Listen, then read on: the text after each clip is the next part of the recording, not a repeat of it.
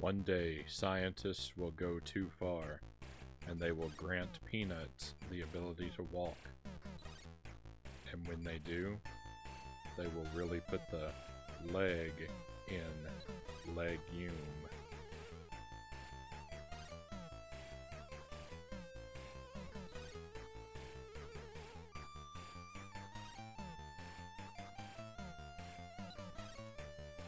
Happy Friday, everyone.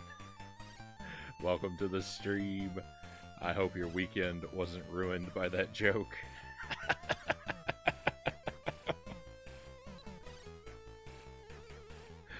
After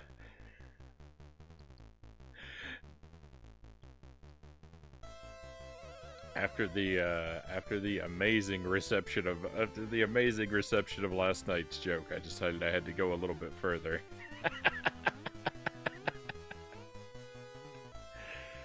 and show just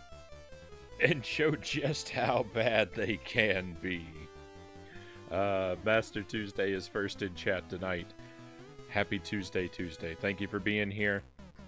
I hope you're having a great time while the rest of us celebrate the weekend. I hereby claim this stream for Pizza Tower. Fair enough. Is Pizza Tower available on the Commodore 64? Are peanuts a legume? They are. I learned that from, I believe, the animated film Cats Don't Dance. There's a character that, like, that's his catchphrase. He keeps saying, fun fact, peanuts are not a nut, they're a legume.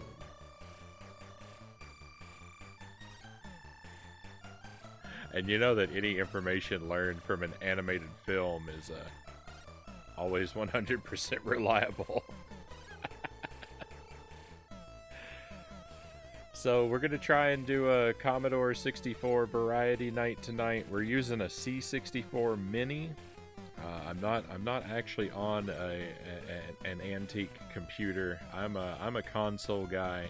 And I like my physical hardware, and I like my retro game collecting, but when it comes to retro PCs, I don't have the time or the skills or the money for the maintenance that they often require.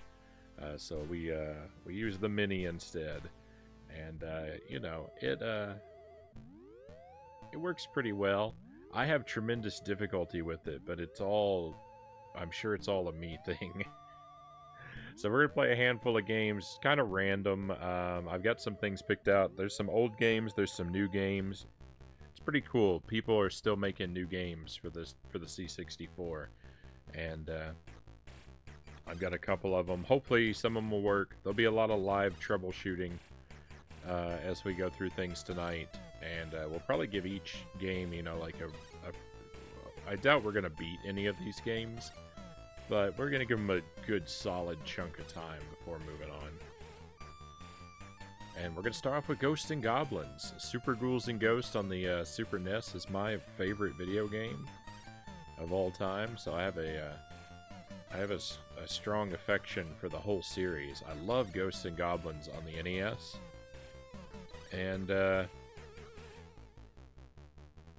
let's just see what Ghosts and Goblins is like on the Commodore 64. Interesting to note. The Oh No is in anticipation of lots of troubleshooting, Jelly. An interesting thing that I learned though is that the C64 Mini can load a lot of different like file types for the games you're playing, and one of them is a .tap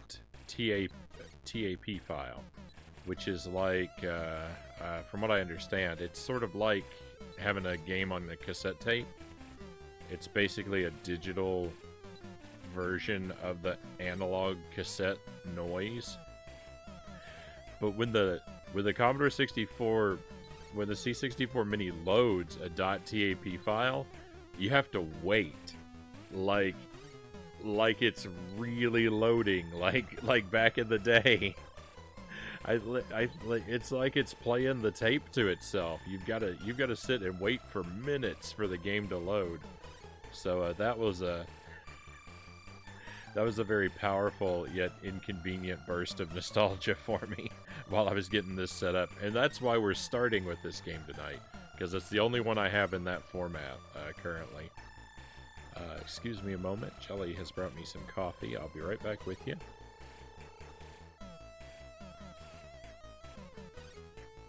Alright, sorry that took a moment. I knocked something off my desk, and then I had to get Jelly to help me pick it up without knocking the webcam over. It was a miniature disaster, but it's all okay now.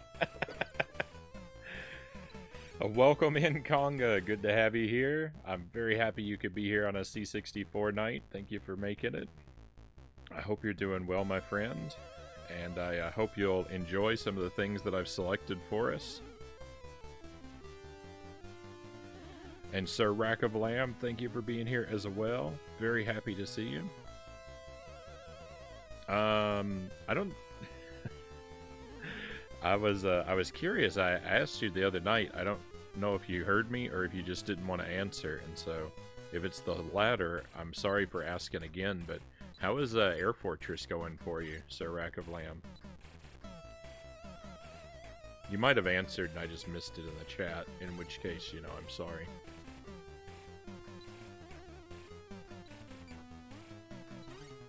It got a little busy at times.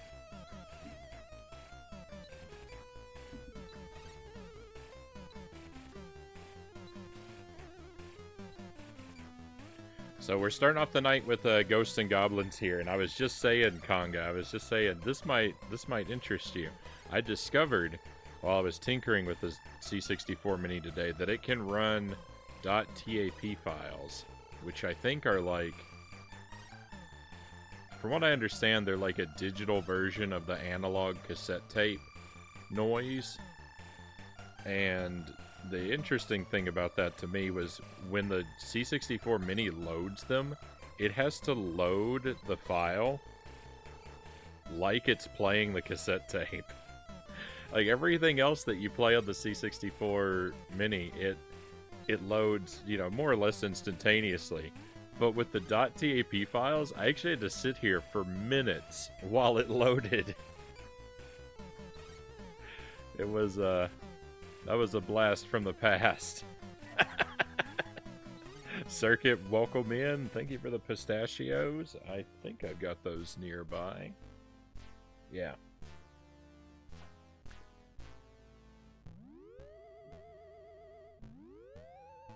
Tape emulation is crazy. Hey, I'm always happy to start off with a delicious snack.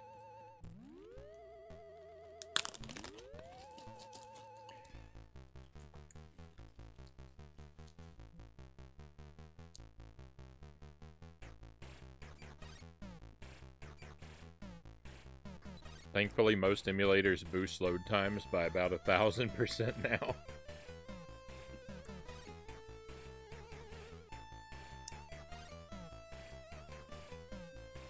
Yeah, thinking about it, I guess I should say I don't really doubt that it's faster than an actual tape loading would be, but it was remarkably slow.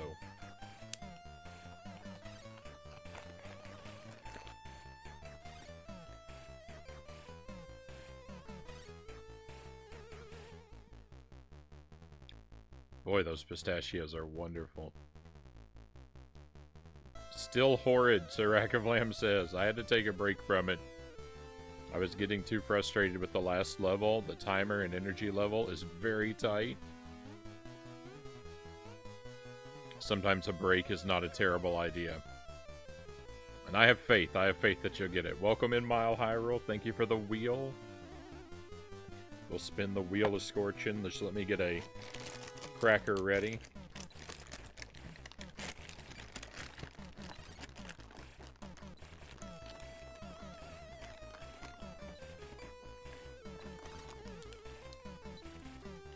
I don't know if you saw the VOD Mile High Rule, but in Dark Souls last night, I don't want you to confirm or deny, but I might have found progress because I found a new area.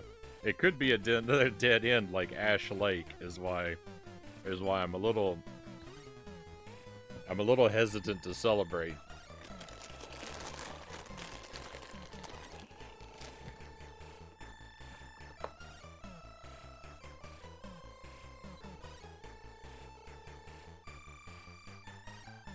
But it's at least something new, and it's something at least,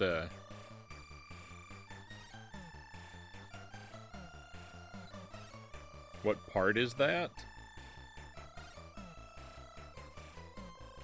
I found an area beyond the arena where I fought Pinwheel. I don't remember what it's called. Something about giants.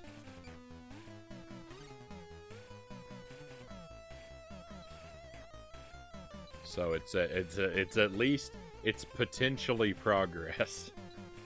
Until I discover it's a dead end, I have reason to hope. Alright, let's spin the wheel. This has got a variety of spicy foods on it, and I'll sample whatever it lands on. It has landed on the green habanero sauce. This is a habanero pepper sauce. It's Marie Sharp's brand, and it's made with cactus. It's made with nopal, which I think is cactus. If I'm wrong, well, I'm wrong a lot. No big deal. So we'll have a nice generous sample of this. We've tried it before. It's not new. I can say this is, while not exceedingly flavorful, it is kind of refreshing and also spicy.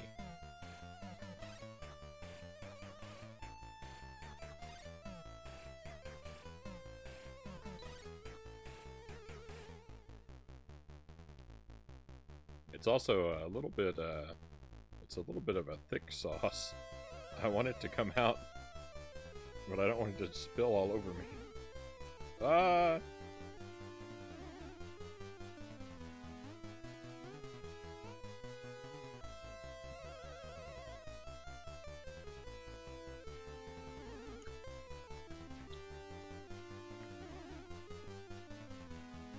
Got just a little bit on my hand.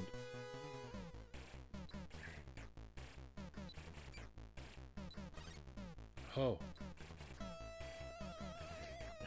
It's in my sinuses. No.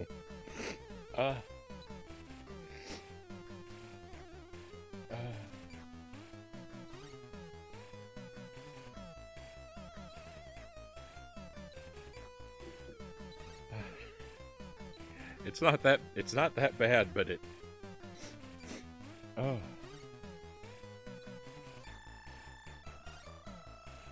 It kind of took advantage of my weaknesses. I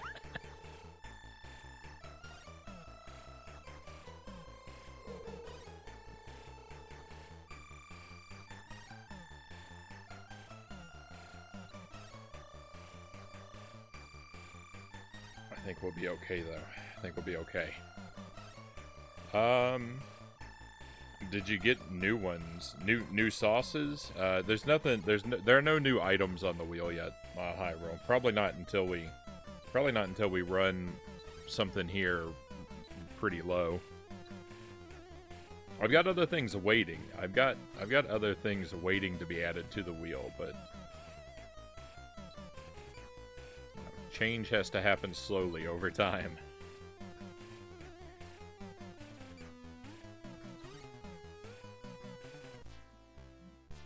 Changing the wheel too frequently becomes rather expensive. There's a premium for spice for really spicy things. Sirac of Lamb says I had to pause streaming for a few to several weeks while I complete the remodel and the training at work. Completely understandable. watching most of the streams from my phone. I have to break down my computer here real soon. I watch streams almost exclusively on my tablet, so.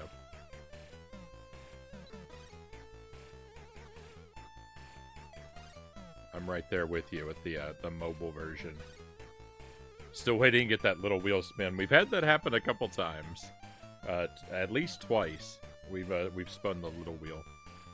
Alright, let me start finally pushing some buttons here. And so I saw a little bit of what this looks like, which is, you know, it looks like this. I played it just enough to test it out, and I know that it doesn't run super well. There's going to be a lot of artifacting and flashing, and it may even just break down entirely at some point.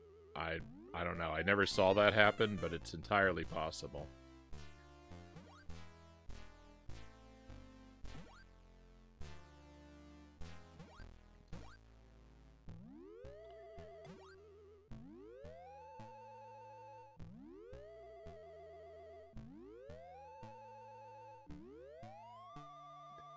It's very difficult in video games if your ladder climbing button is the same. The game, look at that, there's 2 torches on the screen. The game really wants me to use the torch. Oh no. I picked a bad time to talk. You know you're going to have a really hard time in a game when your ladder climbing button is the same as your jump button.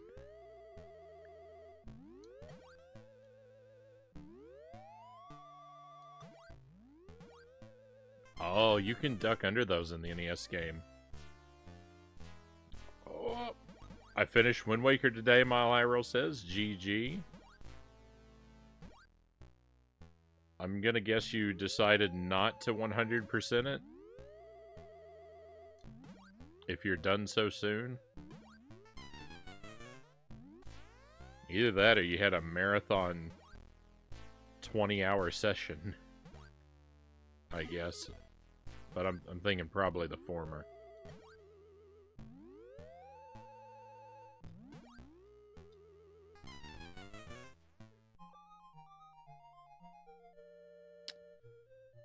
All right, well.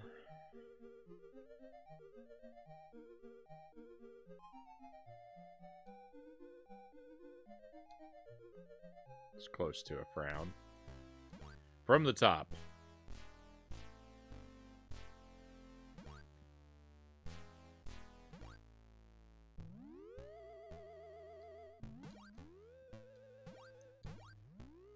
I kind of, like, I'm tempted to think that I'll be able to get a feel for this, and we may actually, you know, if we clear the first level, that would be a major victory.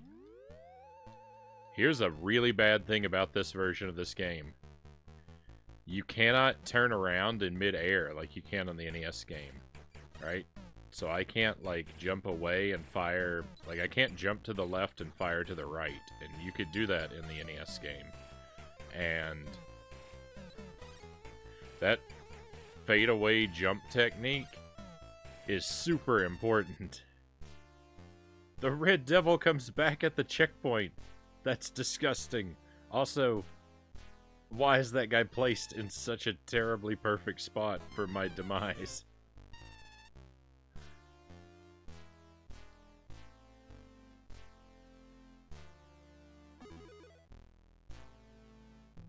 What?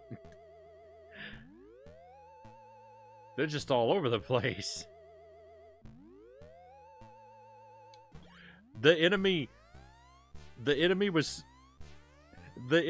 path was so high at the top of the screen that he went too high and he killed himself.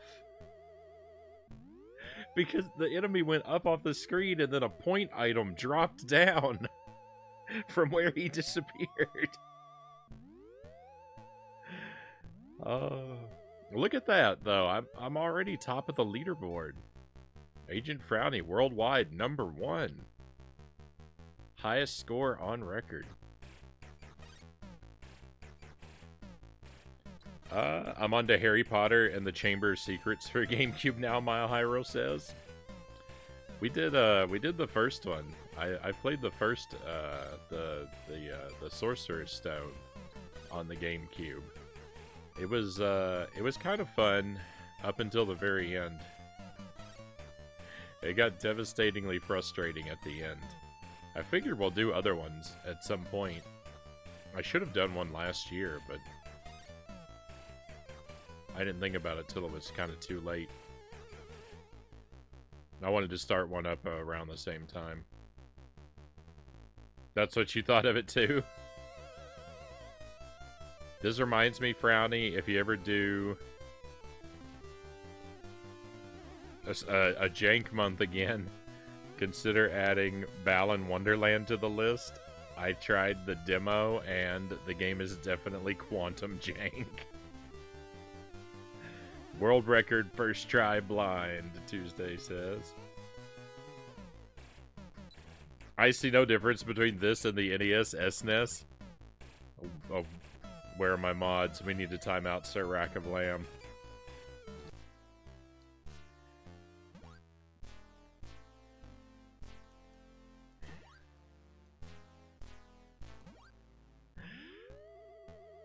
How could you say that? How could you say that about games that I love so dearly? It's pixel perfect.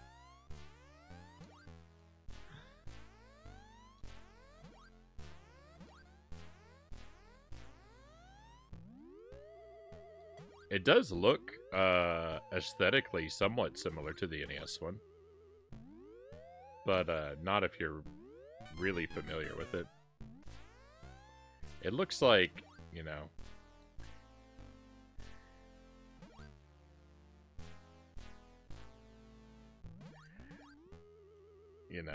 it's like if the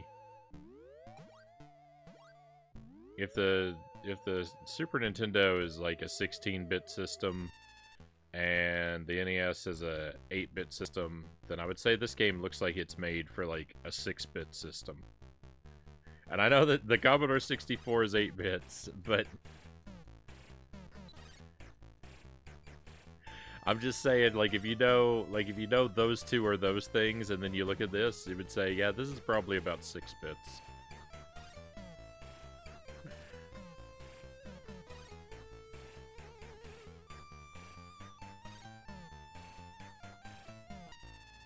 It's just a little, it's just a slight step back.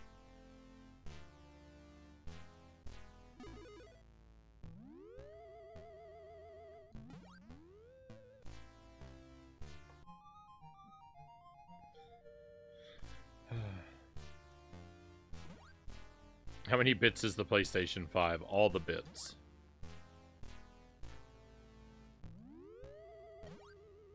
Maximum number of bits.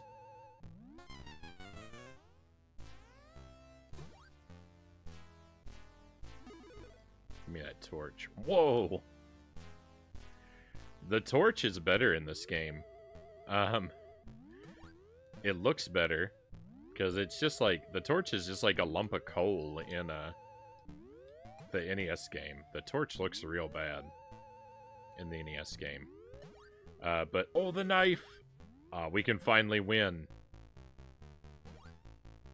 The axe? You can get the axe on stage 1? Oh. Make that, you have to get the axe on stage 1? It's not even the axe. It's not even real. That's not what the axe does. The whole point of the axe is it's supposed to travel through enemies as it destroys them. The key feature of the axe is missing from this version of the game.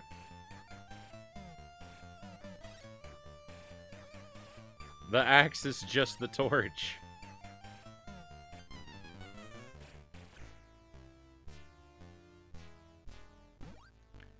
Disappointment with a C64 port. Welcome to my childhood, Conga says.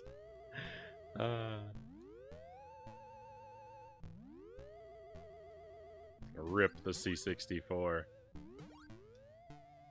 I was just starting to compliment it, and then it had to go and do just the most bogus thing it could have done to the axe. I can't believe it.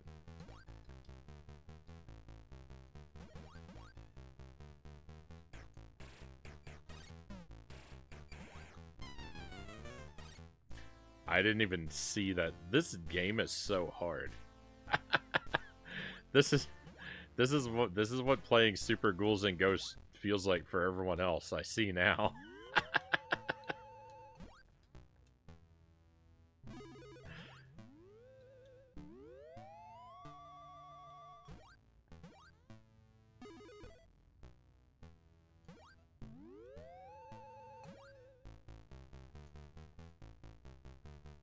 Hey, Chozo Brain, welcome to Commodore 64 night. We're starting off strong with some Ghosts and Goblins.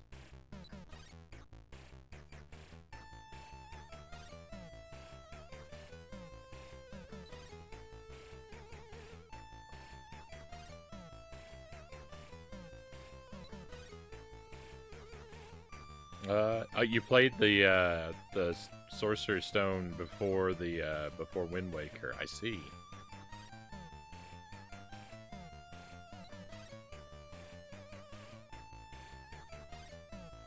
Have you done Link's Awakening before, Mile Hyrule?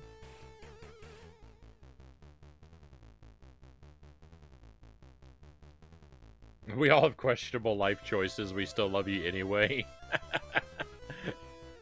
My choice in games are questionable life choices. I see.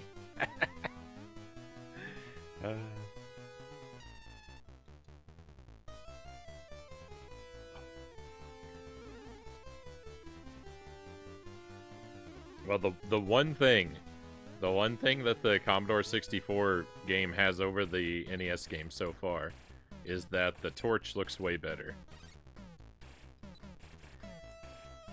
But, I mean, just the item on the menu.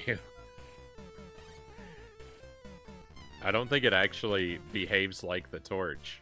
When I was throwing it before, I don't think the torch actually creates a fire like it does in, you know. Again, like the weapon's key feature. Right, the whole point of the torch is that it sets a little fire. And it doesn't do that in this one. I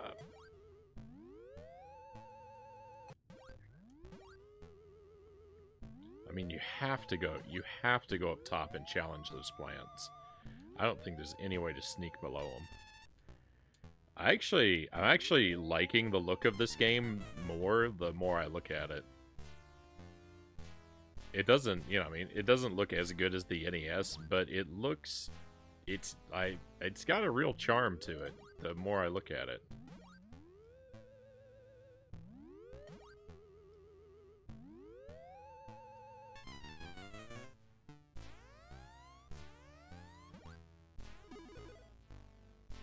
It's a very odd mix of, like, very detailed and very not.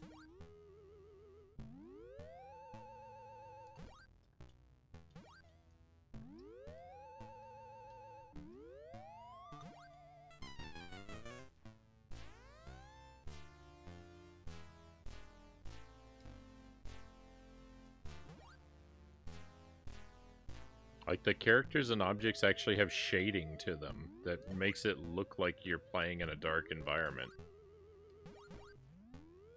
That seems somewhat above and beyond.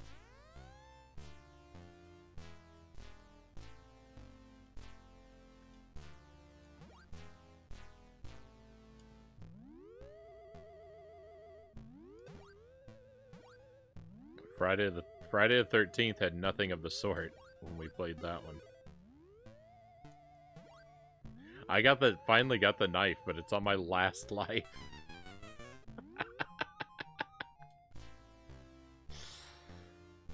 Can you believe I thought I was gonna beat a stage in this game? How in the world would that ever be possible? Look at this.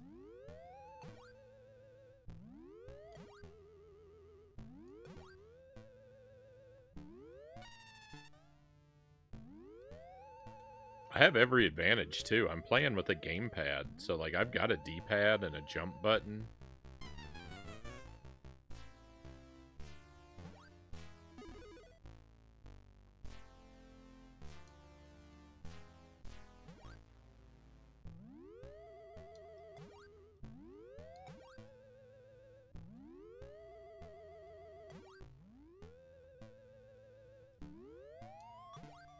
back in the 80s, you would have had to play this with a joystick.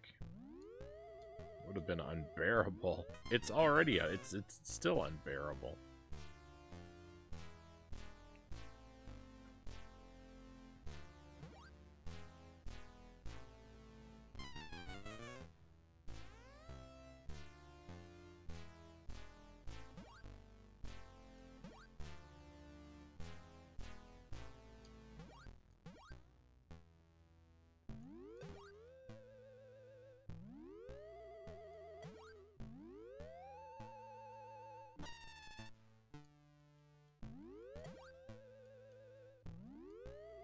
I should have just been standing my ground the whole time. We made it back to the checkpoint.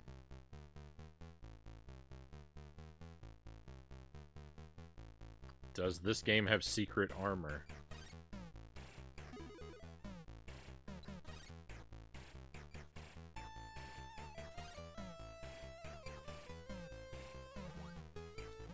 What? These guys... What? No! These guys are carrying shields. You're not supposed to be able to attack them from the front.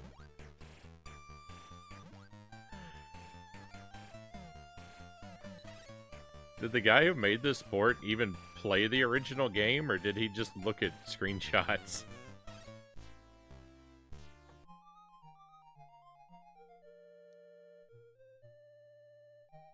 Welcome in, Raiders. Thank you for the raid, Samuel Stokes Music. Pleasure to have you with us. Welcome to your friends as well. I hope you're having a fine night.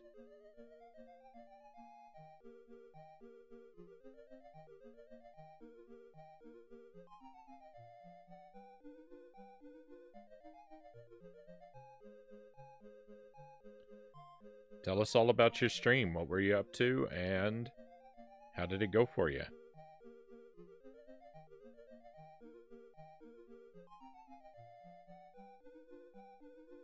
Hopefully I've typed this correctly. Oh, thank you, Conga.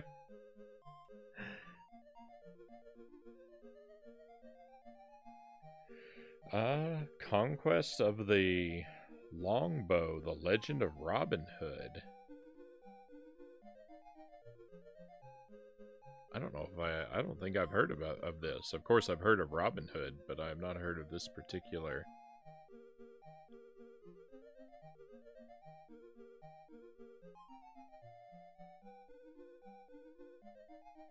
interpretation.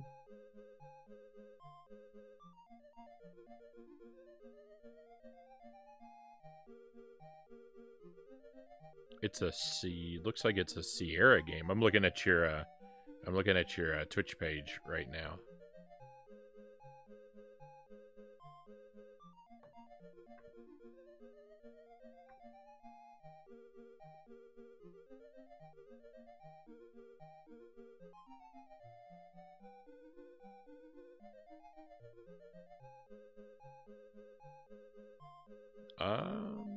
The About section says music educator, composer, arranger, and performer.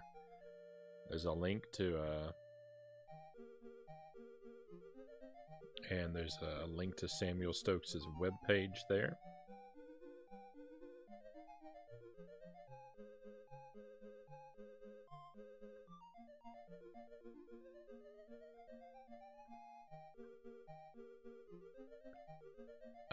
Let's see. Was working on speedruns of Conquest of the Longbow. Oh, right on. Speedruns. Trying to incorporate new strats, so it actually slowed me down a lot.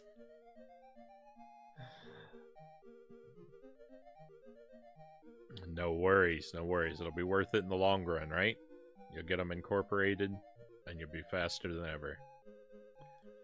Over time, it should really improve once I've learned the new strats. Precisely.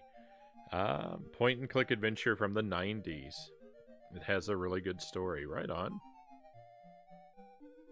So we're playing some C64 games, as you probably saw. I'm actually really a console gamer, pretty much through and through. But the very first games I ever played were C64. My earliest video gaming memories are C64. Ghostbusters. Ghostbusters on the C64 and Donkey Kong in particular. So I have nostalgia for this one computer. But largely a lot of the other PC games. Like, I hear a lot about the Sierra games, and I kind of think I might love them if I ever get the chance to play them. But they're things I missed out on. But I kind of think I like the point and click type those point and click type adventure games. I kind of think that they would speak to me if I really gave them a try. Someday we will. Never had a C64. Played one at a friend's house back in the 80s.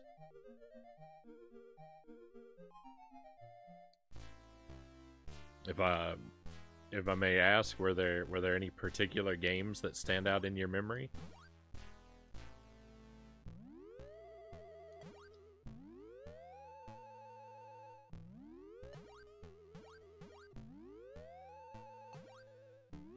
We didn't have a very large collection of games, but we had a handful.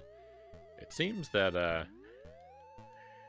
I mean, there were just so many games for the C64, and like it was such like a Wild West environment for software. With people like, you know, pirating and trading and coming up with their own stuff, and there's just so many. There's just so many games. But it seems like, I don't know, whenever I compare like lists like of the hits that like I remember versus the ones that other people I talk to remember, there's rarely any overlap.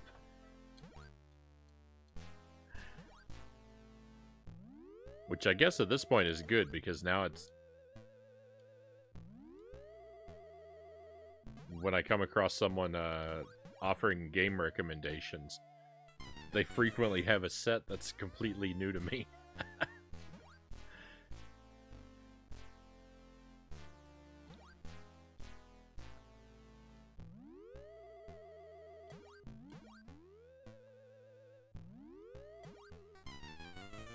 Can't remember what it was called, but I believe the character was a deep sea diver.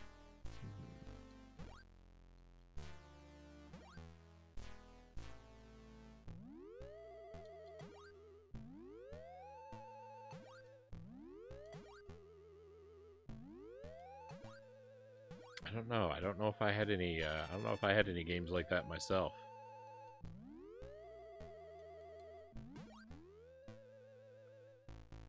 This is not one of my childhood games. Ghosts and Goblins here, in any form.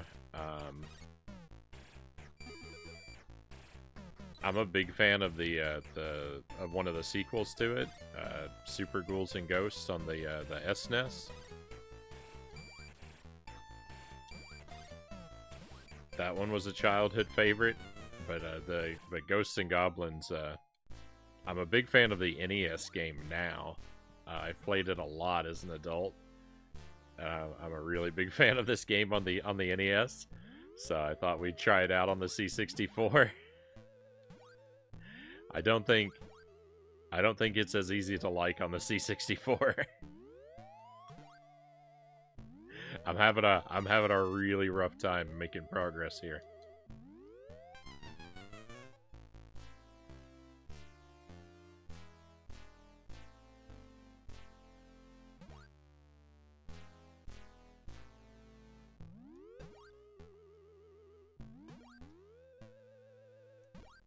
But I think we made it to the boss, or right next to the boss. It looks like the segment after the checkpoint is a lot shorter in this. Like the first part here is basically 1 for 1. Like that was all. Everything is pretty much represented there. I think basically perfectly. Yeah, other than, you know, sort of looking like, if the NES game is made of Lego blocks, then this is made of Duplo blocks.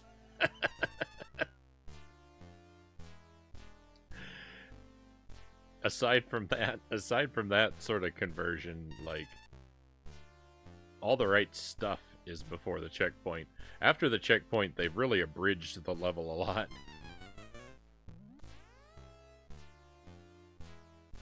Goodness.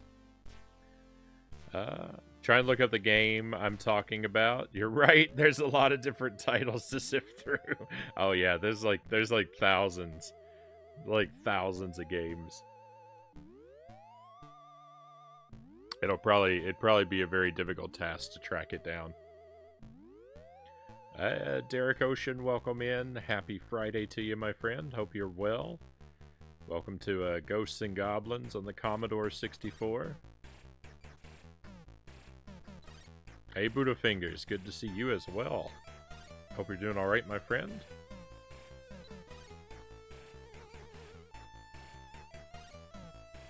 Holy pixelated red Aramer.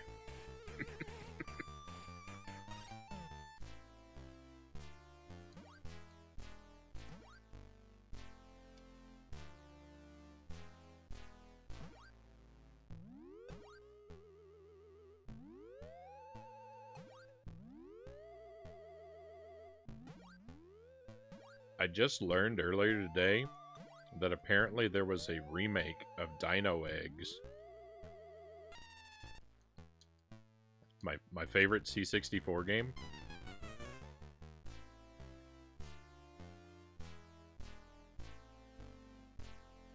It has a somewhat modern remake. I didn't really look too much into it, but I was stunned. I was stunned that it would exist.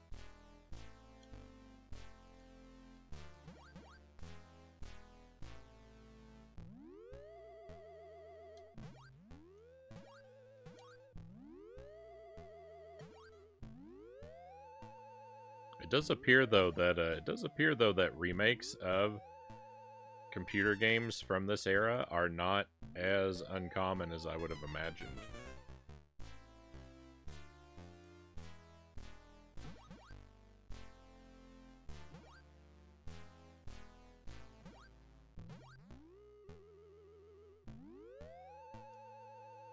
Yeah, it looks a little rougher on the C64. It doesn't look terrible. It just looks a little rougher.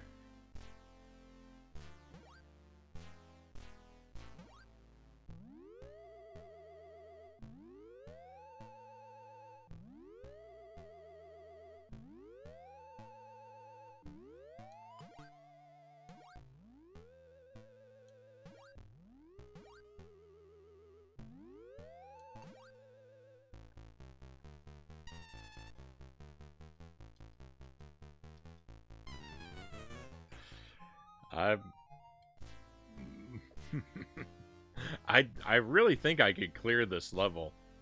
The big problem, and what I actually kind of want to see is if we, I don't imagine there's any continues, right? If I, you know, because I'm not restarting at the checkpoint, but you know, it could just take your checkpoints away. But I'm thinking if we do make it to stage 2, that I'm not gonna be able to restart there. So the quest really is just to beat stage 1. In no universe am I gonna put in the time to become good enough to beat this entire game. In 1 credit.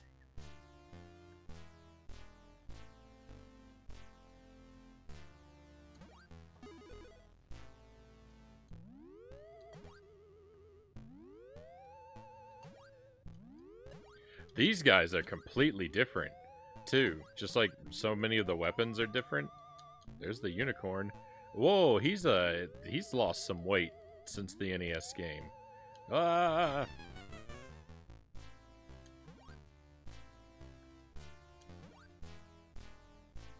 No!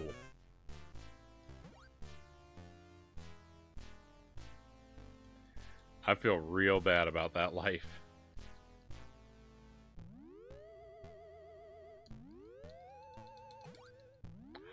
We did it! We beat a level! Take a key for coming in! Victory! This is right into the next stage. Hang on, I'm gonna pause it. I'm gonna pause it we have to celebrate a moment. We can't just rush past that. That was an outrageous victory.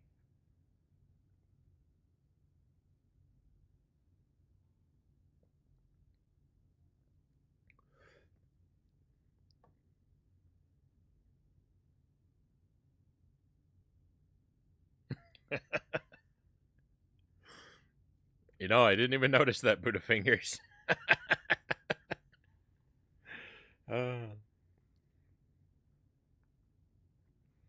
Derek said, I'm watching a new show, Animal Control. It's so funny. I've not heard of it, but I'm glad you're enjoying it.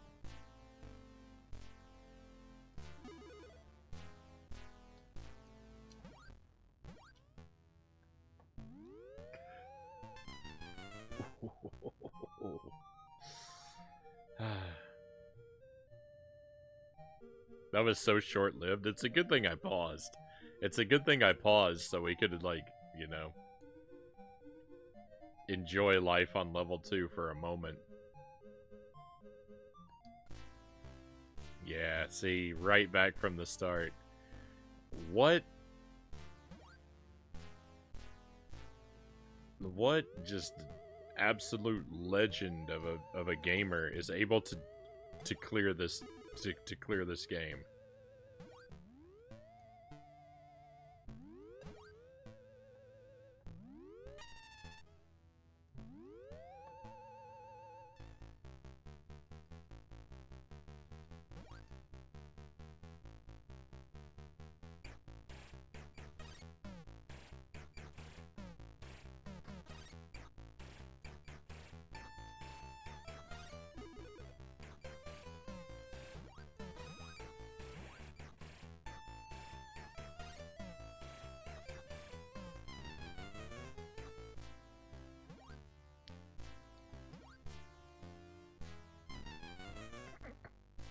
The jumps.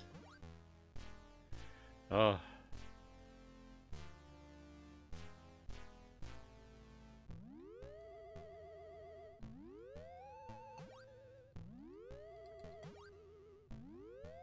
Hey, look, I'm getting better.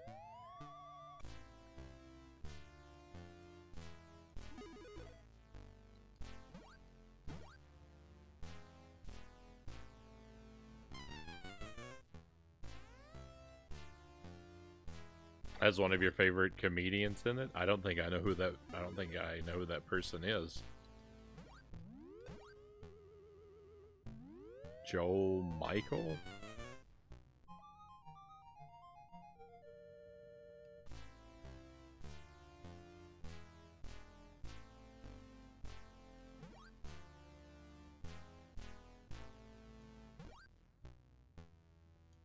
Nope. Oh.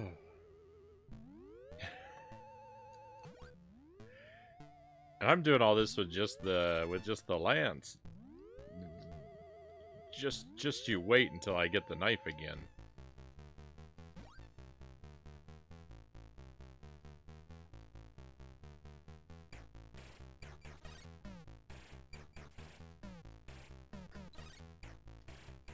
No! Ah! The ground! If you're up against something, you can't jump forward.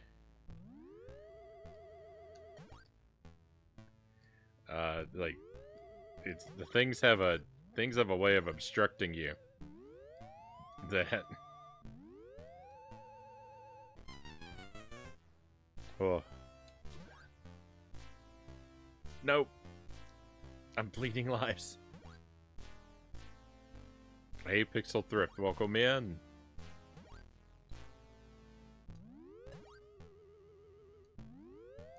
Hope you're doing well.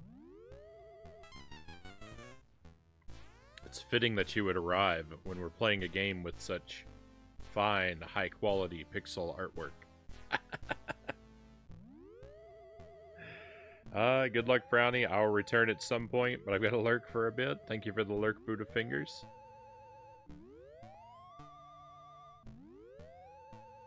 We'll look forward to your return. MK, welcome in. What is this abomination? It's Ghosts and Goblins on the Commodore 64. It's, you know, I don't want to be too mean to it. It's not... You know what? It's as bad as it looks. I'll say it's as bad as it looks, because I don't think it looks that bad. Does it look worse than the NES? Oh, yes, but... I mean, it's not that bad. I was saying just a moment ago, like, I really admire, like, they put a lot of work into, like, the look of the game. Everything's got, like, nice shading to it. And visually, I think they really tried. But the game, you know, just like the visuals are missing something from the NES. Most aspects of the game are missing something. The weapons don't really work as they're supposed to. At least some level segments are abridged. We are lacking in some animations, but I'm gonna say all in all, it's pretty good. There's no way anyone will ever beat it. There are no continues. There are checkpoints, but there are no continues. You got 5 lives, and then that's it.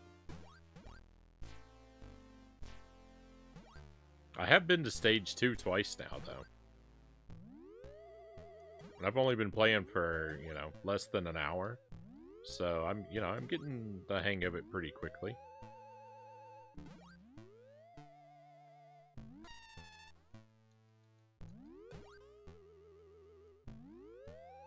Quick kill on the Aramer. Pixel Thrift says, found a Scooby-Doo PlayStation 2 game at the thrift store the other day. Nice. And I gotta pick it up because of Frownie. Oh,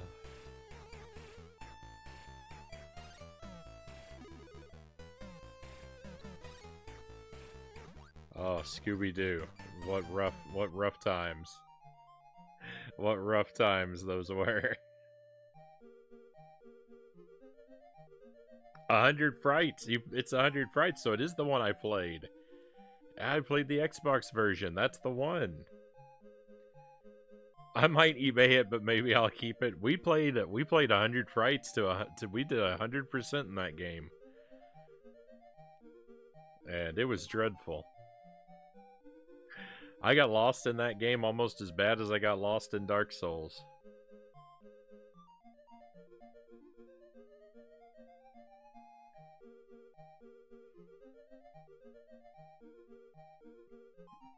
And Zelda Dude, welcome in.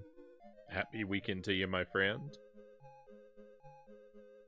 Oh yeah, I said it was impossible, but I have no doubt. I have no doubt that somebody, you know, there's probably a whole community of people that speedrun this.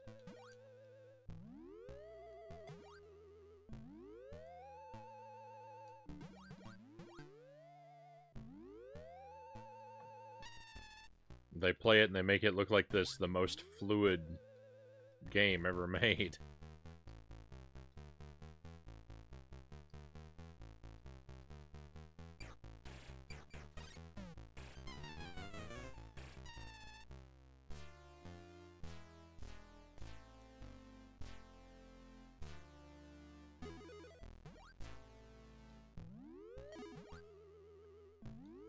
Crazy thing is, it's actually kind of easier than the NES version. It's not because there's no continues, which makes it dreadfully hard. But like, so far, like, because of some of the changes they made to how enemies work, well, not easier. It's difficult in different ways. And so, like, some of the things that are difficult Ooh, some of the things that are difficult in the NES version don't exist in this one, and that's what's got me.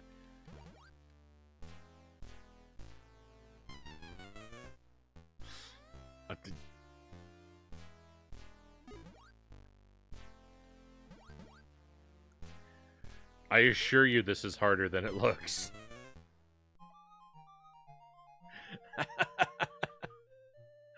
I don't know what's going on with me. Oh, it's rough. Oh, hey, another raid. Nice. Welcome in, friends. Hello, V. Thank you for the raid. Pleasure to have you here, and welcome into your friends as well. Who is that? Dark Panda Jedi. Thank you for coming along. Pleasure to have you here with us.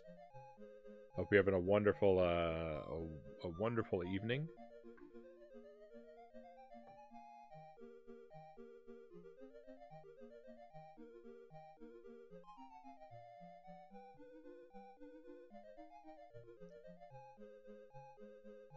Let me type a shout out for V. Hopefully I typed that right.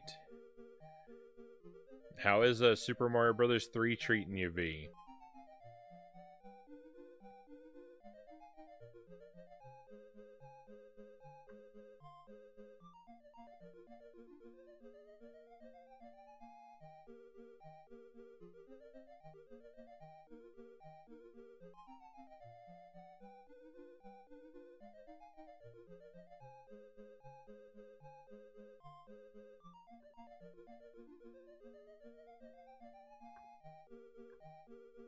So Rack of Lamb says, I picked up Champion Jockey, G1 Jockey, and Gallop Racer.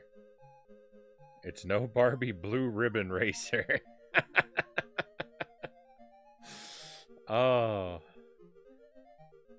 Just a day or two ago, I was messing with my VODs for the stream archive, and I was revisiting Barbie Horse Adventure, and I cannot believe the music in that game. If you've never played Barbie Horse Adventure on the GBA, check out the music. It is wild how bizarre the music is in that game.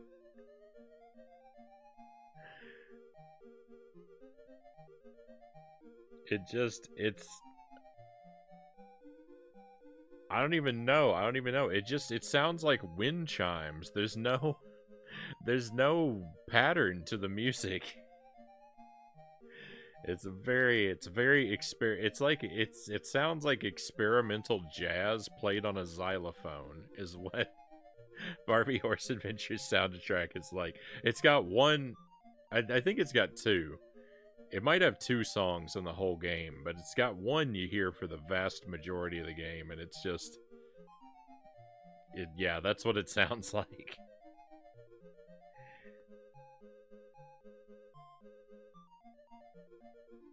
These other ones I've never come across before, Sir Rack of Lamb. I gotta say, I'm not well versed in the horse racing genre. Derek says picked up the new Kirby game. Right on. I hope you enjoy it. I'm looking forward to that one myself. We're gonna do that in a couple weeks on the stream. I think I got to. Not gonna get to it right away. Give everyone a chance to play it first, so that you'll be able to watch the stream without spoilers. But I'm looking forward to another Kirby game. I like Kirby. V says, it was getting on my last nerve, but it's fun. Didn't get to beat it, but had a good run in Mario 3. Right on. Mario games are deceptively difficult. I feel like people often remember Mario games as being easier titles, but they definitely have their tricks to them. particularly those old NES ones.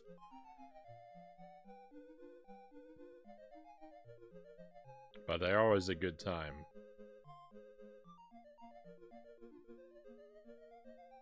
You're the only one to ever play. I'm the only one to ever play the Barbie's Horse Adventure. I really doubt that.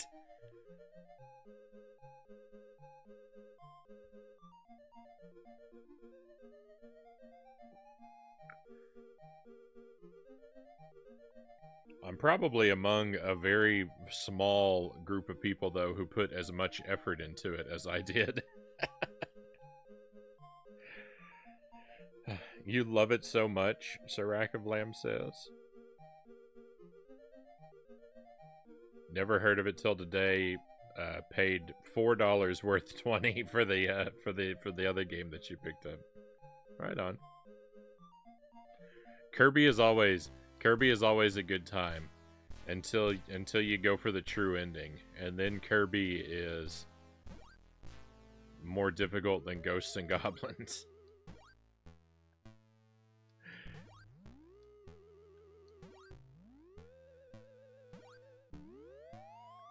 Kirby games are horror games disguised as children's games.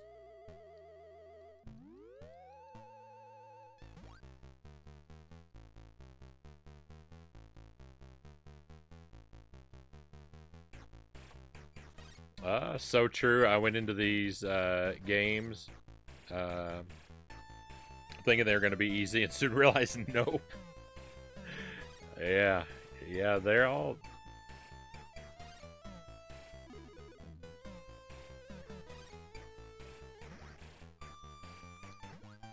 They've all got their difficulties. The first one, like there are a couple stages in the original Mario Brothers. Stage 6-3. I live in terror of stage 6-3, and those springs. I never trust those springs. The Iceland and the Pipeland in Mario 3, especially later on, get really tough. Some of those water. Some of those, the World 3, some of those water stages are pretty tough too.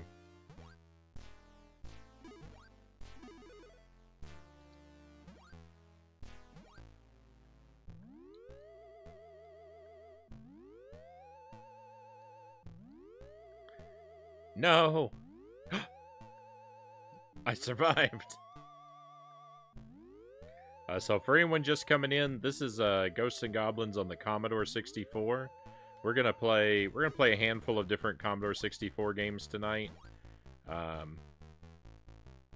This is the first one. As you can see, we've been going at it. We've been going with it for a while. I kind of like to. I don't like to bounce around from game to game too. I never like to bounce around from game to game too quickly.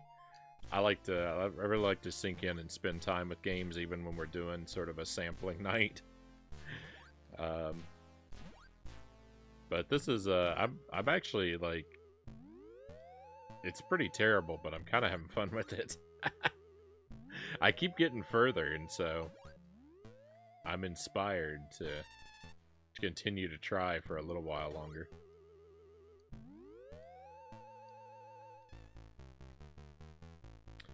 I'm off to bed. It's like 1 a.m. for you, and your eyes are heavy. No worries. Thank you again for the raid. By all means, though, if you have to run off, no worries at all. I appreciate you bringing your people by, and we will do our best to take good care of them. And sleep very well, my friend. Hopefully I'll get to see you again soon.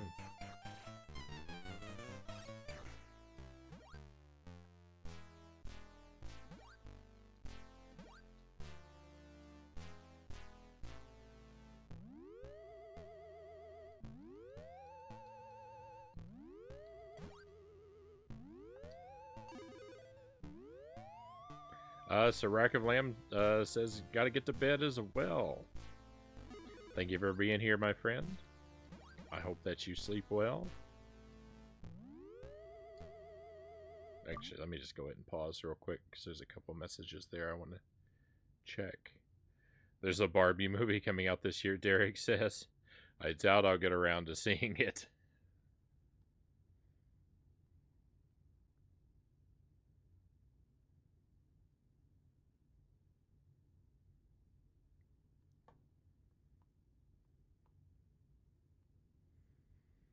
I have to be up at 4 a.m. for work, Sirac of Lamb says. Sleep well, get well rested. I hope you wake up energized and have a smooth day at work, my friend. Derek says there's a new Netflix movie called We Have a Ghost. It looks bad, so I have to watch it. That's basically my philosophy with video games.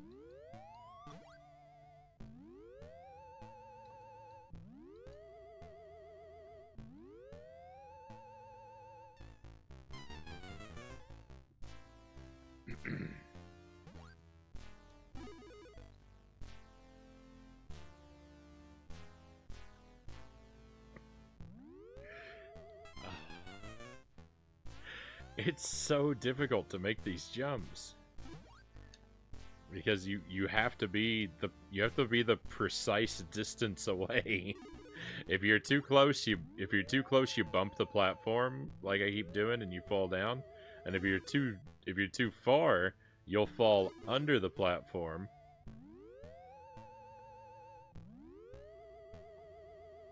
That shouldn't have worked. I don't think it's possible to get past here.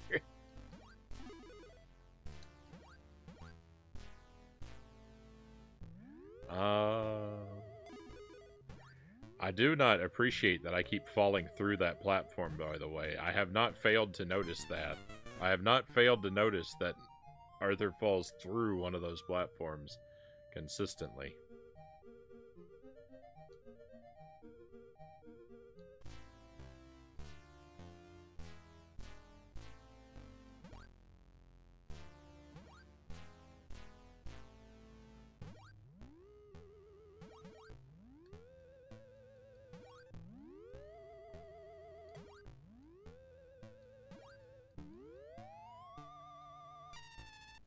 When the screen glitches out, it kind of almost looks like Super Ghouls and Ghosts when Arthur's using magic. When that happens, like when I throw a weapon and the screen glitches, I like to pretend I'm really powerful. And that's what's happening.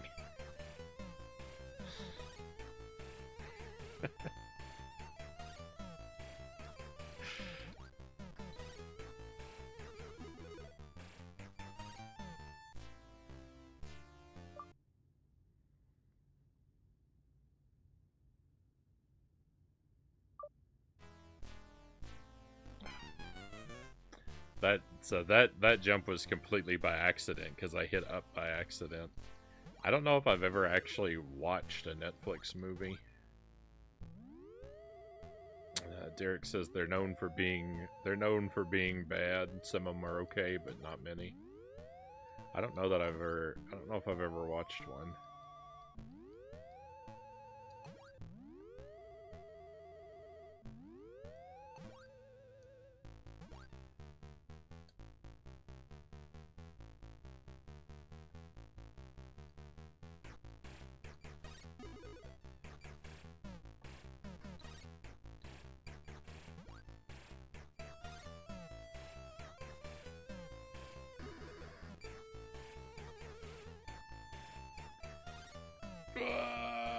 We made it to a new checkpoint. This house is a different color in this game, and also these guys are not supposed to walk. I don't know what's going on. Why do they have capes like little supermen? We made it to the big guy house. This is the worst place in the universe. You can really spam the button in this game, though.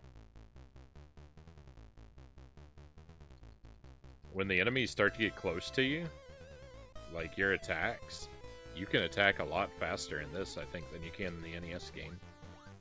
Even. Oh, no backup armor? I looked like my weapon went through the enemy.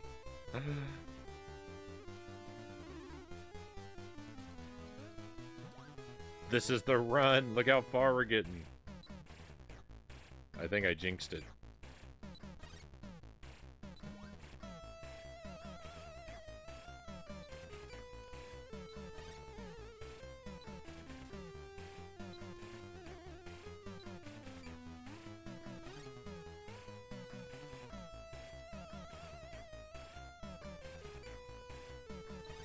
No, he's camping on my ladder.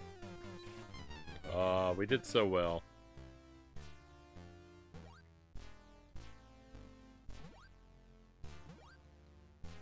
There's still a chance, but I'm just we started making a lot of progress. I got greedy for it.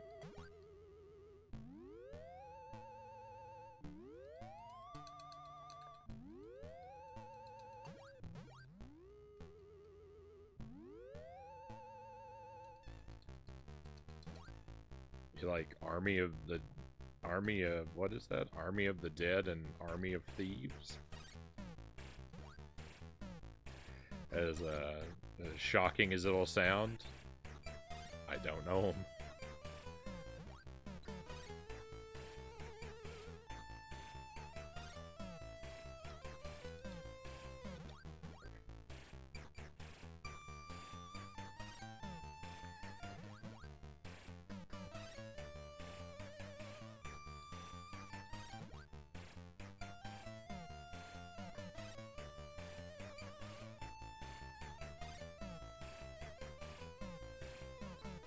No, I followed. I just haven't heard of them.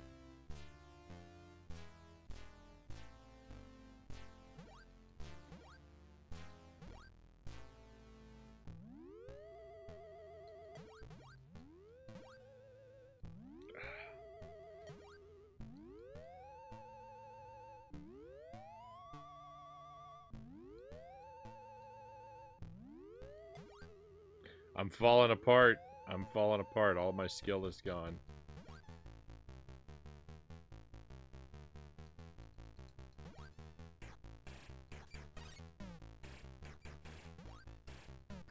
It's a cool zombie flick.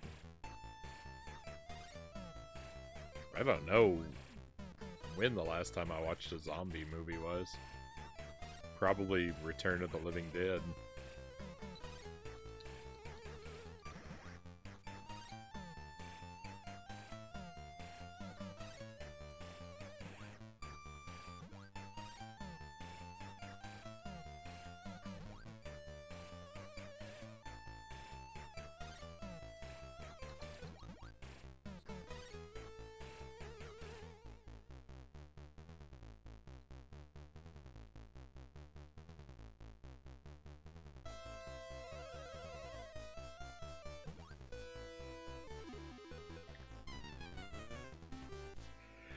So, like, the moving platforms are like the worst thing to happen to you in this game because you just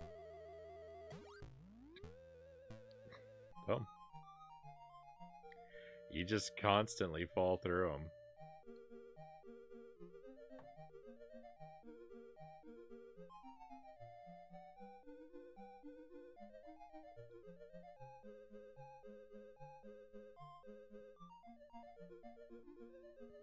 That's a good one. It's all right. I don't love everything about it, but you know, I'll watch it once every few years.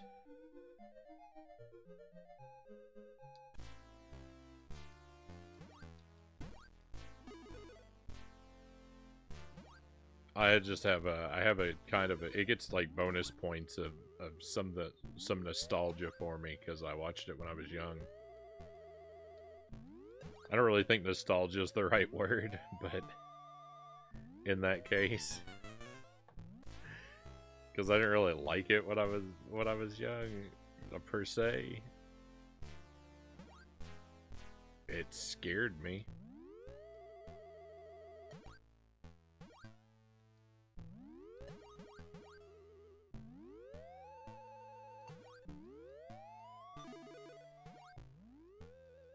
Hey, we finally got the knife. Let's see if we can do some damage with it. You know what? The knife actually isn't very good in this, because it's basically identical to the lance. You can't throw multiples of it. So, again, like, the best feature of the knife is that you can throw 3 at a time. And you can't do that in this game. All of the weapons are broken. Every one of them. Except the lance.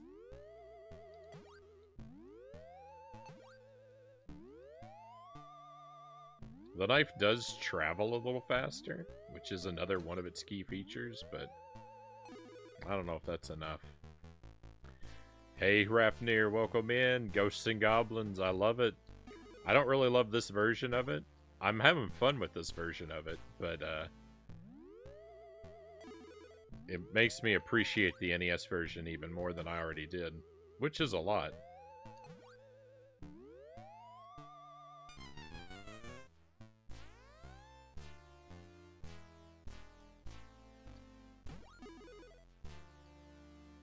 Frustrates me. Makes me bite my lip.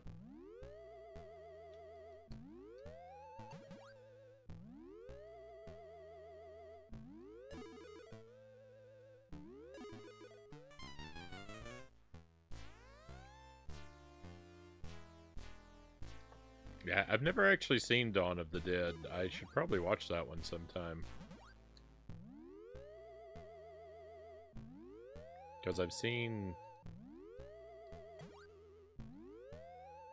a few of the other Romero zombie movies.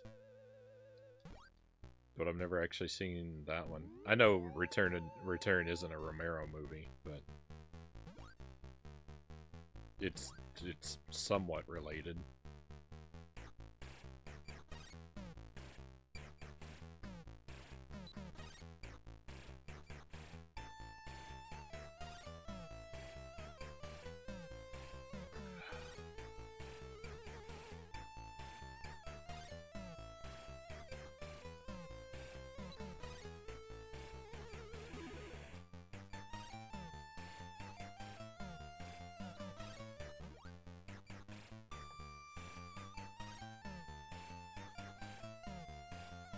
The music keeps speeding up and slowing down.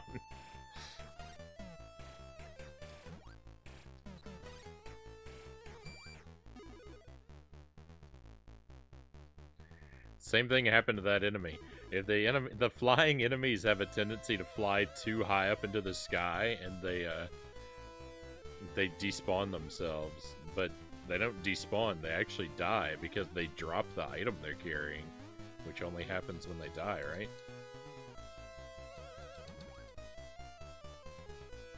I walked right into it. No, that was my last life.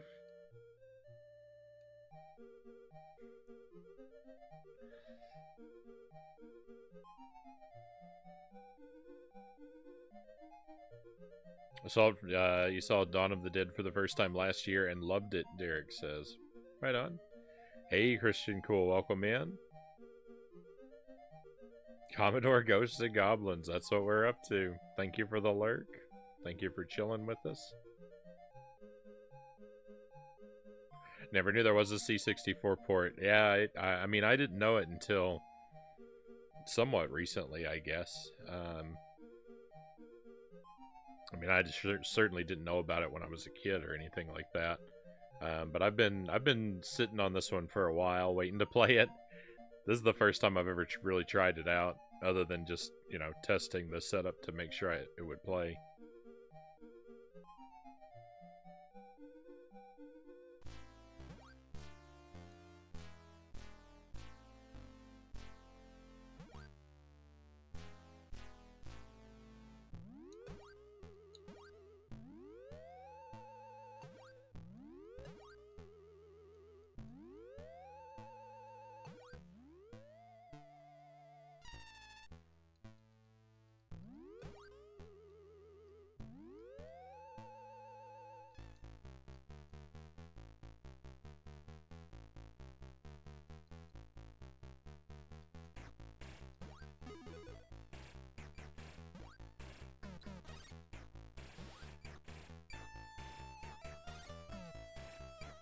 Sometimes, like, whole groups of enemies fail to spawn. And sometimes they don't fail to spawn.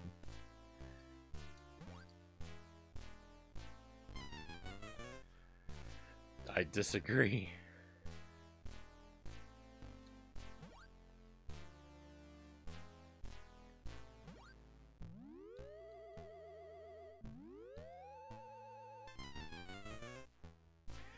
There's nothing you can do when there's that many burritos on the screen.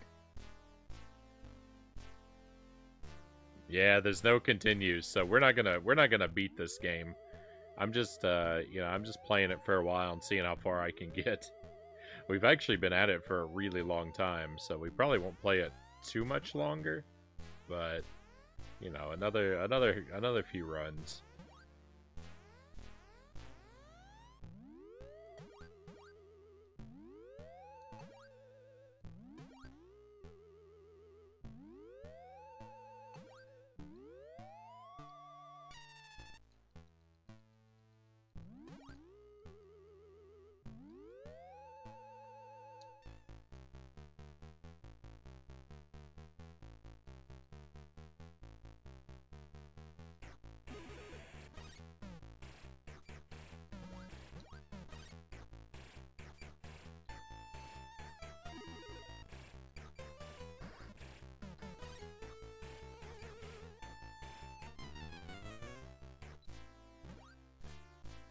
You really have to. This checkpoint is a nasty checkpoint. You really have to just. No! It went right through. There's too much stuff on the screen. It's breaking the game.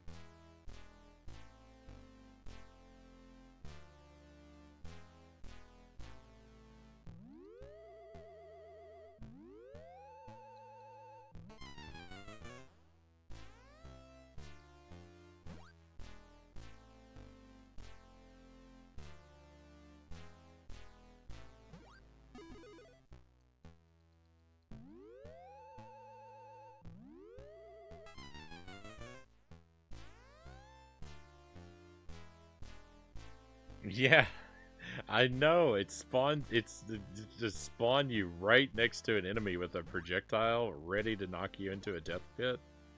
It is brutal. It's actually more lenient than the NES game though, because the NES game doesn't have boss checkpoints.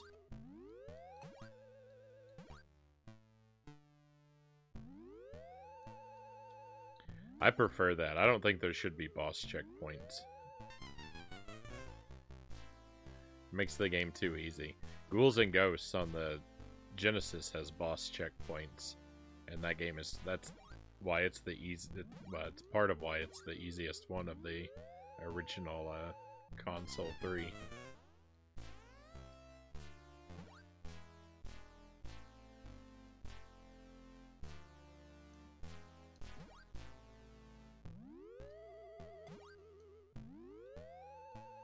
They put boss checkpoints in the Game Boy Color release of Ghosts and Goblins too.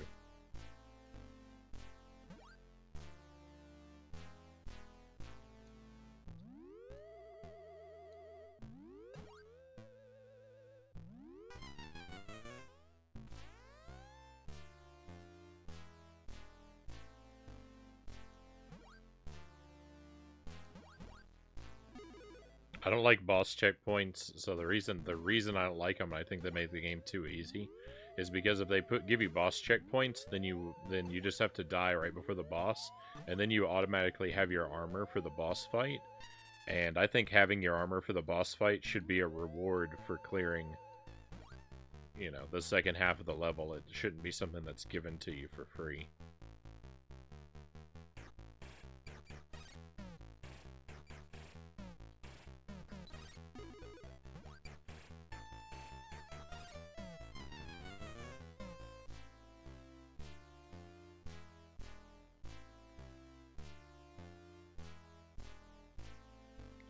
I'm just saying I don't arbitrarily want every change that makes the game harder to be implemented. I think that there's a good reason that change is that the boss checkpoints are a bad change.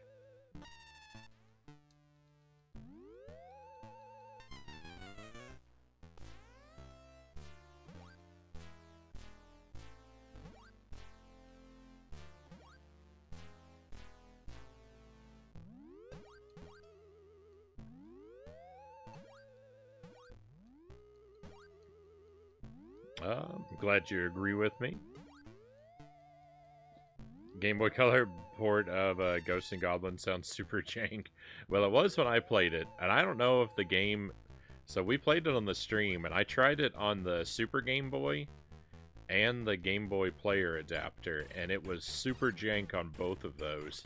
So I don't know if you play it on an actual Game Boy Color, maybe it plays well there, but it was terribly jank on both on the NES and on the Super NES and the GameCube.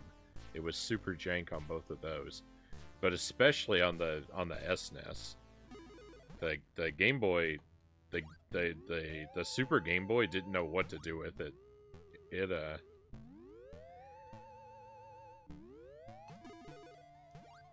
It was a catastrophe of jank.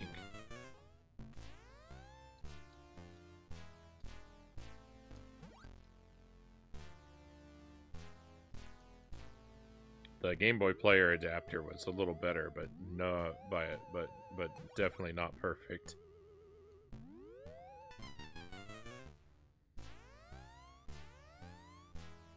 All right, thinking one more try. I seem to be withering away at this. So I'm thinking one more go, and we'll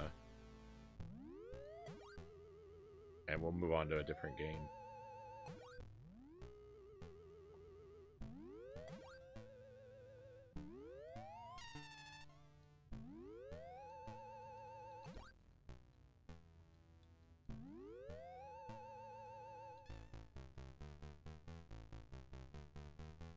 I don't know why, but for some reason, like, Commodore 64 games, I approach them really differently from everything else. Like, you know, because everything else we play on the stream, like, I always, like, am so determined to try and make it to the credits, but I never feel that way with Commodore games.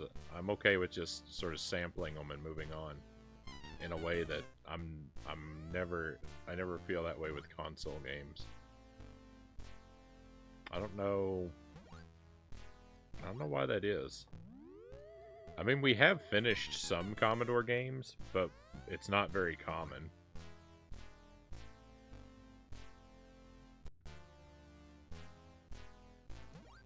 Not very common.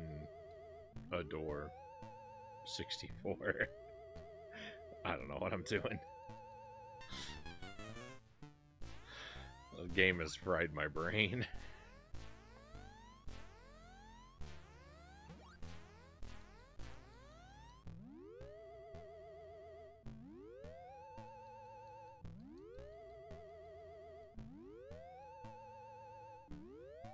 This unicorn behaves very differently.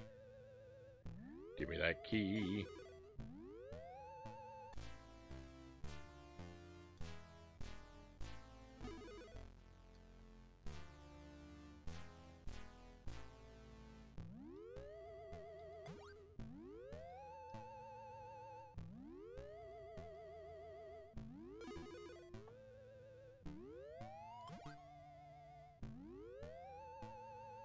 We're doing good now, but I don't have any lives left. If this head continues, I would play it all the way to the end. The lack of continues, though. I don't want to be good enough to do a 1cc of this game. So we'll never beat it because there's no continues. If there were continues, I would 100% play this all the way through to credits. Both loops.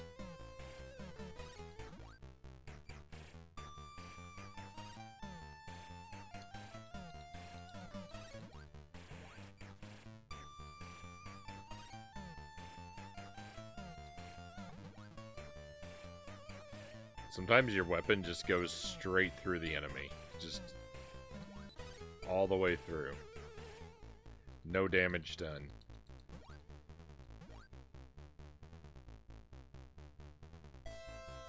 I like how everything's blue in this game, in the Commodore's version of this stage.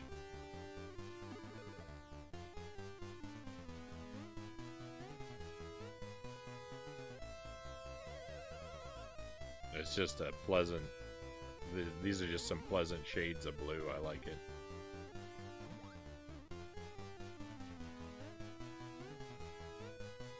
The unicorn and the red devil look so much easier.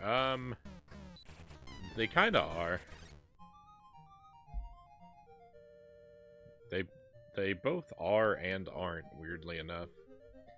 All right, so that's Ghosts and Goblins. We'll be done with this one for now. I'd probably pick it up and play it again sometime, but I don't think I'll ever you know, I'm never gonna beat it the way it is.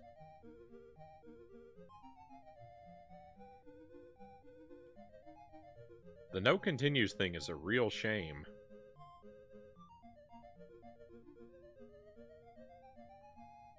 They shouldn't have done that, because they would have something really, like, nice and playable here, I think. If only it had those. But it does not. Let me, pick out something else for us here real quick.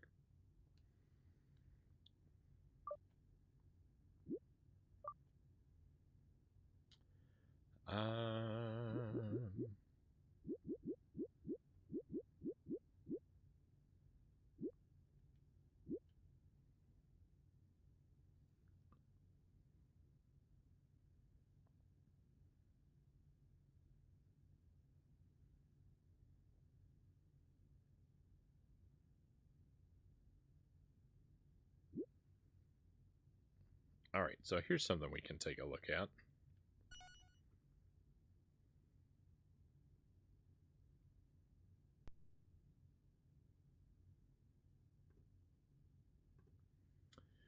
This is Kong. It might look very familiar.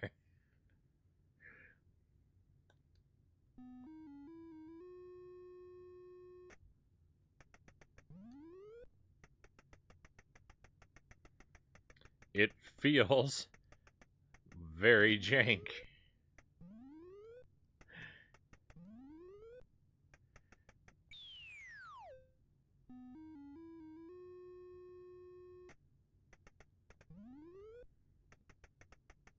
Their version of Mario appears to be an anteater of some kind.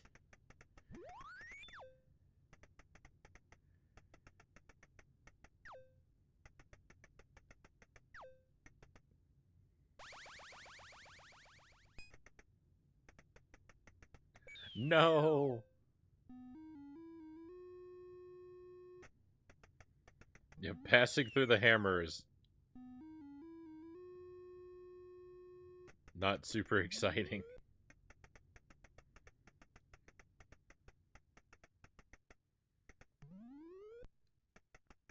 And there we go again.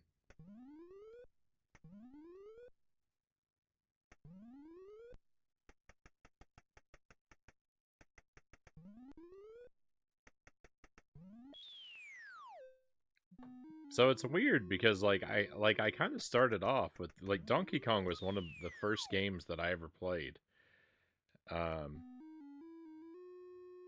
I was a kid. And like the thing is, like, I never cared about the score, right? But like people play Donkey Kong for score. As like a primary focus. And for me, it was just always about just get to the end of the stages, and like I never cared like what number was up there on the score.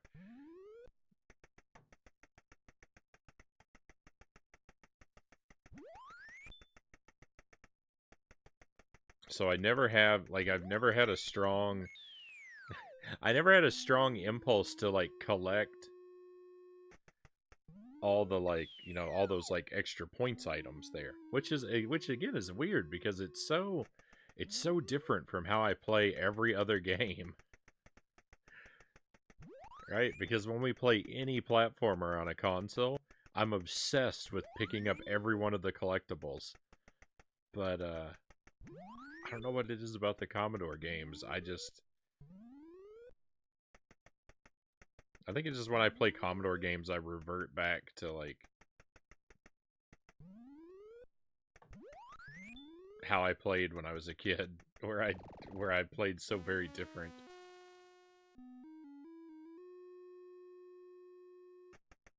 Oh, it's got this stage.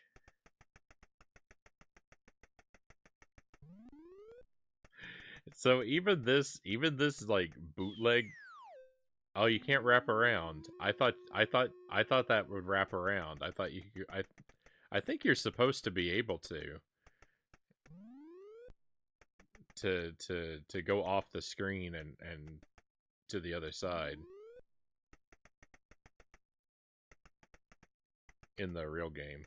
Oh, but the thing is, even though this is a bootleg, they still did a better job than Nintendo did because Nintendo didn't even include all the levels when they ported this to the NES. They left this level out of the NES version entirely.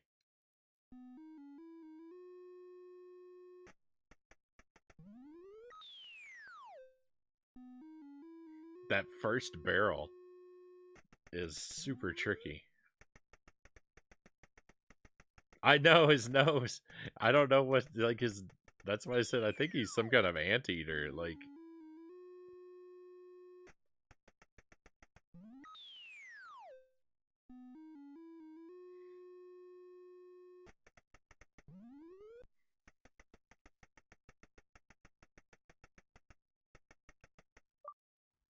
damn moment. The audio is real quiet. I'm gonna bring it up just a little bit. Not that there's a lot to hear, but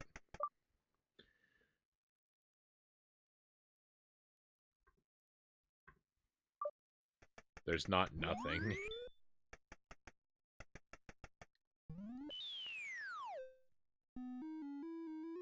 Your character in this jumps so slow. It is the slowest jump in all of video games.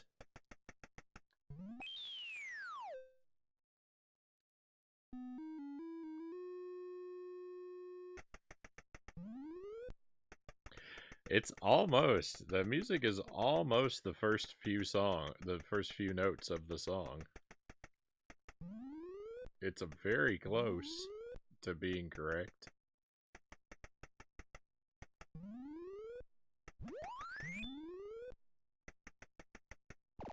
All right, let's go. First try.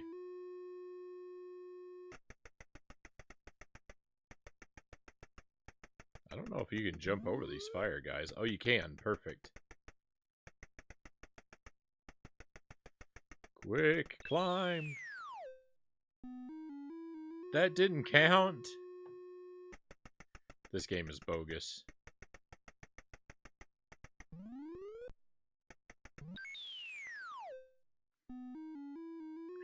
It's so hard to jump over stuff.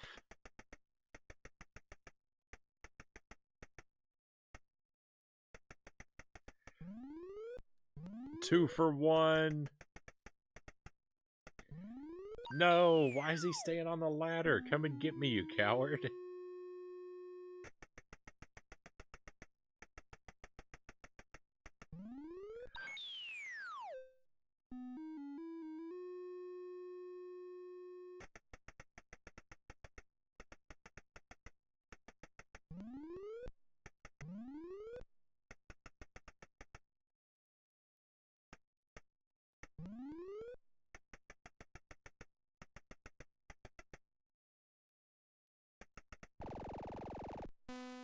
Hey, we get to see a new stage. I used to play the same way you do with these kinds of games. I just wanted to see the levels. Now that I'm older and I know how short they are, I like going for high scores. I keep a spreadsheet of my arcade high scores, Rapner says. Yeah, I still really haven't changed to where I care about the score a whole lot. Um, but yeah, I very much like when I was young. Just it was just about seeing the stages and clearing each of the boards. And if I could clear all the boards once, then I was happy and I was ready to be done. Like when they start looping and stuff, I didn't really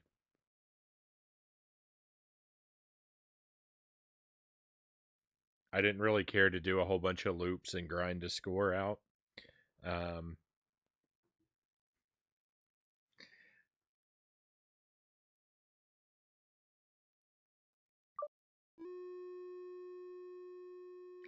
But I do think it is, like, with a lot of these games, I get.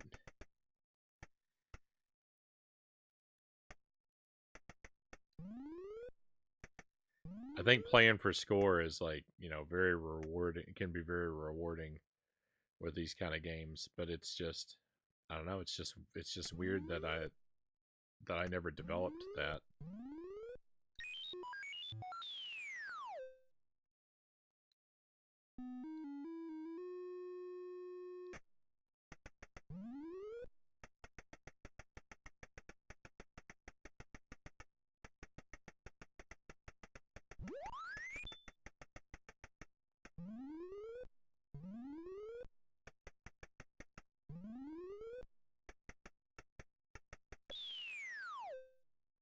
I'd never seen this version of Kong before today, by the way.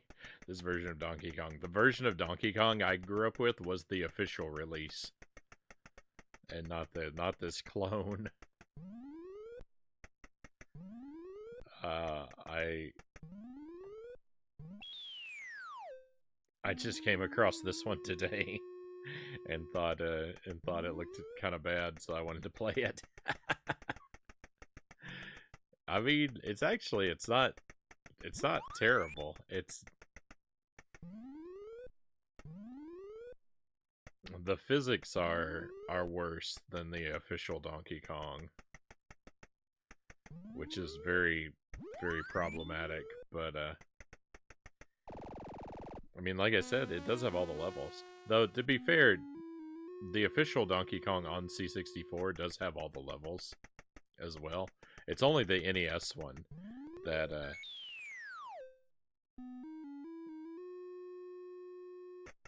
Nintendo cut one of the levels out, and I don't know why they did that.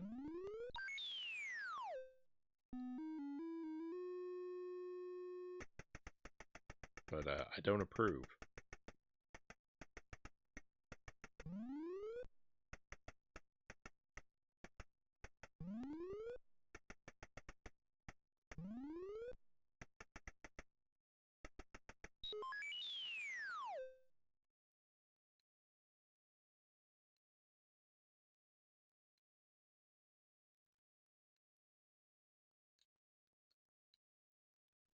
I am pressing jump. Something's wrong. The game broke down. That's not good. And let me see if I can. Let me restart it real quick.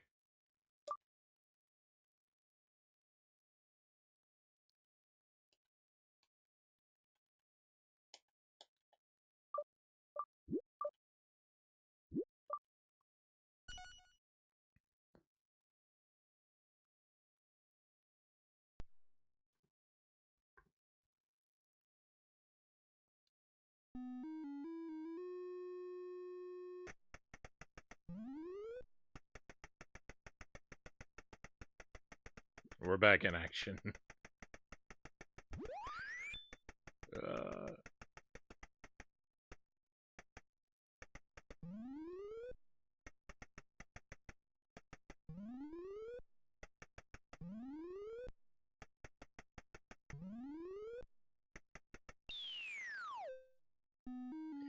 Of all the times I needed a barrel to...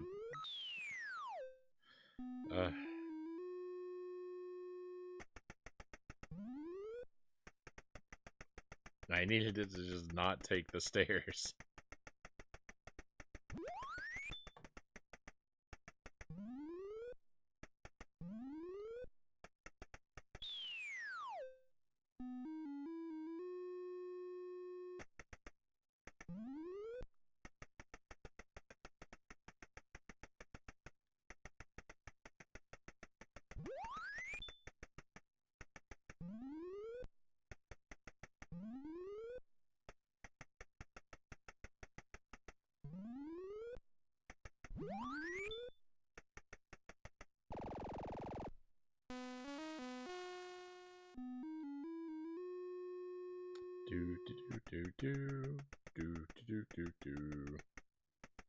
What is that?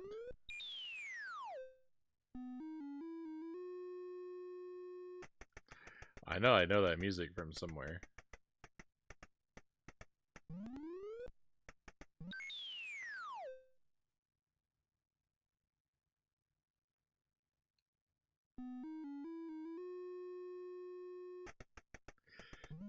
Ghosts and Goblins was more fun.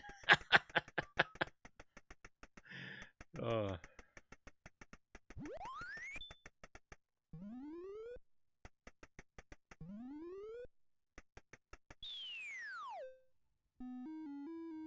Welcome in, Limitless. Pleasure to have you with us.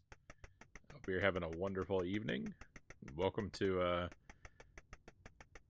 Kong on the Commodore 64. A very unique and original game.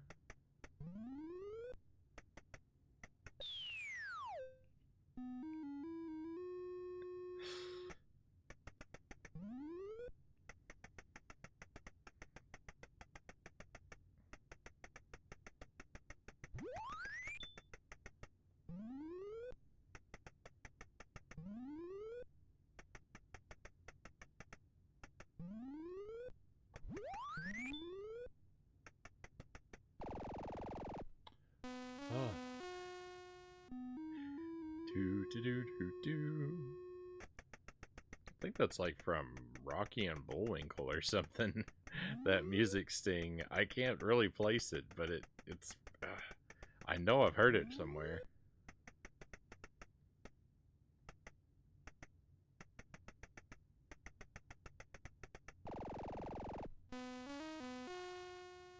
Alright, stage 3. Here we come once more.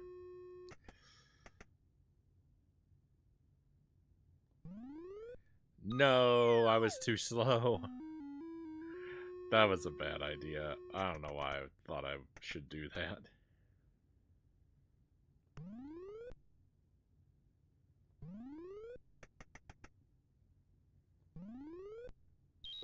No! I object.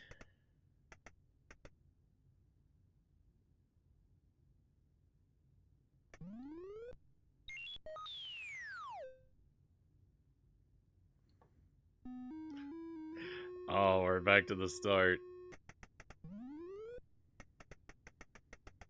I think we can get it. I think we can clear all 4 boards. It's gonna take me a little while, obviously, but I think we can get it. I think this is the one we can do.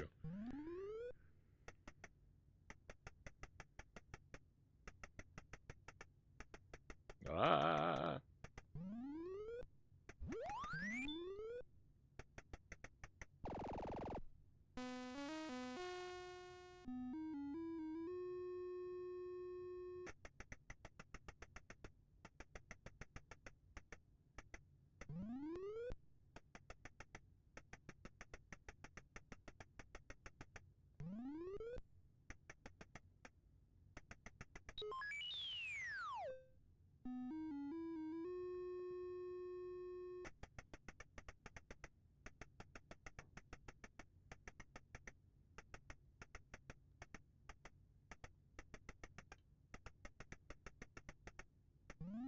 No!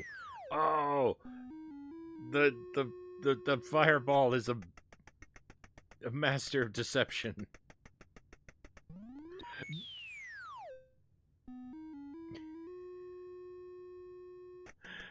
I'm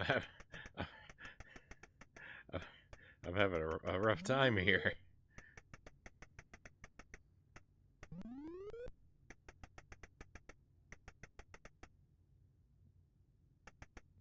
Victory. Wow.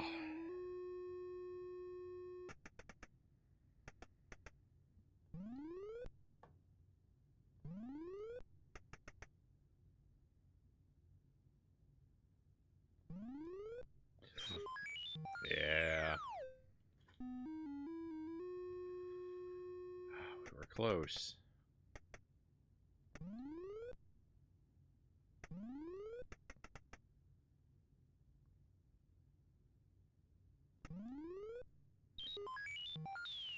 Wow.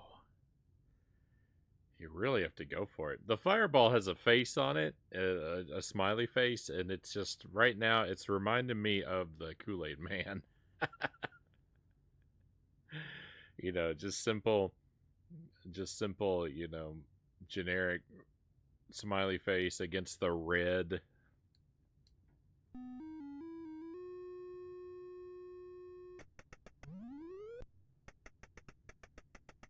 I like that the barrel, the first barrel that he throws down diagonally, it looks like it has a little skull on it. It's very intimidating.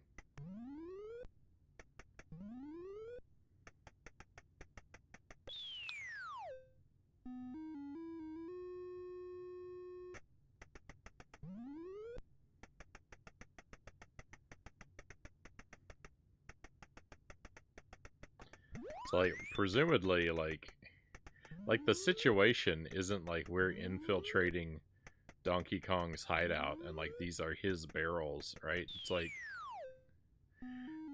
Donkey Kong has fled to a construction site where he doesn't belong. And like the barrels are there when he arrives, and like why at the construction site prior to Donkey Kong's arrival are there a bunch of barrels with skulls on the side? Like what product are they containing that is used for the creation of this building, and why is a skull the thing that signifies what's in that it's inside these barrels? I don't understand.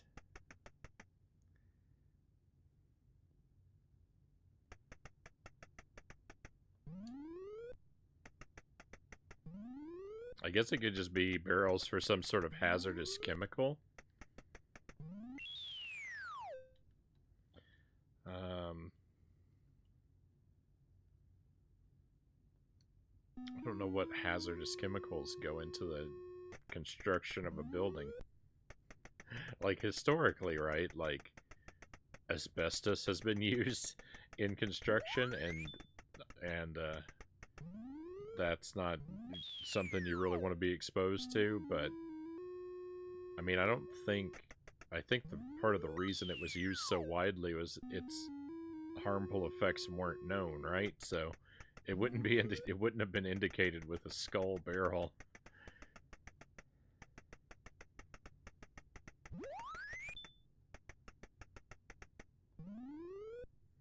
I can't make sense of this universe.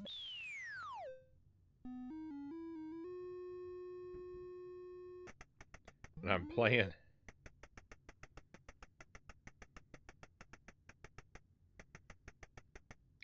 worse because I'm focusing on the wrong things.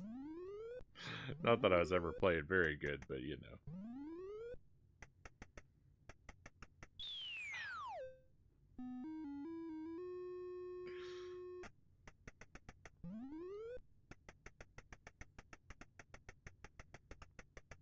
The barrels contain the corpses of Noodle Nose's enemies. Noodle Nose.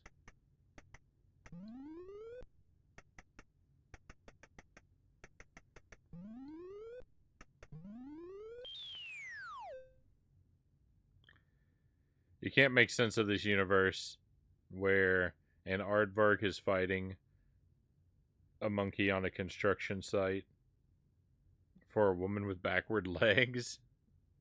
Backward leg? Oh. I assumed that she just had rather long feet. You're assuming that her knees bend backward.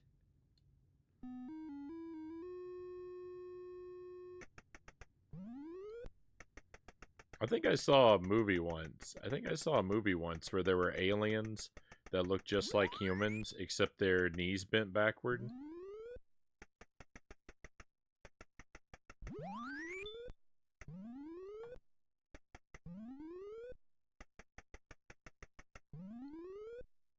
I think there's a movie where that's a thing.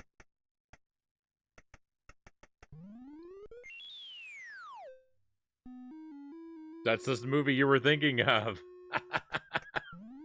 It does exist. It's The Arrival, Hrafner says. Yeah, I don't know if I've seen the whole movie, but I feel like I saw the ending of it.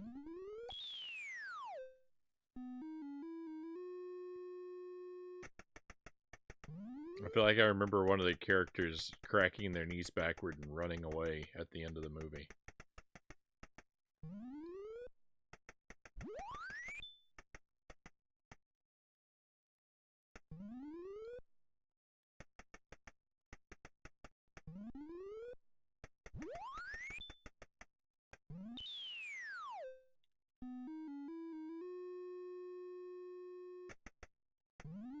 It's more of a hot dog nose, but I prefer the alliteration.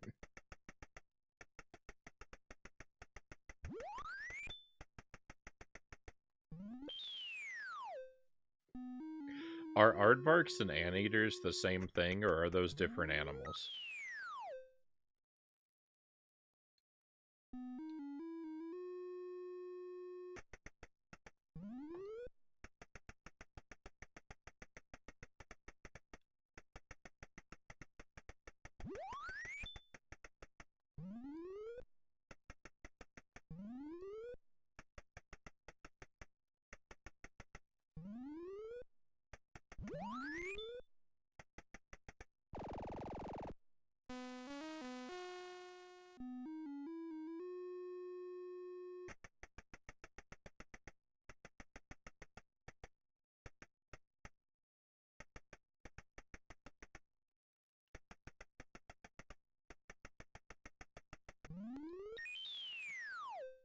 Very different. Aardvarks have funny snoots, but don't have the extendo snoot anteaters have.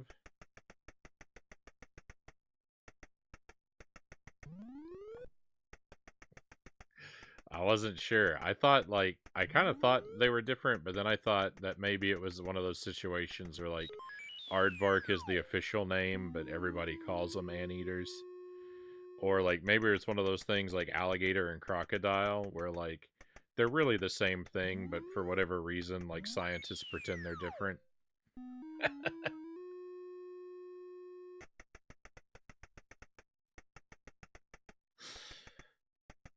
I can't tell the difference between an alligator and a crocodile. They look the same to me.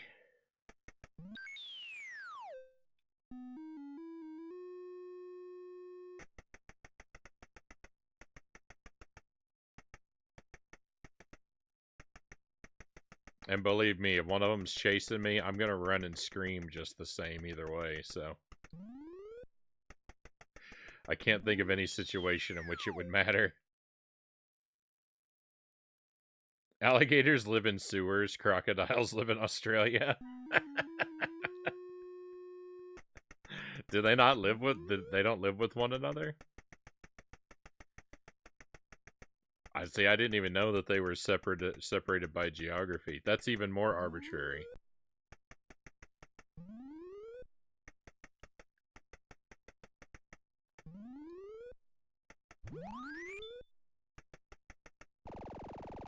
One sees you later, the other sees you in a while.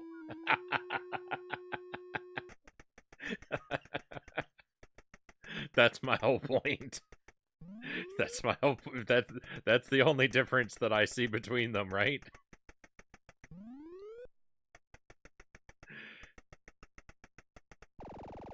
I fail to see a distinction. Hey, Budafingers, welcome back. I know you've never seen this game before. It's called Kong.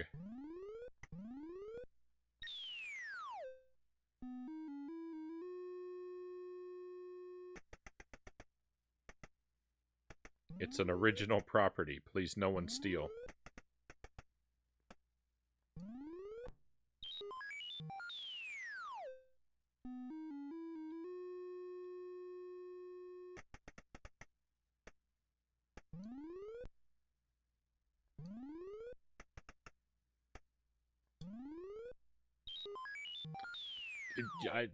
I can't go through.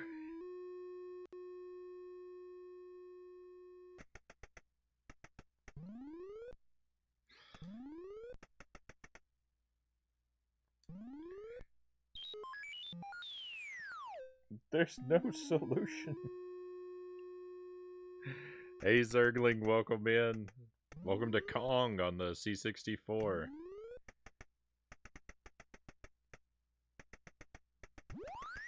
The best game I've played all year.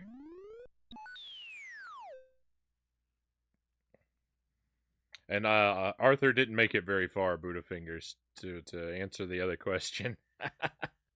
I made it almost, I think almost to the boss at stage 2. But then I started falling apart. If that game had unlimited continues, I would have played it. I would play that game to credits. I would beat it.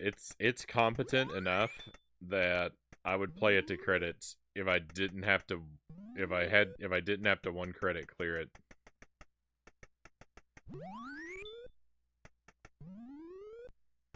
It's definitely not worth the 1 CC though.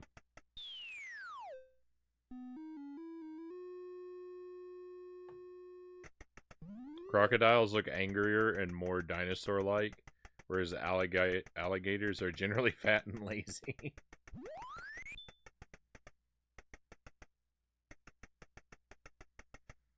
The more we talk, so I said alligators and crocodiles are the same thing, kind of as a joke, but the more we've talked about it, the more I'm now convinced that they are the same thing.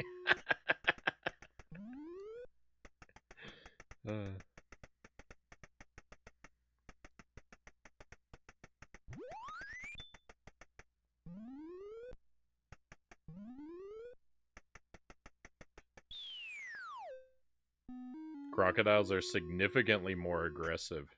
Well, you did just say alligators are lazy, so...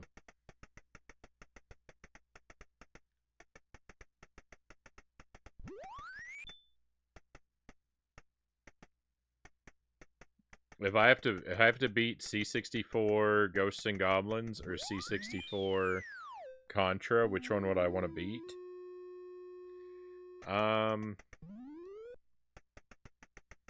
Boy, that's a tough question.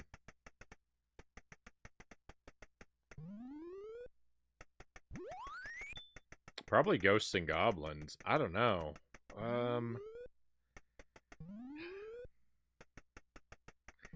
I think Ghosts and Goblins would probably take longer, but would be more fun. So I think Ghosts and Goblins, if I absolutely had to beat one of the two. But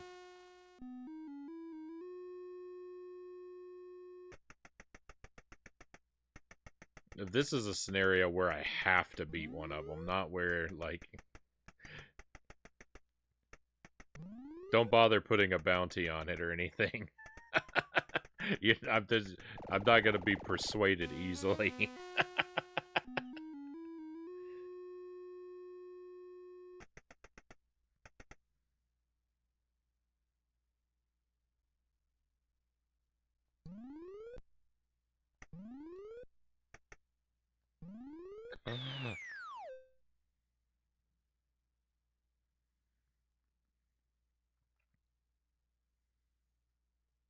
Yeah, see, we played C64 Contra. I've tried it twice on the stream.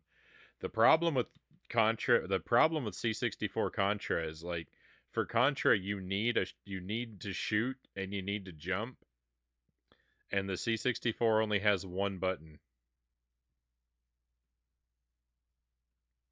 I burned my britches. So their solution was to make jump the spacebar. So you somehow have to hold a joystick and still press the spacebar when you need to jump. It is outrageously terrible.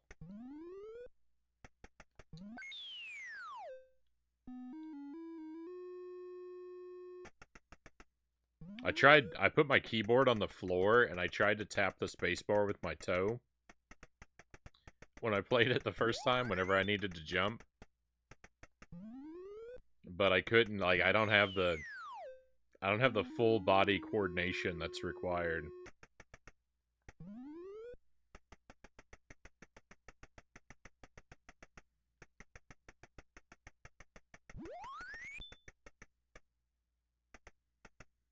A gator farm. I hate his nose. Welcome in, NX.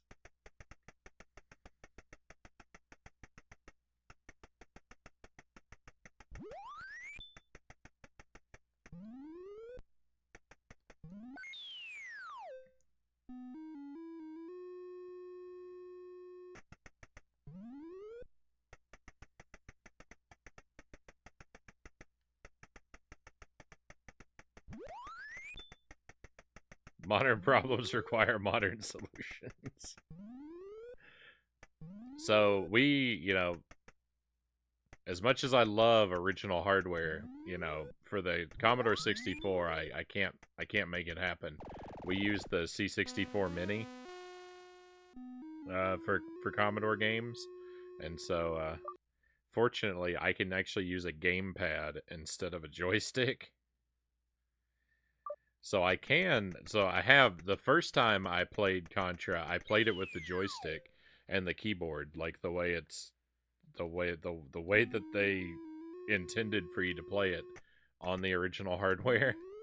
The second time we played it, I played it with the gamepad, and with the gamepad, you have some freedom to remap the inputs, so I could actually have a jump button. And it's still very very awkward to play. It just doesn't run very well. But it is better with the gamepad.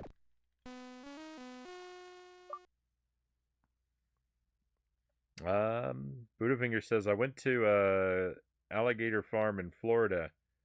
When you come in, you walk past the gator statue. Then you realize that gators sit still like statues, and it gives you the fear to walk past it on the way out. Oh my. Dreadful. I knew spicy fajitas too many nights in a row would be a problem. Oh no. I did have so Jelly and I had breakfast tacos for dinner tonight. We had the spicy fajitas yesterday. Tonight the breakfast tacos were milder. They had scrambled eggs and fried potatoes and bacon and a habanero salsa.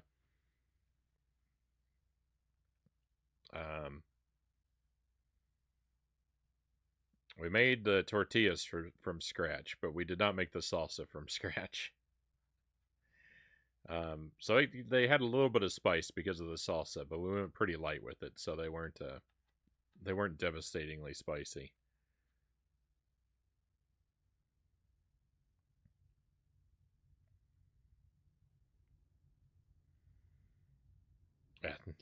Toe tapping the space bar. And how am I doing? I'm doing pretty good. I'm feeling good. I had a great dinner, as just described. I've got some coffee. I've got some games of questionable quality to play, and some fine people to keep me company. So spirits are pretty high. My back is still killing me. I had to shovel snow so many times this week, and I had to shovel it because our snowblower is broken. The piece that we needed, the piece that we need to fix the snowblower arrived in the mail today. You know, after I finished shoveling it all, and my back is already ruined. I've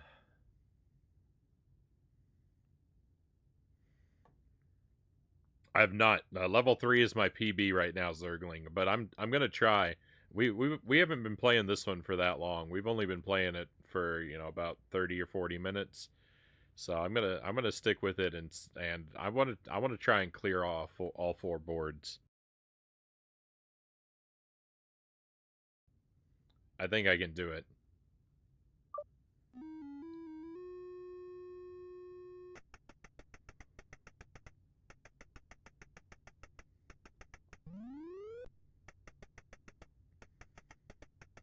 If we clear all 4 boards once, I'll be ready to move on. There's no need for loops. Go, go, go. This isn't Super Ghouls and Ghosts.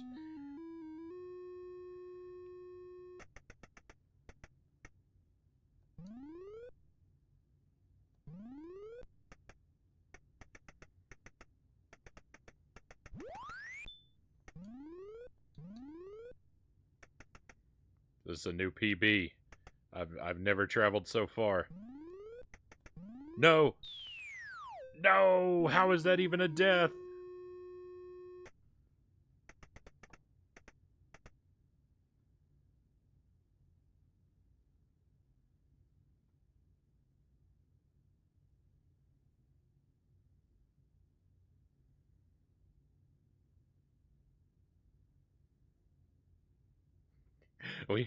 It's funny as we were talking about that before. About you just said loops being necessary if you're going for the high score. I was just saying, for whatever reason, my approach to Commodore games is way different than my approach to console games. I'm like a completely different person when I turn on the Commodore, because like when I play a game on a console, like I'm obsessed with picking up like every collectible and I'm just a madman.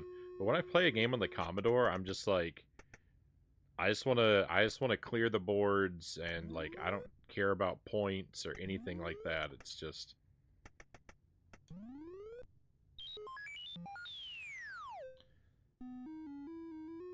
as long as we clear each of the board, then I'm completely satisfied.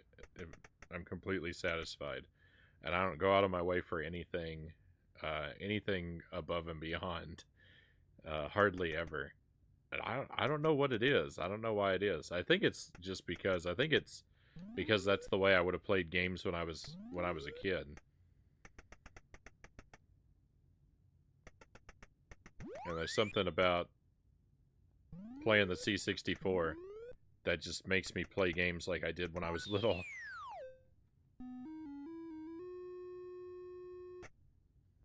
Nose getting stuck on the platform. Instant death.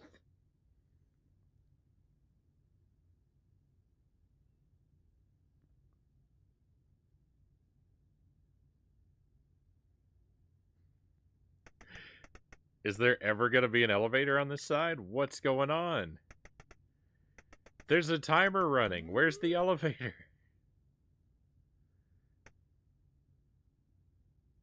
Well, now they all come, but it's a bad time. No way did I deserve to go through that. To call this game a little janky is being really kind.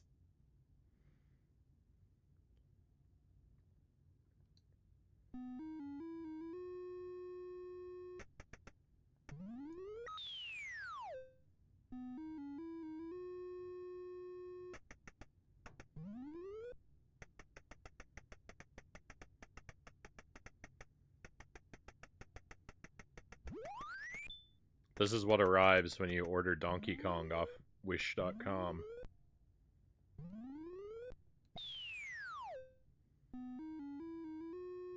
Wish.kong.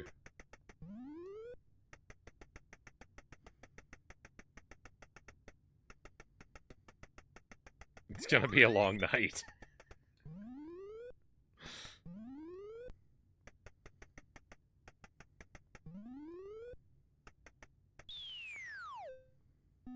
Janky Kong.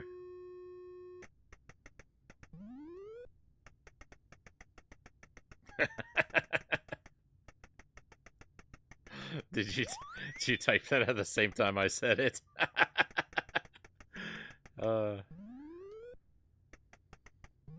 Great minds and whatnot.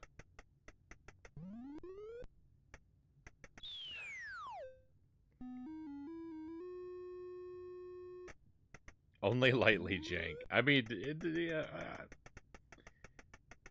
yeah, it's not impossibly jank. The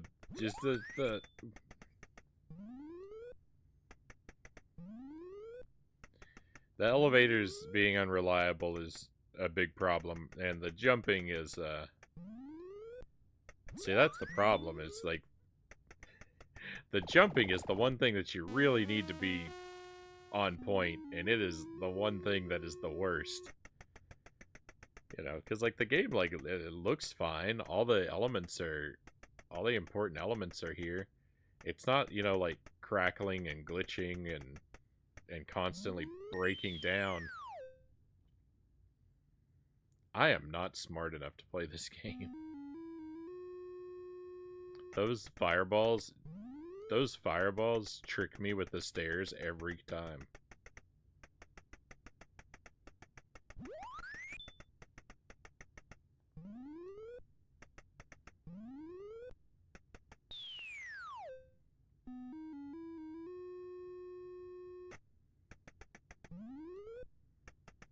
Hit detection used a little work.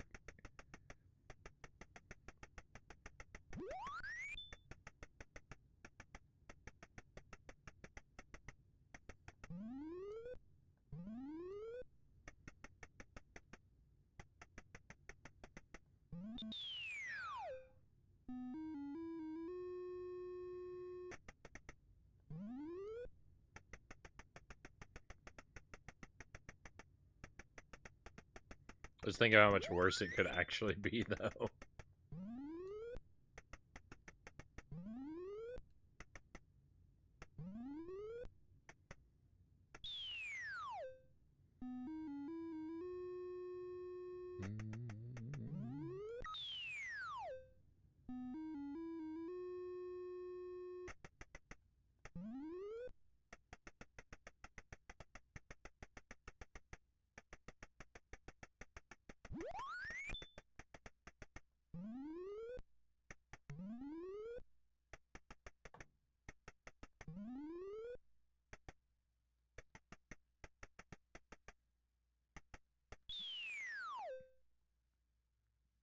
Gotta do some work. I'll be back later if you're still on, right, Hafnir?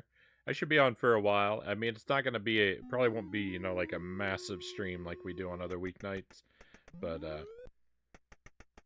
I'm gonna be here for a few more hours yet, provided everything goes according to plan.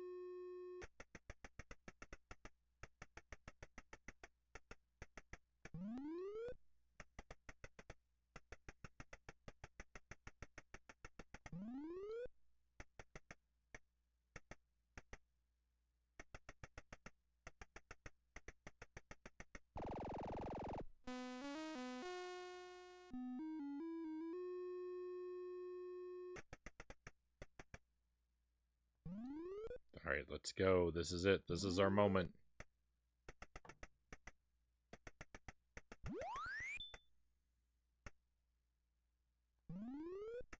No! I slipped off the other side.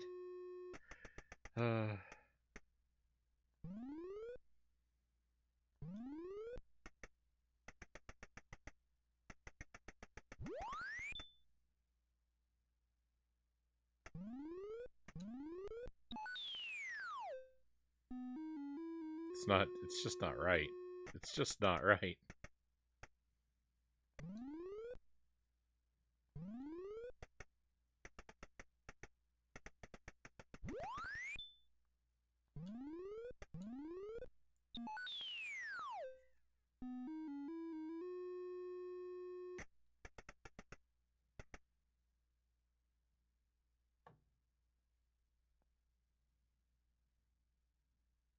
They could have at least made the elevators a little wider.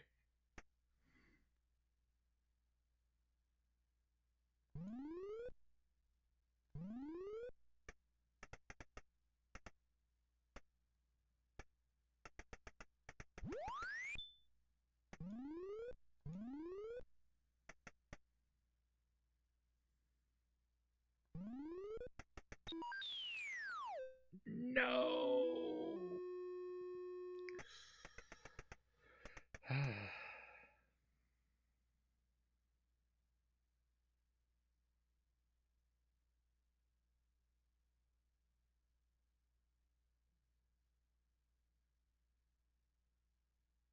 I know, it's all my fault.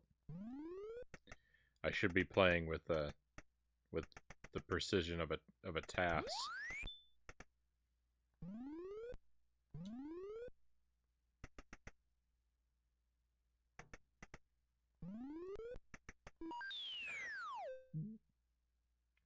I know you have to jump. I know you have to jump off like the very last pixel of that platform. And that's why I keep falling off the end of it, is because I can't.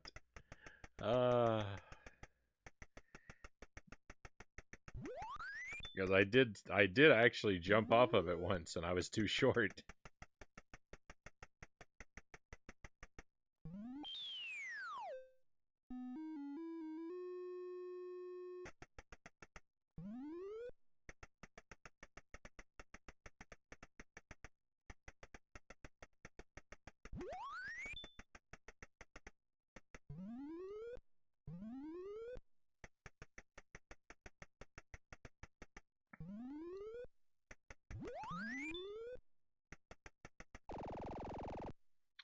So the big thing, like the big problem with the barrels is like the jump is so slow and the hitbox so unforgiving.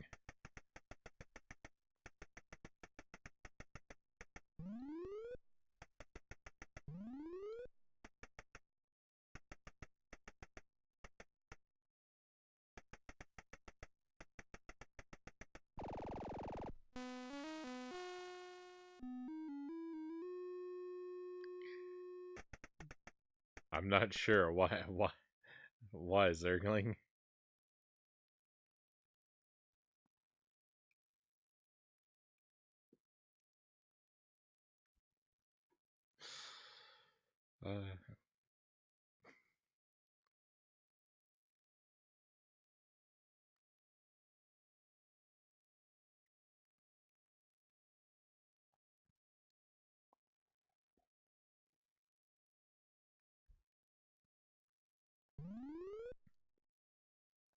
Checks out.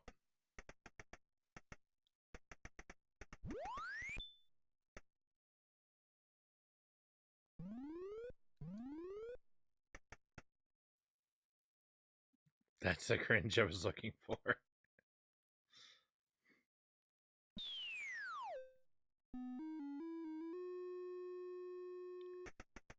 What happened? I think I got killed by the time limit? I'm not sure what killed me.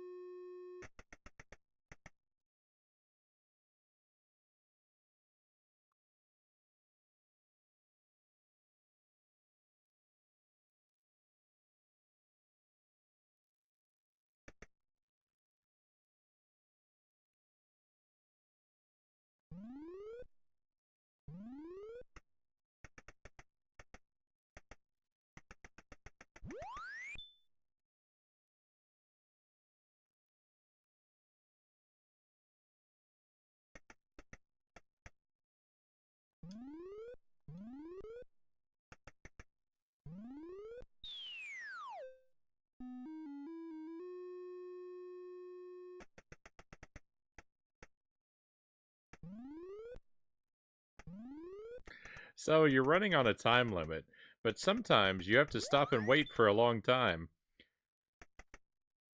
because level assets that you need to cross the board don't always spawn in.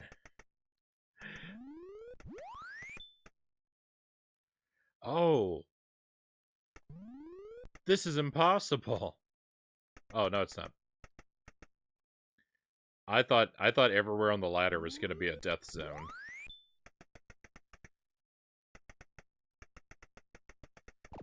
Board 4, here we come.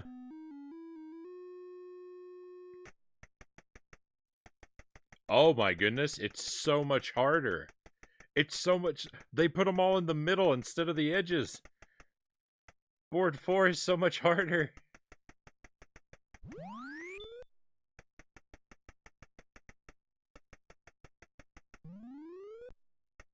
Oh, you actually have to walk across it. Wow. All right, it might not be so much harder. Hang on.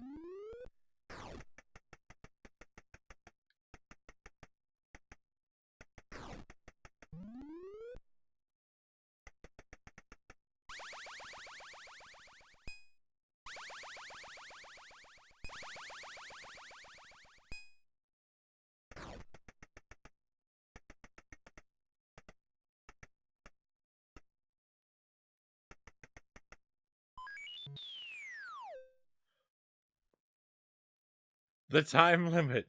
Oh no, the time limit is so brutal.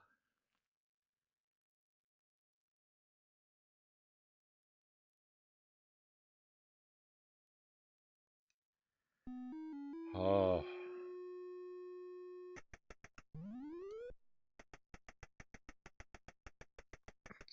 Frownie, you're playing as a carpenter. You're probably expected to build the assets for yourself.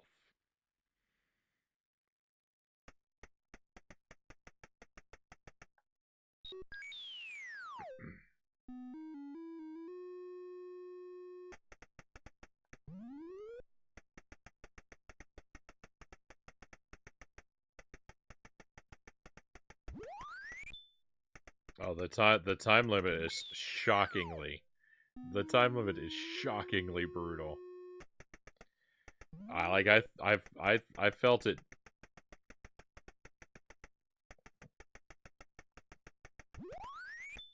I felt the pressure of the clock on stage 3, but stage 4.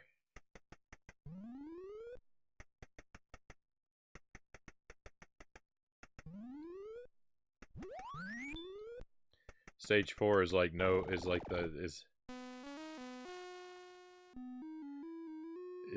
stage 4 is like no time limit I've ever been under the pressure of before.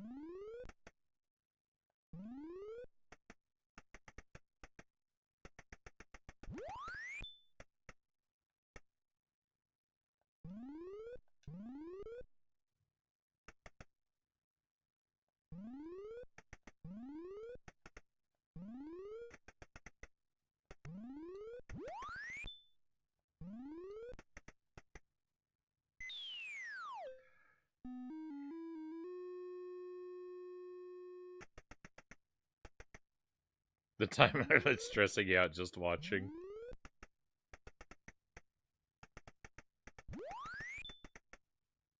I don't blame you.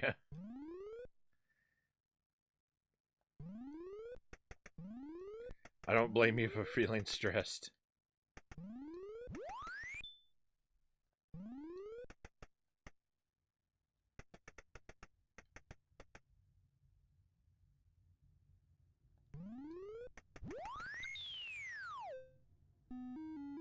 I disagree.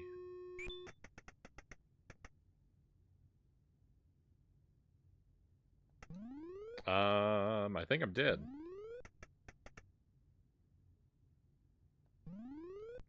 Yeah, I'm definitely dead now. I could have survived. I could have sneaked past the fireball. I wasn't prepared for what I was gonna do.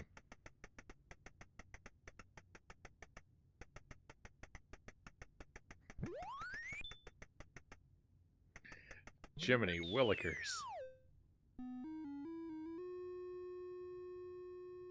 This port looks horrible. It's not good, but I mean it's kind of okay.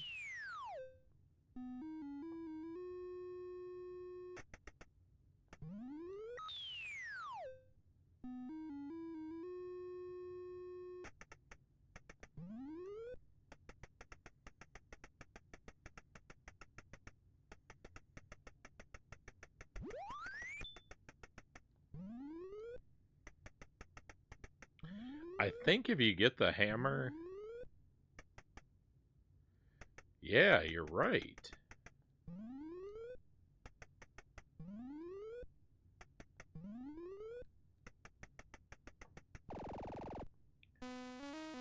Unless getting the hammer adds time back to your timer.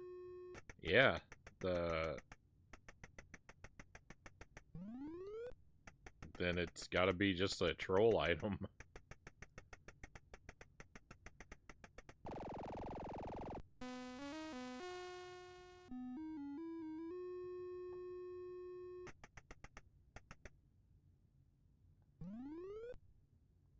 That's the happiest, most smiley Donkey Kong that I think you'll ever see.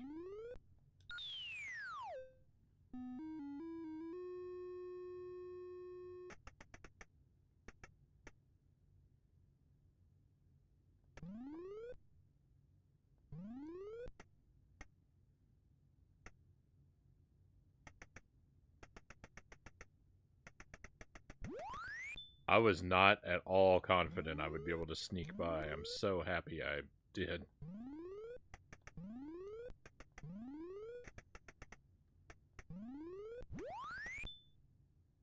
Come on, we can still do this.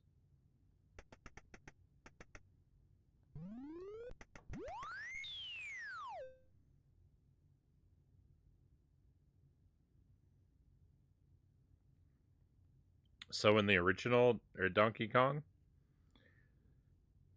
and in the official port to the C64 of Donkey Kong, because this isn't a port, right? This is someone copying Donkey Kong. But in the official one, the same thing happens when Mario dies. He falls over. He actually falls over more like directly perpendicular to the screen. This character's got like more of a like dramatic angle to his pose than even the original. But he falls over dead, and then a little halo appears around him, which is kind of odd because like you think of a halo like around like an angel or a spirit or something, like not a corpse. So it's kind of weird that a halo appears. But the interesting thing about that, maybe interesting, when I played Donkey Kong when I was a kid, I always thought of the halo that appeared around Mario's. I always thought of the halo that appeared around Mario's head when he died as his brain. I remember, I remember when I was real little. I remember explaining to I think my cousin when we were playing Donkey Kong on the C64. I was explaining to him that I said, pointing to the halo, you see that? That's Mario's brain. It leaked out of his head when the barrel crushed his skull. I don't know what I was thinking.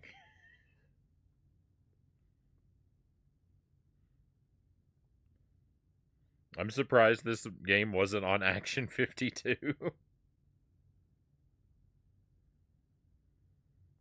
So what is this called? Who are these legally distinct Kong and Plumber? The game I believe is called Kong. I don't think there's a title screen in the game. I don't remember seeing one. But I think it was called Kong or Kong 64.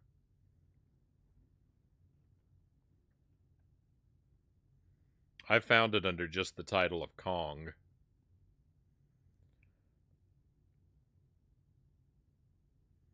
Action 52 on Genesis is oddly playable and isn't as bad as the NES version, Chozo Brain says.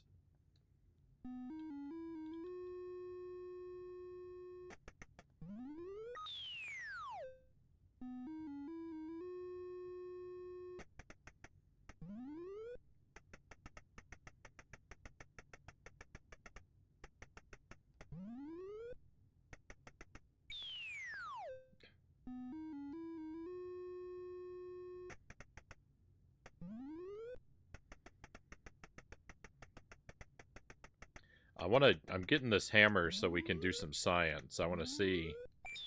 Oh, I can't get the hammer.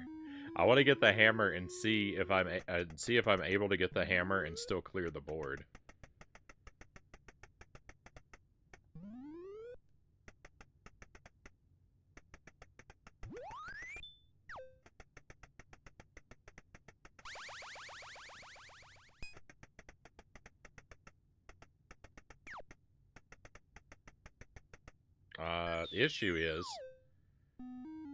The issue is I have trouble clearing the board.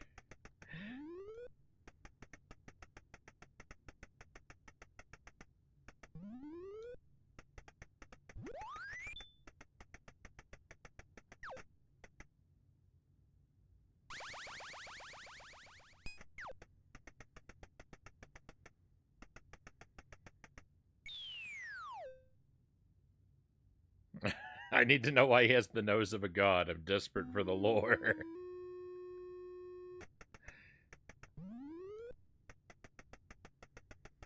I think you can get the hammer and still clear the board. It'd just be real tight. The hammer is probably a death sentence on other boards, though.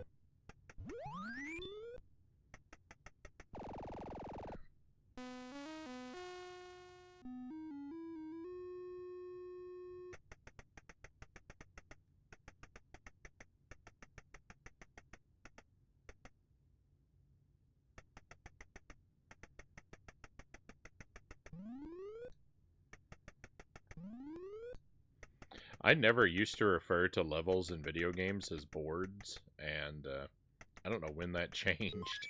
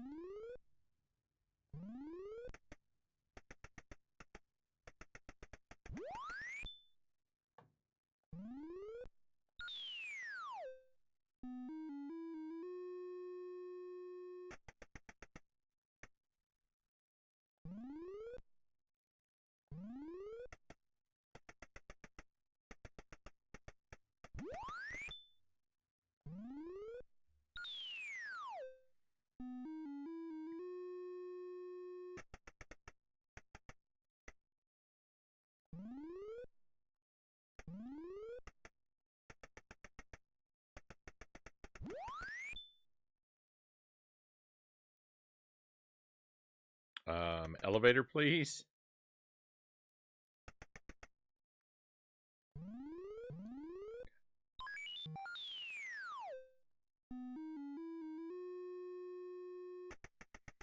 I got one, I landed on it successfully, and then I accidentally did a second jump that killed me. Of all the luck.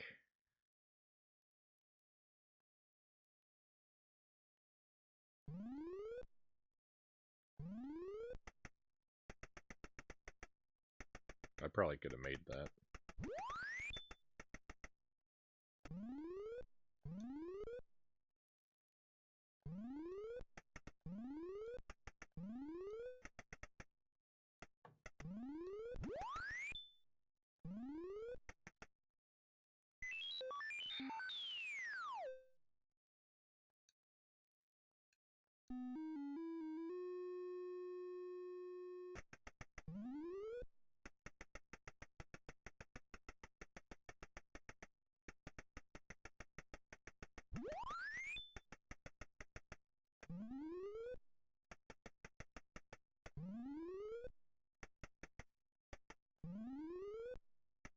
Oh, thank goodness. Except... No!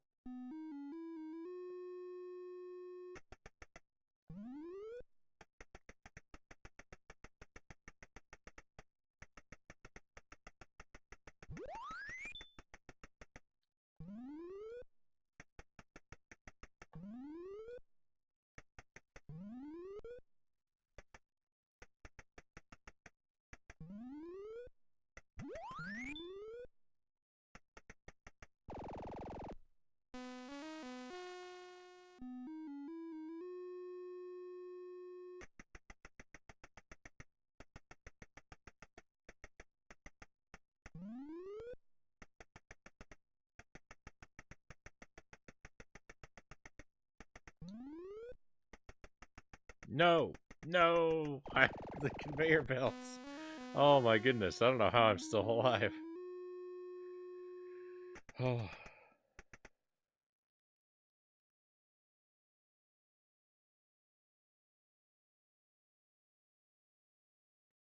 This game is high anxiety.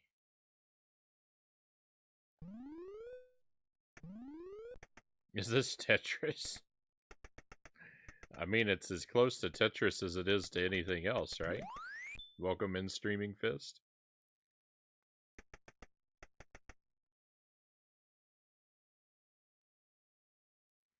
It's the secret bonus level of Tetris. You unlock it if you clear 5 lines in at one time.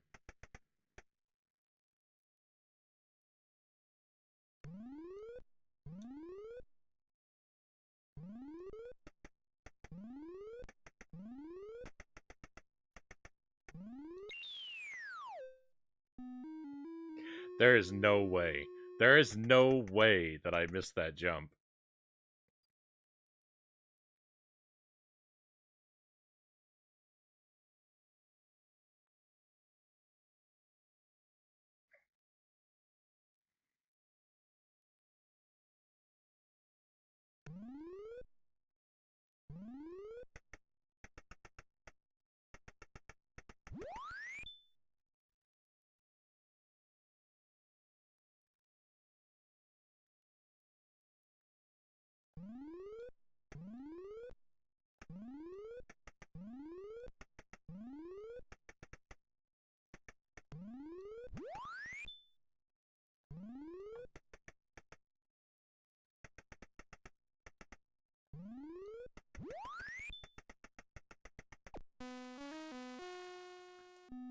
Right down to the wire.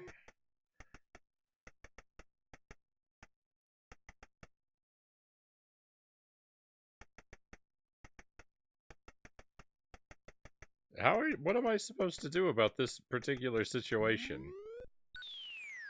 Explain, game. Explain.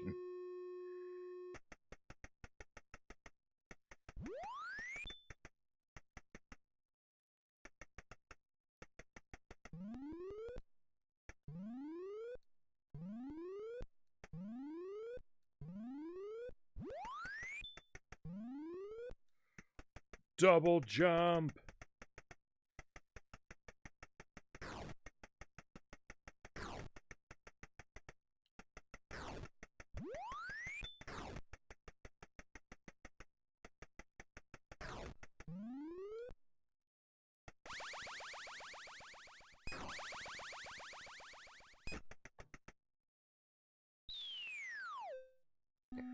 I had the hammer. Why didn't it get him on the stairs? This game is bogus.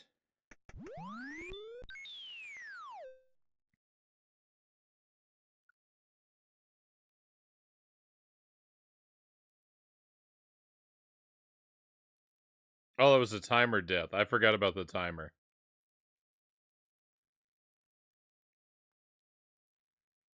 I'm just in shock of how terrible this game is. It's making me question my life decisions.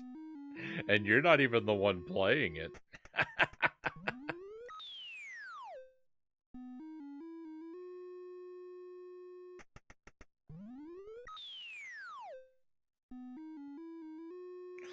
I mean, the thing is, like, I've played some stuff on the stream that's so garbage that, like, I don't know. Like, I don't feel like this isn't at all as painful as some of the stuff. It's Kong on Commodore 64. It's, you know, it's just it's an original game that was made for the C64.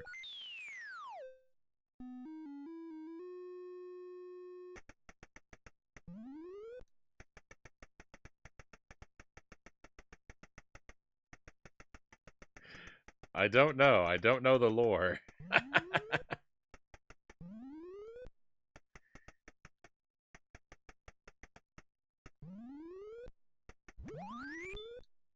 He certainly seems to be very aardvark-like, though. That comparison has been made quite a few times.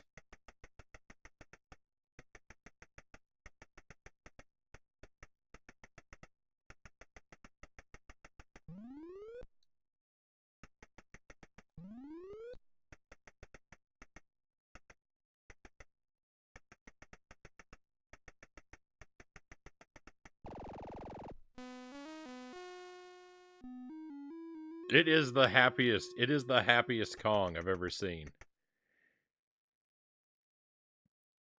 I don't think I've even said anything about it, but I've certainly been thinking that he certainly looks so very happy that there's no way he's the villain in this story, right? He looks just far too cute and lovable.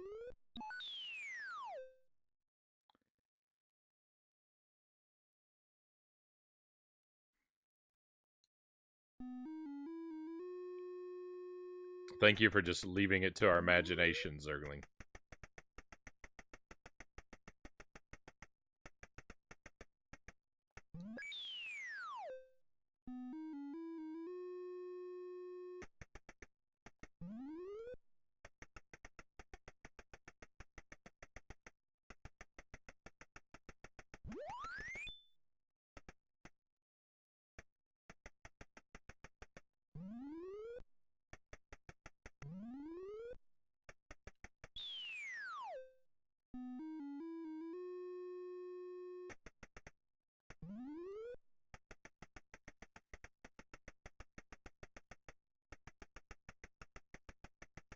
It's very painful. It's very painful to lose a life.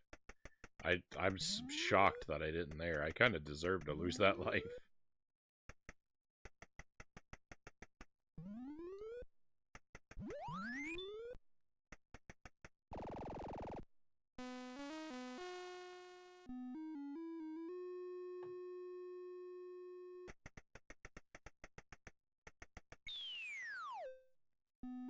I did not think we would be playing this game this long, but it's an unfortunate combination of very difficult for me to clear it and like I know I can clear it.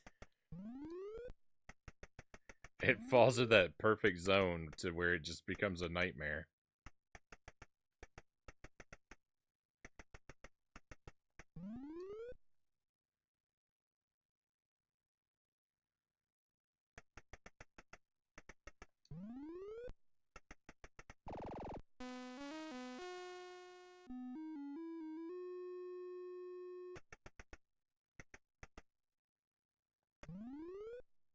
I'm too close to give up, but I'm also just I'm doing real badly so many times. Uh-oh. No, I lived and then I threw it away. Ah.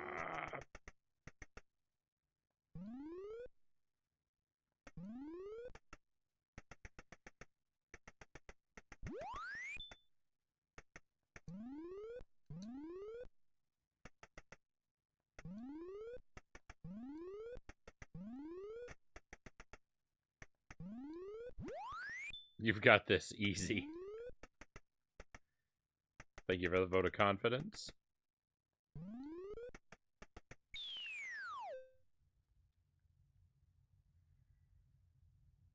I've never felt such a strong urge to play NES DK. The problem with NES DK is it's missing a level.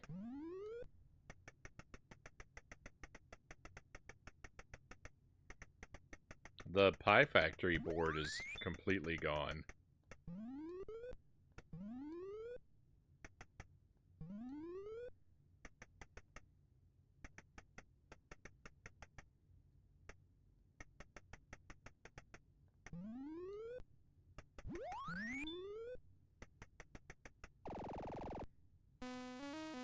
This is oddly more feature complete. Very impressive. Yeah, it's I don't know why. Apparently, like I've heard that There actually does exist an NES Donkey Kong that is complete. It's like it was like a rare, like, I don't know how it was released, actually. I don't know if it was put on cart or if it was like a satellite, one of the satellite games. Like, Nintendo did make a complete NES Donkey Kong, but the one that they released is only 3 boards.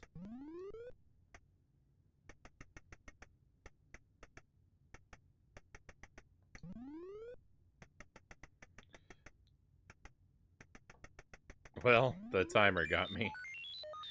All because that ladder.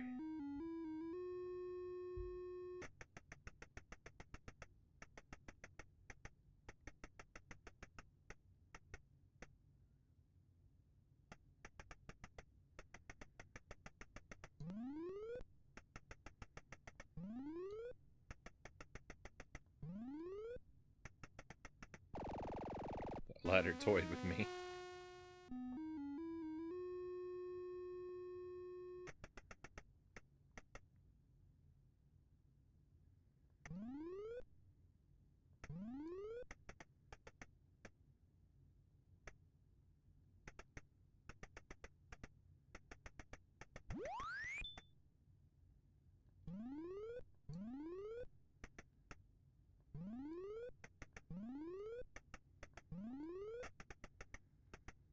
The Intellivision Donkey Kong only has 2 stages.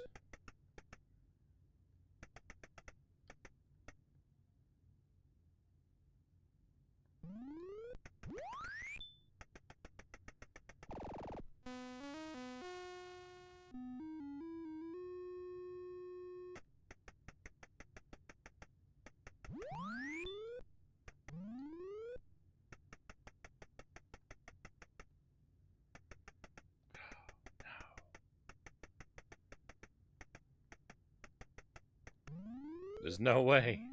There's no way. How did that happen? Go, go, go, go, go, go, go.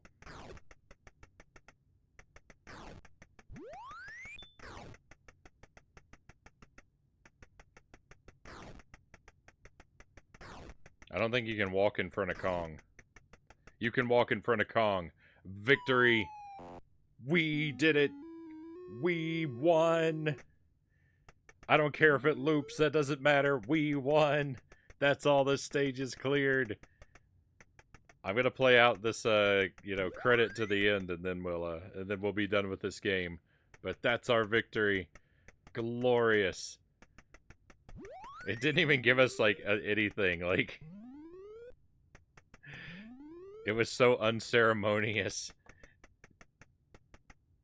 It just... Thank you for the GGNX. That's a bigger celebration than the game offered. It's so bitter that we finally won. It couldn't even congratulate us.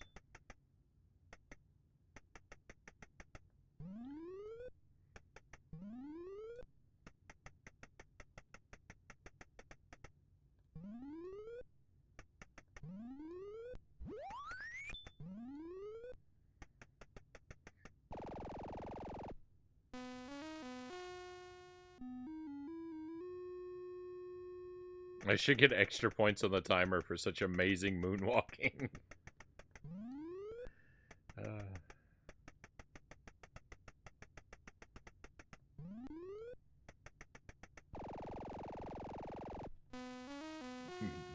Your winner. It feels so good to be it feels so good to be my winner.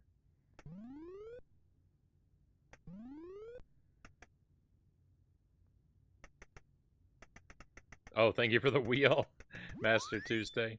We'll do that after the credit ends as well. You can hang around that long, right?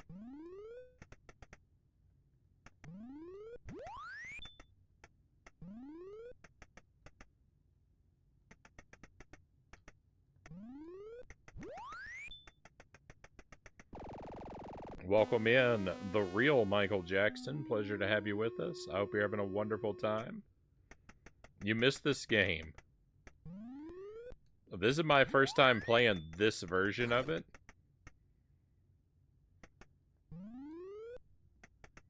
I only learned about this version of it today. I had the official release, by which I mean I had a bootleg of the official release.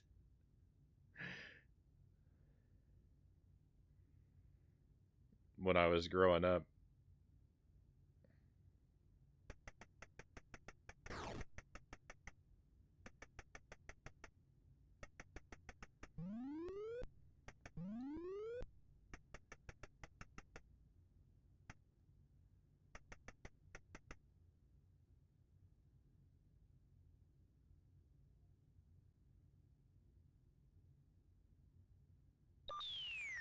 Oh yeah, I forgot about the timer. You got me. You got me, game. I forgot about the timer. You win.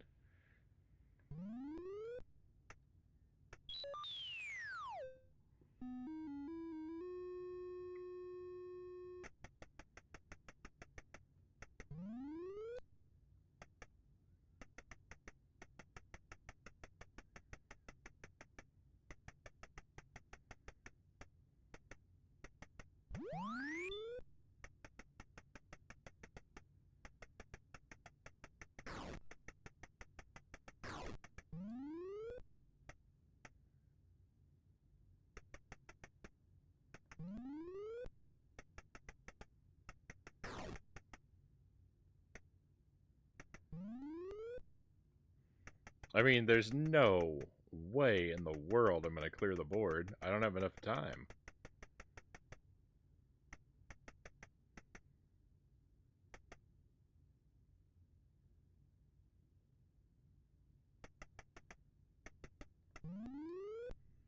Why are they so just dreadfully brutal with the time limit? I don't understand.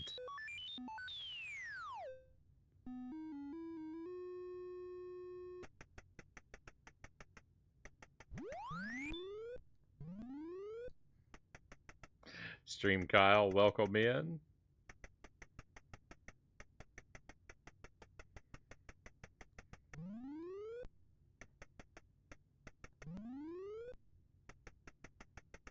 If they are, if you're right, then I certainly don't want to let them touch me.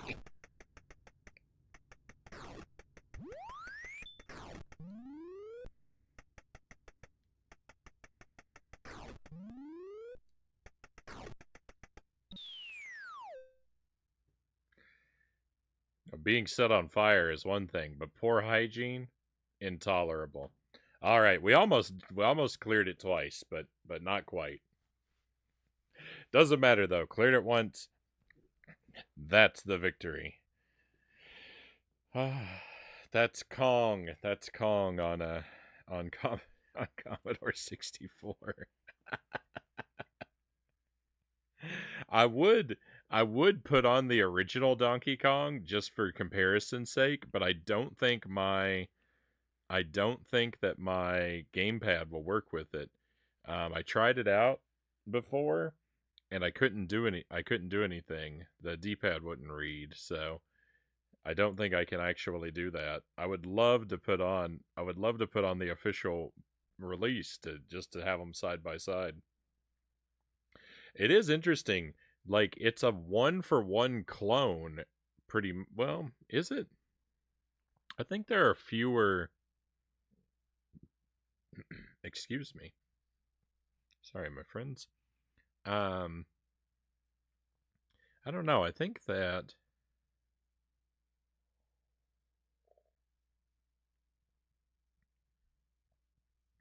it's basically 1-for-1. The levels are almost identical, but this one, they moved the ladders a little bit. I think that they actually made it more interesting. The final stage here.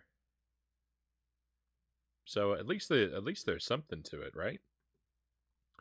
All right. Big camera. We're gonna spin the wheel and see what spicy treat I get to sample. Hey, thank you for the follow, Michael Jackson. Pleasure to have you on board with us. The hot habanero sauce. We had the green sauce last time, so this is the orange hot habanero. Same brand, Marie Sharp. This one doesn't have any interesting additions. Like the green has a sort of has a cactus added to it.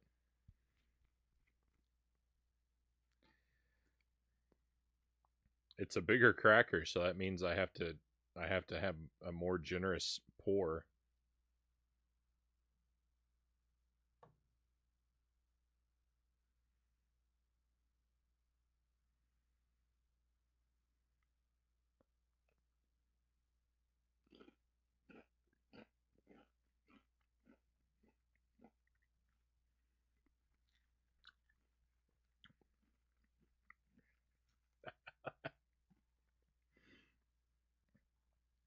Why does it have to be a bigger cracker?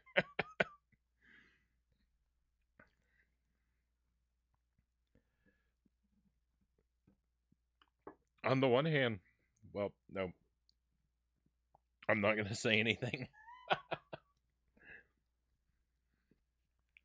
I have a tear in my eye. Oh. Oh.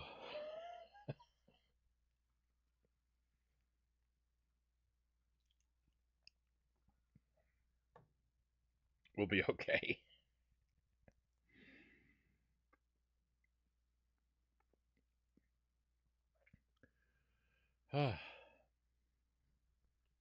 It's just my right eye. My right eye is tearing up. I don't want to accidentally rub like remnant spice from my finger into it, but I have to wipe the tears away. Oh.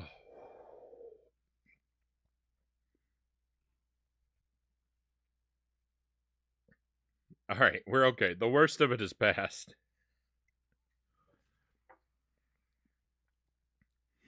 That was definitely a generous pour. I appreciate the boldness. Thank you, IdX. I mean, I want to go for it. And that sauce is kind of thick, so it allows you to Friday night crying stream. Yeah. That's what we've got. It allows you to go a little heavy on it because you got some time. You can kind of stack the sauce if you eat it quickly enough. It won't over pour.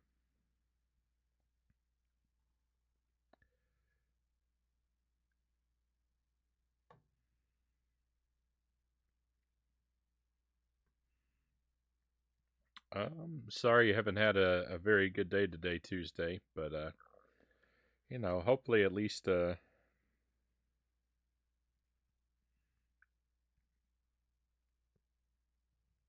least we can hopefully make it a little brighter for you. Commodore 64. Nice one. All right, let me see about the OG Donkey Kong.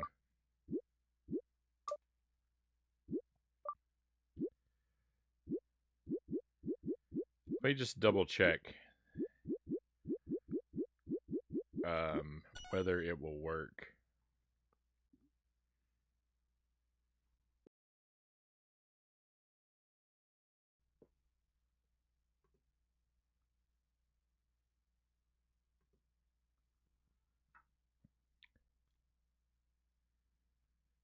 Oh, I have to put the keyboard in. There's a difficulty selector for this? I didn't know that.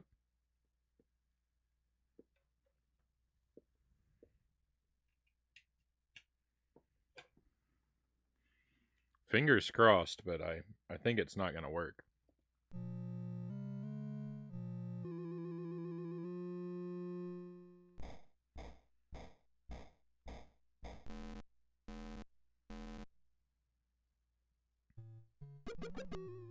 Well, look at that. It's going to work. All right, cool.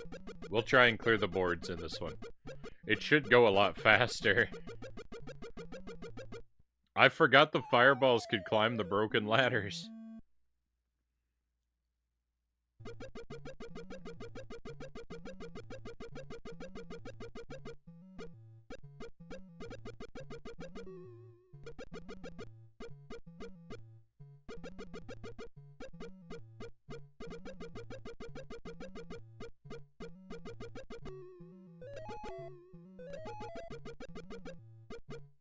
The jumping feels so much better, but I'm having a little bit of trouble because you have to be a little more precise with the ladder grabs in this one. What do we... Oh. Yeah, that's right. Oh, you have to play through this one a bunch to see all the levels.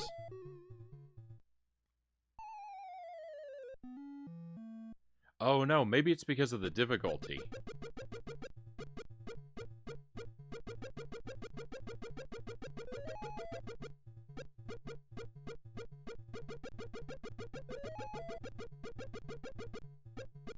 I don't remember. I know this one has all the levels. I can't explain why we're not seeing them all right now. But I know they exist.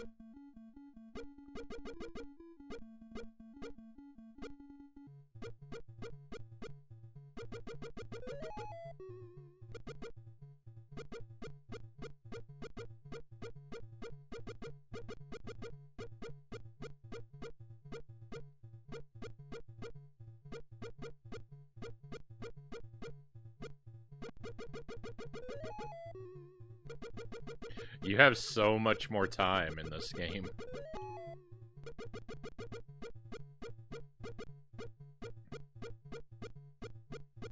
Okay, can you walk in front of Kong in this one?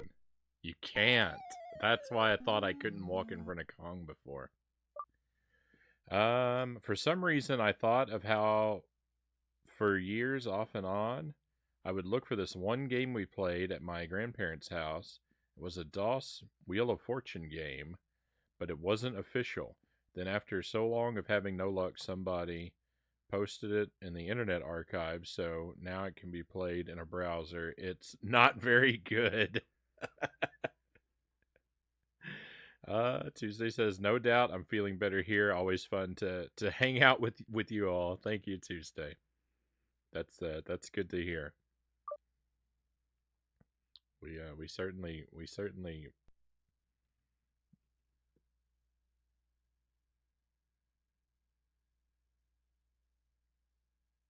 certainly appreciate having you here.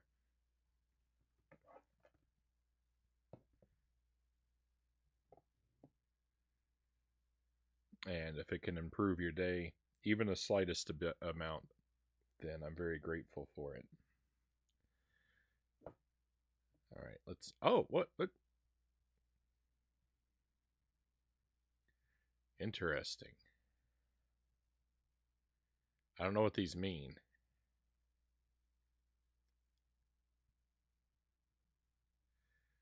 I don't know what the default was. What was it on? What was it on by default?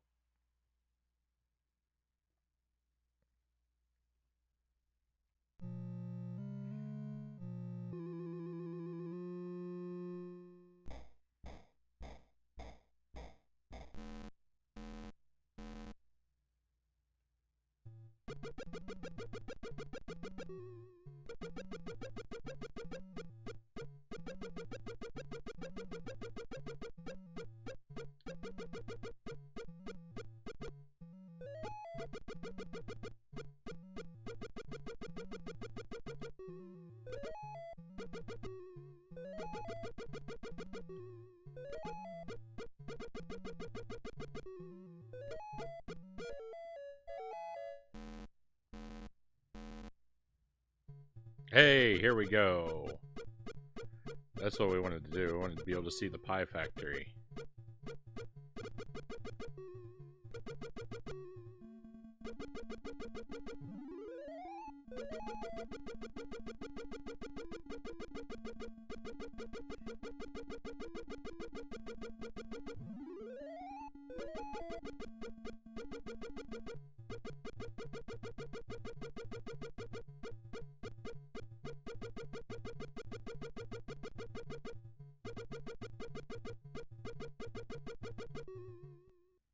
No, he turned around. The fireballs are much more clever in this version of the game. They couldn't turn around in the other one.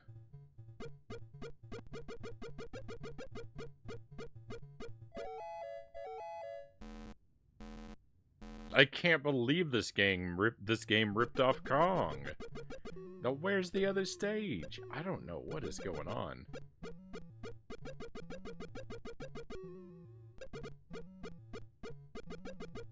I know this game has all 4 stages. I don't know how to play them in order.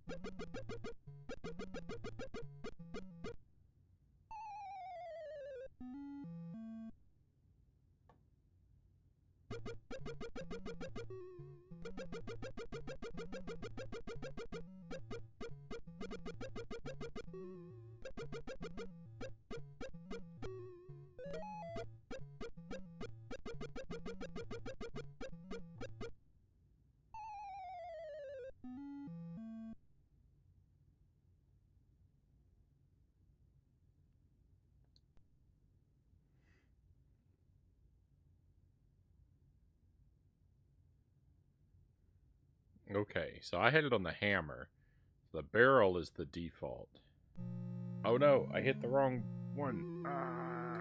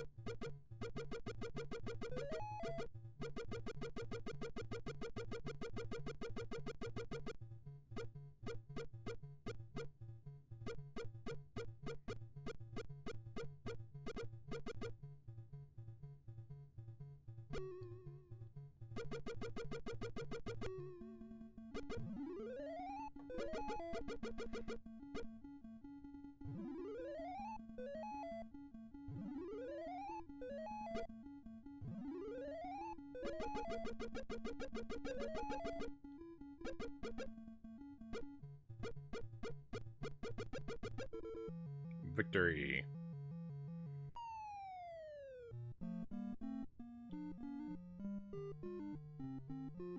Wish you could hear about the maker. Wish you could hear from the maker about the making of the Kong game.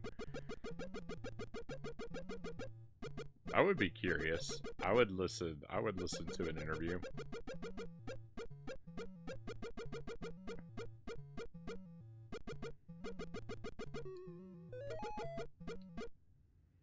I don't think that oh, the Wheel of Fortune game.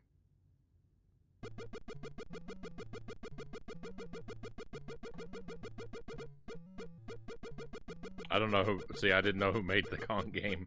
I just assumed that because we just played it, that's who that person that you mentioned was.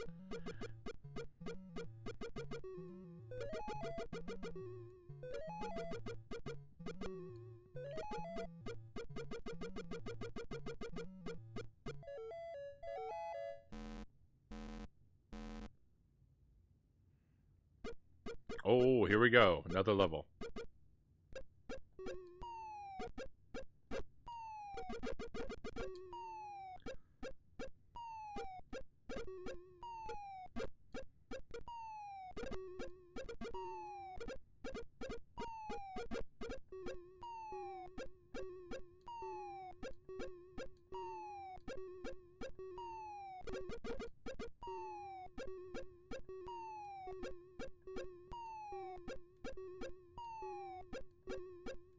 Keep going up. No. Wait. Go back up. Go back up. Go up. Go up. Go up.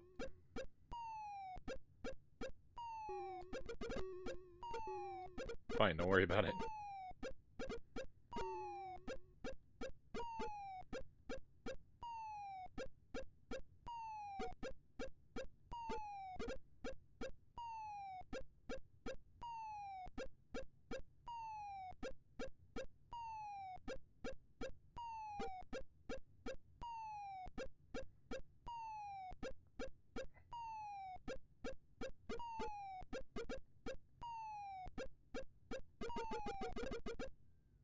Oh. I don't know where to stand. Everything's going awfully fast. You get fewer lives. You get fewer lives in this than you did in Kong. So, like, they kind of knew. They kind of knew it was janky and difficult because they gave you extra lives. You have to respect that.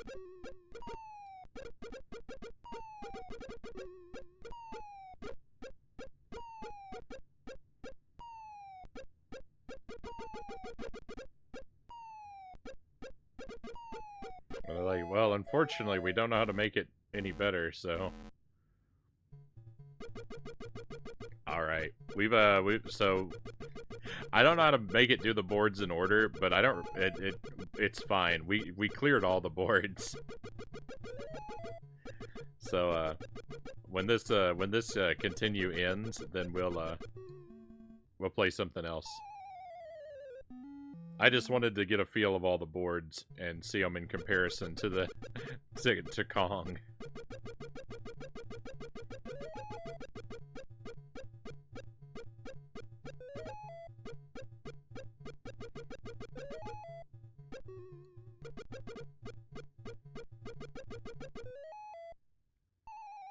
I don't think I knew you could fall through there.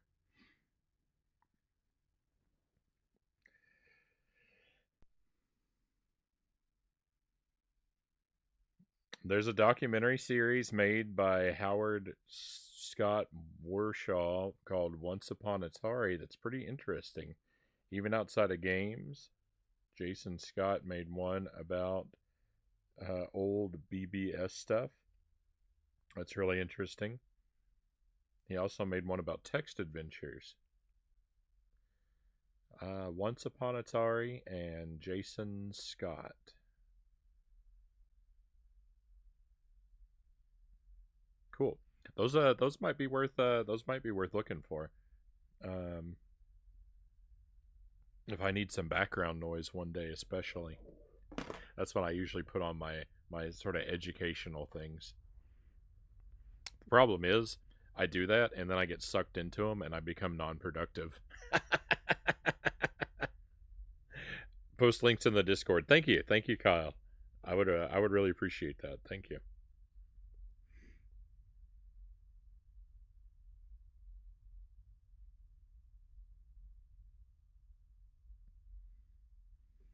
All right, so let me take a look at what I got, and we'll pick out another game here.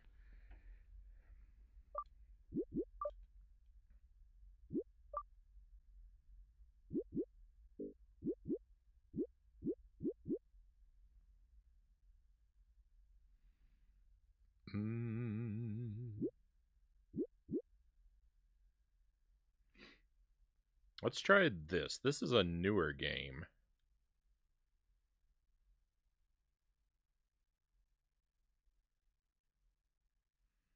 What? A hammer that works? Send it back. It's garbage. I missed that before. NX.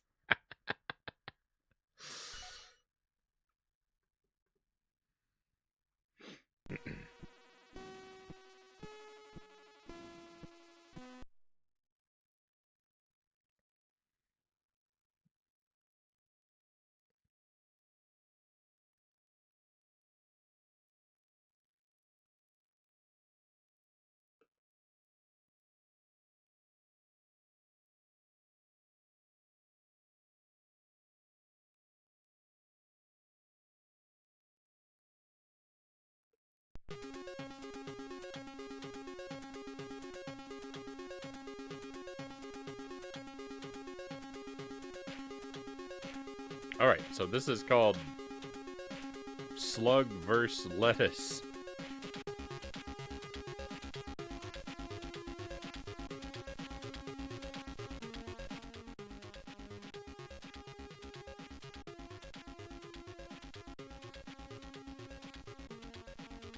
It's a raid. Hey! It's Barnacules. Welcome in. Thank you for the raid. Hey, welcome to all your friends. Very pleased to have you here. I hope everyone's having a great time tonight. We are kicking back with some Commodore 64 games and just enjoying ourselves. So come on in and get settled, friends. Tell us, what were you doing tonight, Barnacules? How'd your stream go? Fill us in. We'd love to hear. Digital Dependents, welcome to the stream. I'll try and call out everybody if I miss anyone. Apologies in advance. Mr. Toft, thank you for coming along as well. Theodoros, pleasure to have you with us. Hope you're doing great. My real C64 is a busted color chip. I'm sorry to hear that. I hope you're able to get it repaired. I hope you have the money and/or skills. I have to say, like, I do, like, I'm a big fan of original hardware and, like, the physical stuff, but I use a C64 Mini for the Commodore. I do not have the technical skills, the time, or the money to maintain a retro PC, unfortunately. Is that a Virginia Cecil? Welcome to the stream. Thank you for the follow. And Zombate, same to you. Welcome in and thank you for following. Honey Walnut, thank you for being here. Pleasure to have you with us. Zero Man Gen X, thank you for being here. Thank you for coming along, and thank you for the follow. Very kind of you. Nice C64, my second computer after the VIC-20. Yeah, the C64 is my only real, actually my only real PC gaming experience at all. I was gonna say retro PC experience, but the first video games I ever played were Commodore 64. I think Ghostbusters was probably my first video game, and what a horrible way to start.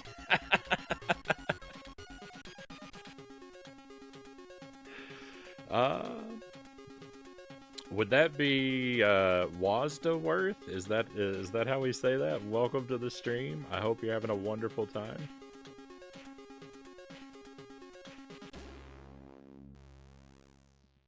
Very good to have so many of you here with us. Yes, right on. I will always stick up for Ghostbusters on the C64, Conga says. Could I ask, Conga? I've probably asked this before and forgot, but could I ask, have you ever beaten Ghostbusters on the C64? Not that would invalidate your opinion. You have. GG. My father and I beat it one time. One time. When I was a kid. We got to the Stay Puft Marshmallow Man a ton of times. But we only ever managed to get enough Ghostbusters past him to win once.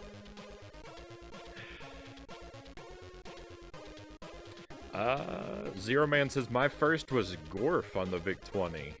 Gorf is an arcade video game released in 1981 by Midway Manufacturing. A fixed shooter with 5 distinct levels, first of which based on Space Invaders and another on Galaxian. So kind of a... is Midway responsible for those games already? Sort of a self-homage? Either way, a sort of nod to some greats there. I don't think I've played Gorf.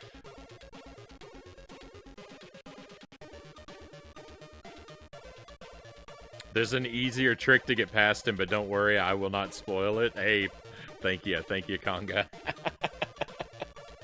Appreciate the no spoilers. Zero Man, thank you for the follow, and same to you, Theodoros. Thank you for following, both of you. Pleasure to have you on board with us. So for everyone just coming in, if you're new to the stream, as quickly as I can, I'm Frownie. Thank you again. I'm very, very grateful that you'd come and check out this stream and give us a chance tonight. Hopefully you'll have a good time hanging out and relaxing with us with some old video games and some newer ones. This is actually a new game. I'm a retro game streamer, primarily. Anything from Commodore 64 to PlayStation 2, generally, with newer games on the Switch from time to time. I play things in a very strictly blind manner, typically, so you'll see a lot of confusion and struggling and suffering if I'm on a first playthrough of a game. Sometimes I like to do challenge runs of the few, like, brutally difficult arcade-style platformers that I'm good at. Contra, Castlevania, Super Ghouls and Ghosts, stuff like that. I've done deathless runs through those, and sometimes additional challenges on top. And I like jank, broken games as well. Whenever I can get my hands on a lot, I like to try and find like a set of licensed games that I can get like 5 or 6 of, and then just do marathons of trash games. Like we did marathons of like E.T. games, Scooby-Doo games, Powerpuff Girls games, Tasmanian Devil games. These may be properties that people have a lot of nostalgia for, and even some of the games, but they're a struggle. They're a struggle to make it through sometimes. More often than not. We're just about to get started up. Tonight we played Ghosts and Goblins on the C64. I made it almost to the boss of level 2. It's brutally janky. And then we took a look at a Donkey Kong clone, simply titled Kong, which was not terrible, but it didn't really hold a candle to the real thing. We threw on the real Donkey Kong for a moment just to compare them. And now we're about to try this one, Slug Vs Lettuce. I know this is a newer game, like created within the last couple years. At least that's what I think its story is. Beyond that, I don't really know much else other than I've heard it's supposed to be worth playing. Here's some leftover bits that I have. Thank you, Theodoros. Very kind of you. Thank you for the 50 bits. Very much appreciated.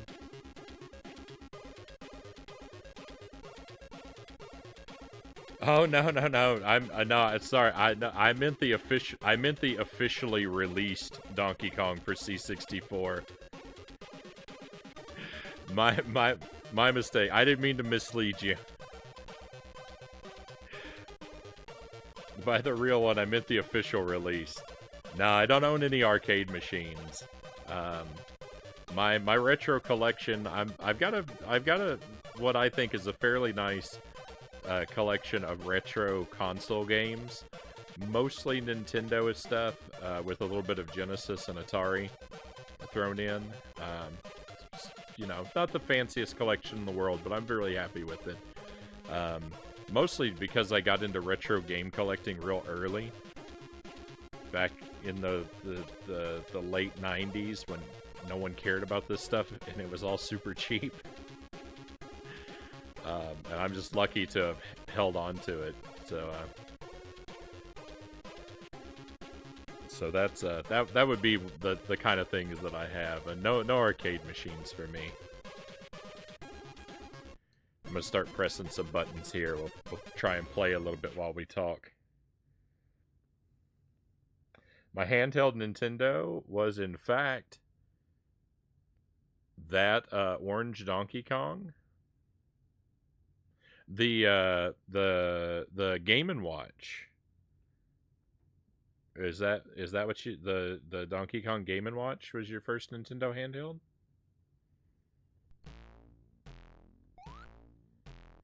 Alright, so I think the mission is avoid raindrops and collect lettuce. And if there's anything else to the game,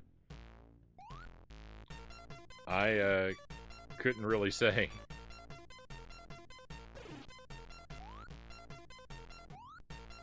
You've now seen as much as I've seen of this game.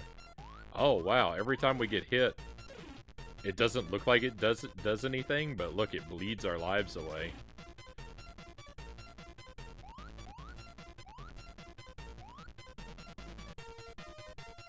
This is not a very satisfactory jump that we have. This is the heaviest slug I have ever heard of.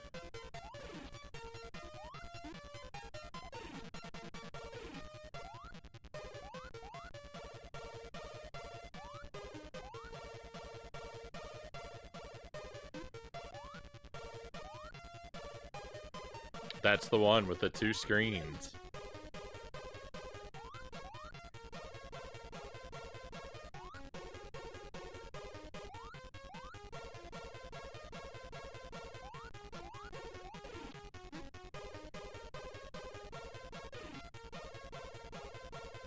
I could be mistaken, but it might not be that particular Game & Watch, but the Game & Watch is where the idea to standardize the D-pad sort of came from too, right? The idea of the D-pad for movement, particularly the sort of unique Nintendo design with the where the cross of the D-pad rocks around a pivot point. I think it became standard, maybe from that Game & Watch, but certainly from the line.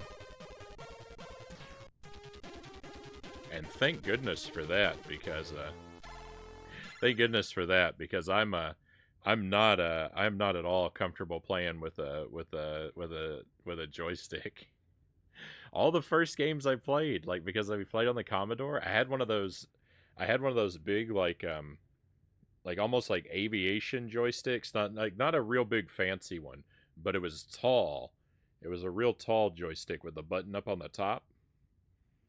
And that was how that was how you controlled games. Like, that was all I knew for, like, controllers. But the D-pad, oh, thank goodness, I can't ever go back. So most other slugs are great at jumping. Well, Zergling, you kind of got me there. No, in fact, this slug is the best at jumping of all slugs that I know.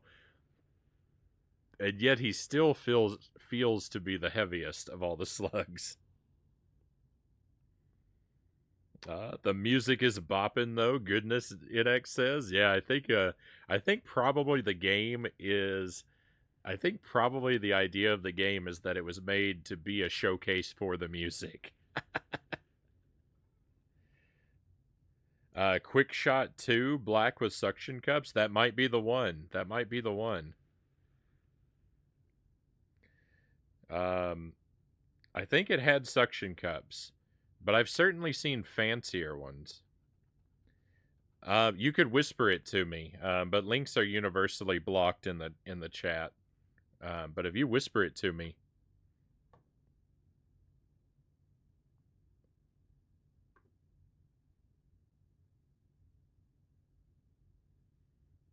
I'll certainly take a look and see if that's the one.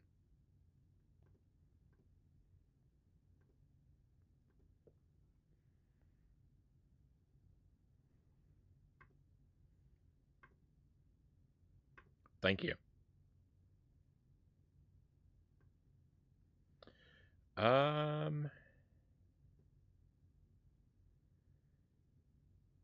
Quick Shot 2. The Quick Shot 2 looks real close.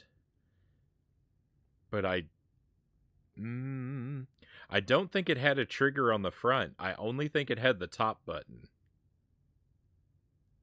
It was square like that though. The Quick Shot 1 looks like it only has the top button, but it had I think it had a round button on the base.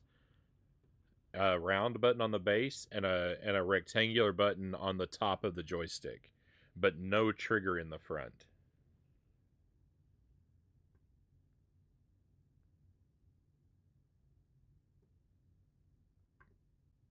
It was square on the base. The thing is, my old man probably still has it somewhere. I should ask him to take a look the next time the next time I'm going to go down to visit my folks. I should ask him to take a look, and because I'm sure he's not going to be using it for anything.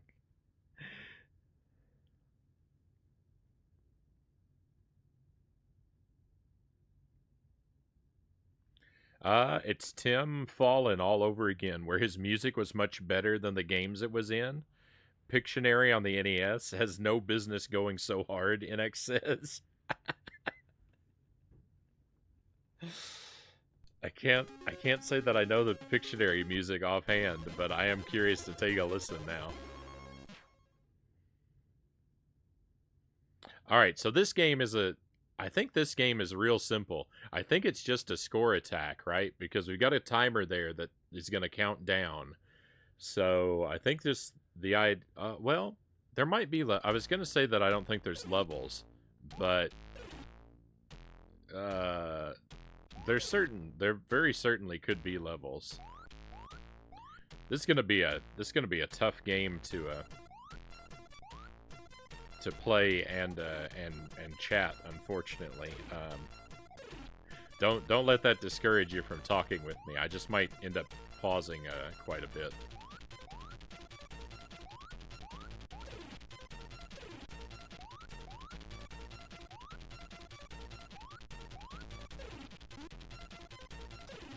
Oh, that one got me. Oh no. No! Oh, bad timing. I mean, do we even have to collect the lettuce? If the lettuce is just for points, this shouldn't be called Slug Vs Lettuce. It should be called Slug Vs Raindrops. I don't know what happens to me if I don't collect the lettuce. I'm gonna not collect it and see.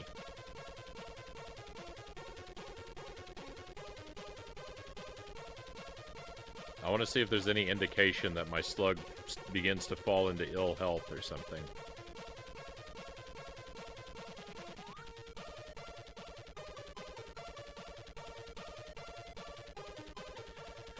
"10 minutes is a long time to be expected to survive on a level."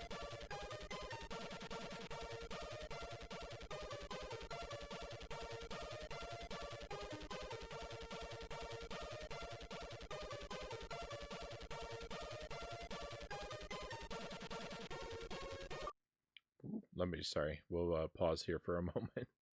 I want to welcome in Arno. Welcome to the stream. Thank you for being here with us.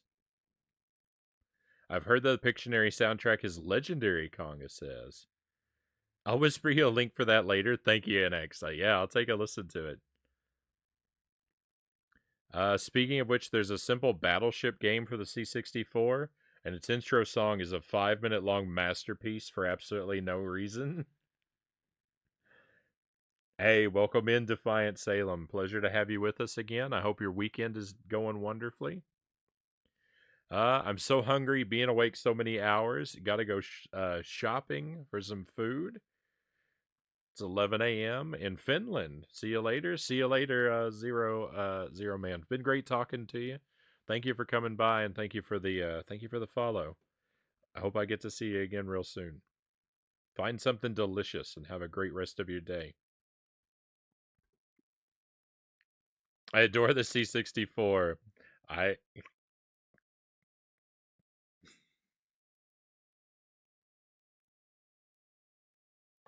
I'm sorry. I'm sorry. Conga's pun hit me hard.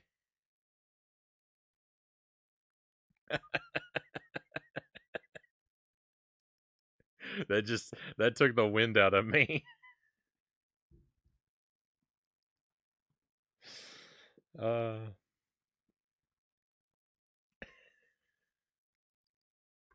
I kind of love it.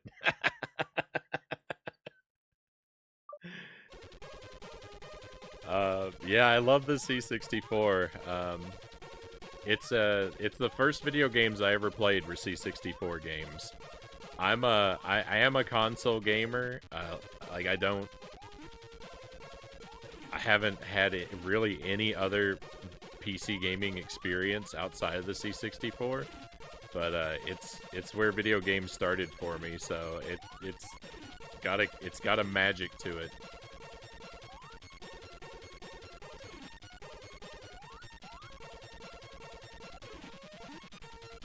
I love the sights and sounds of the C64 world.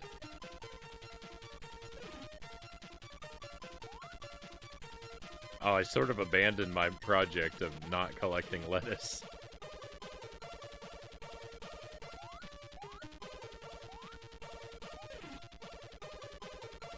It doesn't look like there's any adverse effect from not collecting it. But I mean, what's the point of playing the game if I'm not going to collect the lettuce, right?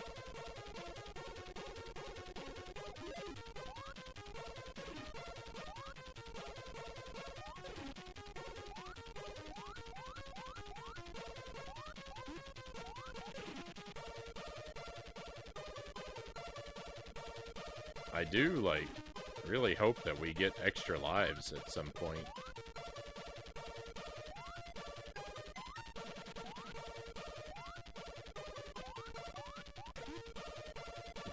When it's so high up to the top of the world, it's virtually impossible to do anything about.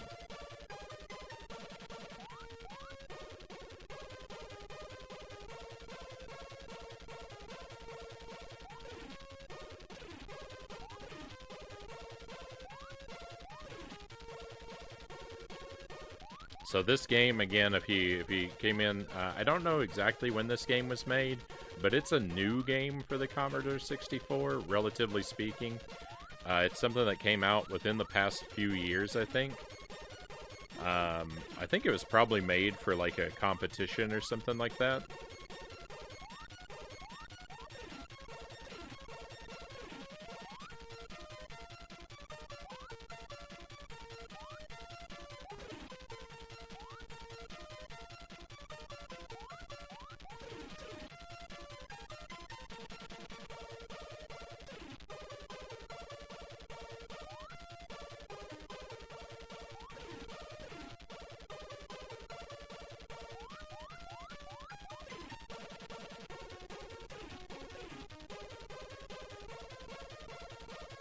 We played a game very recently. If you haven't heard of it, it's called Lester.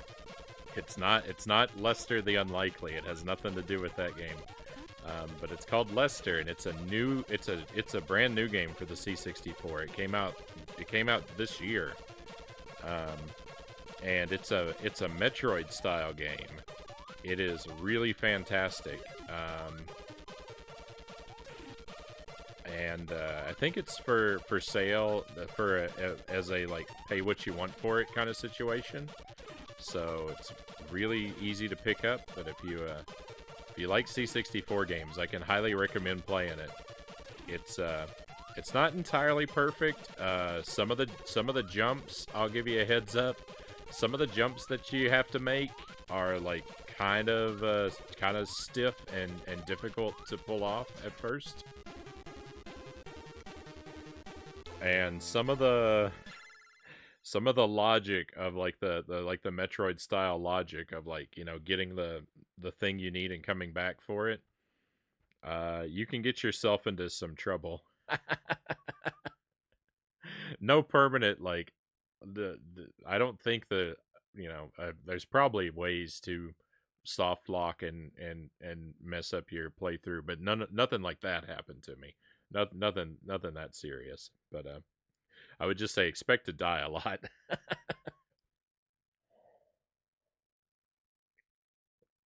But believe me, the flaws the flaws are minor in comparison to how great the game was. It was a ton of fun to play through. Lester is more likely than you think. This is the C64 mini, Salem. I do love the old hardware and trying to play, you know, original carts on original consoles, but I don't have the time, money, or skill that it takes to maintain a retro PC. So unfortunately, I don't have an actual Commodore 64, but the mini fits my purposes just fine. The C64 mini has treated me very well, and it was actually gifted to me by one of our mods. I don't think he's here, Sparrow the Dragoon. He gifted it to me for the stream, so we owe him a you know, a big thank you anytime we're enjoying C64 for making it happen.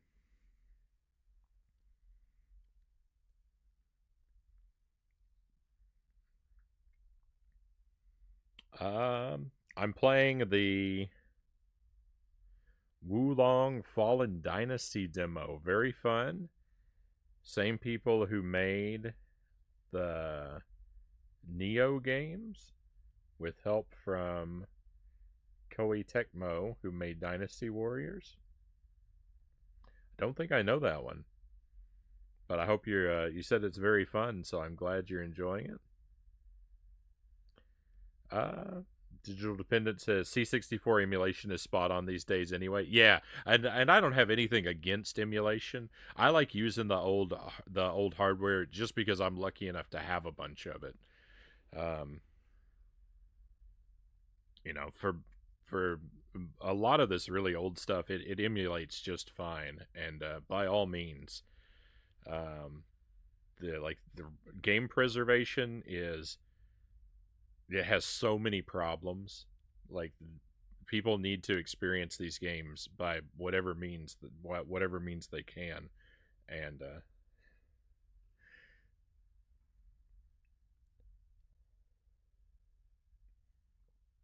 emulation is wonderful for allowing that to happen. If I could get a hold of one intact, I get a ZX Spectrum just to play the OG Jetpack. Jetpack, I actually wrote Jetpack down earlier today.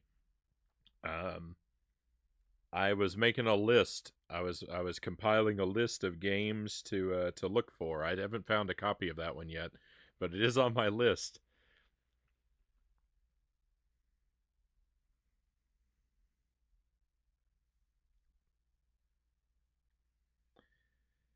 All right, deep breath, and we'll try it again.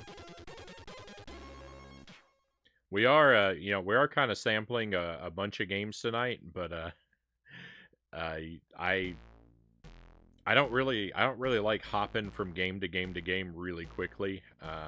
I kind of like to sink my teeth into each one that we play. So so we're gonna be here for a little while trying this, but I do have a few other things that we might also play tonight.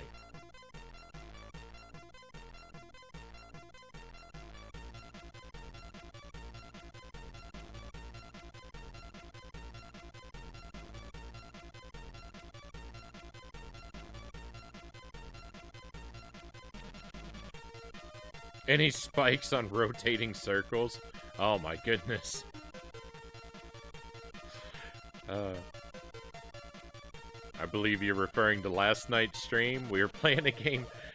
There's a platform, sort of an indie 2.5D platformer game called Ao the Clown. I've been playing it on the Switch, and it's an all right game. It's got some issues. I seem to be, despite its relative low difficulty, I seem to be uniquely terrible at it though. And I spent like half an hour battling a round platform with spikes on one side. A real nightmare of a situation. But you know what? I was thinking about, thinking about it now. I keep comparing that, well, a lot of us keep comparing that game, AO, to like a Yoshi game. And a spinning platform with spikes on one side like that, it just sounds perfectly like the kind of hazard you'd run into in Yoshi's Island.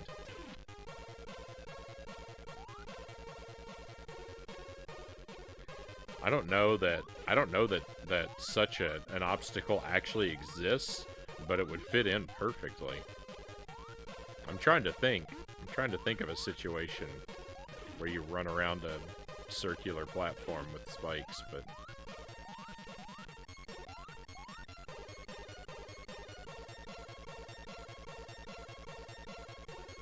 I only recently got good at Super Mario Bros. 3. The classic Mario games are harder than people give them credit for.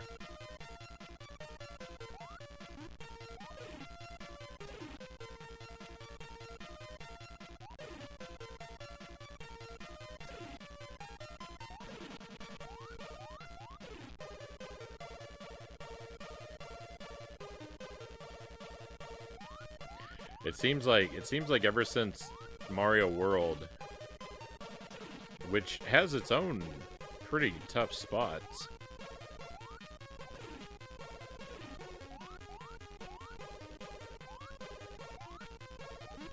but ever since Mario World, like,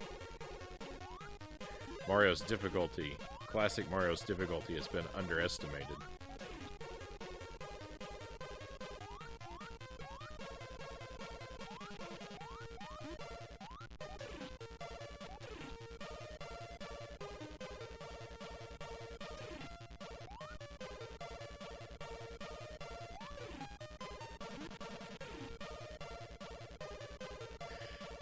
I'm really bad at avoiding these. Like, it's like I can collect the lettuce or I can avoid the raindrops, but doing both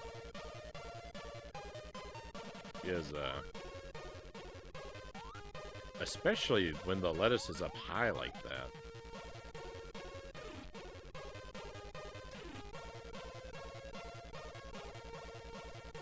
Kind of bled lives.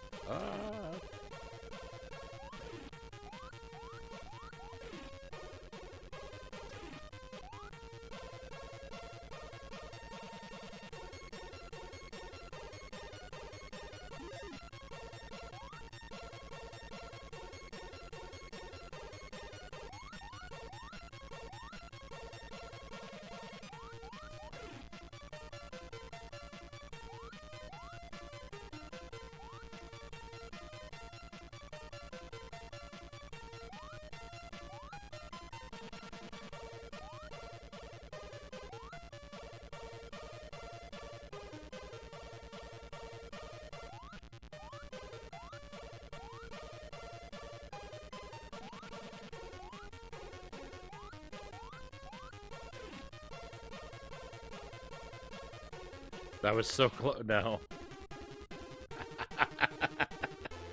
As I'm saying, it's so close. Was there ever an NTSC version of Specky? I couldn't say, Conga. BRB, we'll see you when you return, my friend.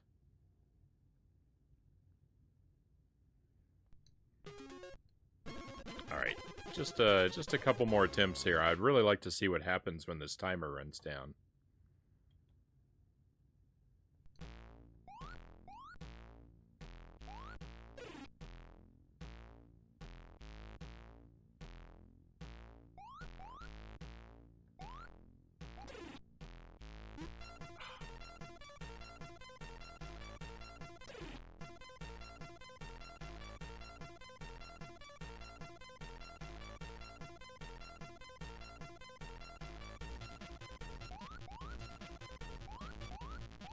It's just weird because, like, there doesn't seem... I guess I just don't understand the design of the game because, like, there doesn't seem to be any reason to collect the lettuce other than points.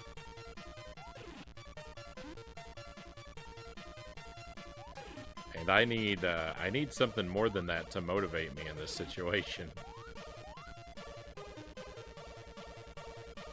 I mean, I guess I don't because I keep collecting it at my own peril, but...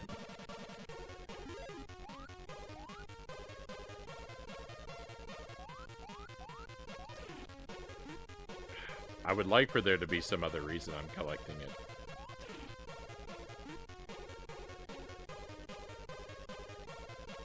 Alright, I've lost too many lives. No more lettuce. Very serious this time.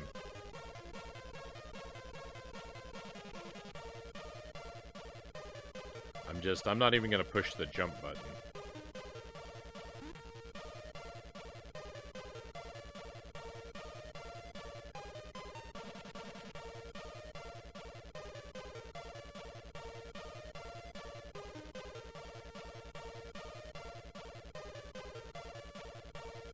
We'll just enjoy this tune, and we'll see what happens when that timer runs down.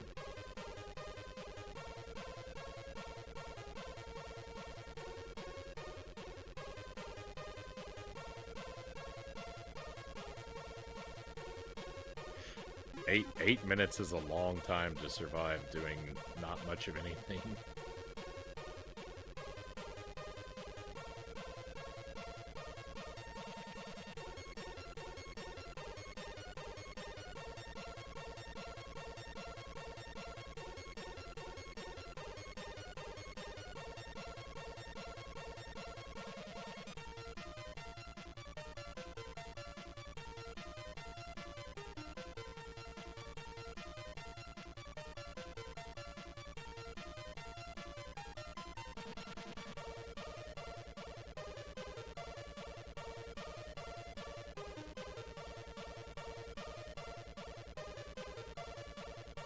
I'm curious just as to, like, how big this game could possibly be, right?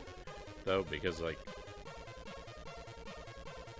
we've just seen one stage, but it's 10 minutes with this, like, epic song.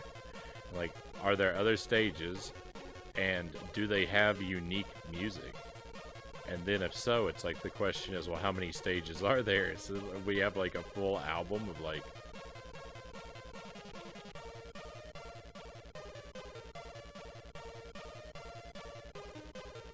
12 amazing C64 tunes that are all 10 minutes long. I don't think that much, you know, could fit in a game.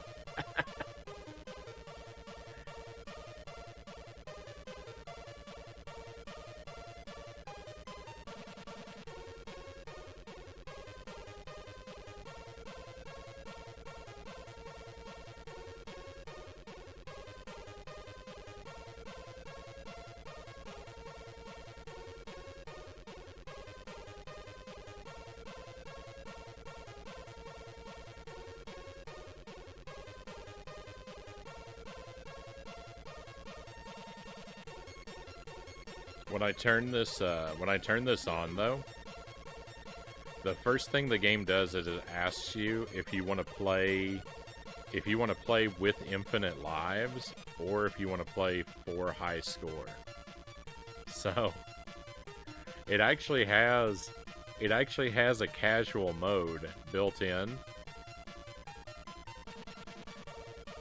where your lives don't matter and you can just experience the music for free.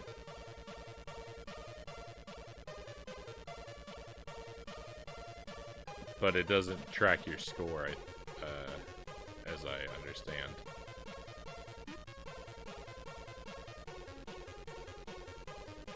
I can't say for sure because I didn't boot it up that way.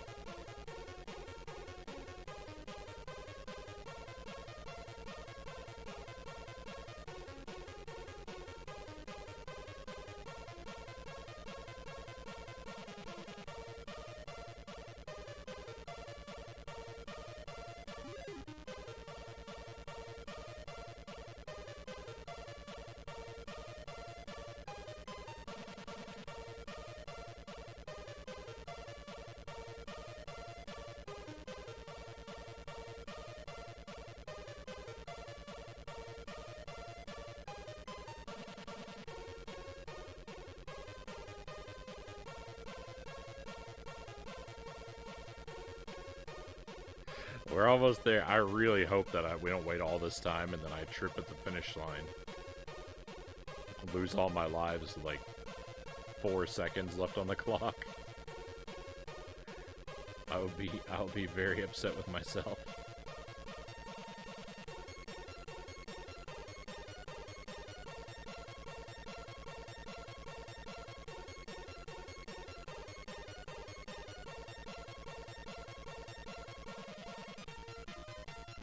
No, it's gonna happen. It did happen, basically. Oh.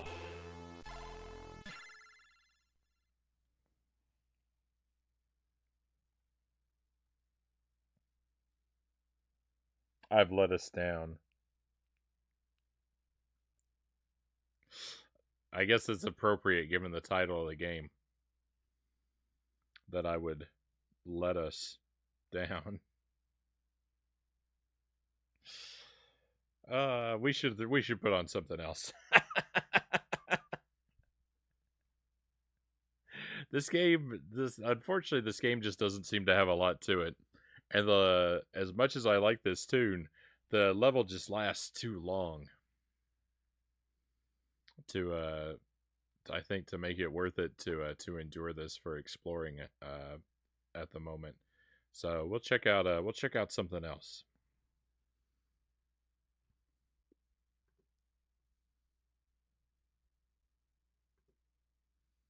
Hey Sparrow, welcome in.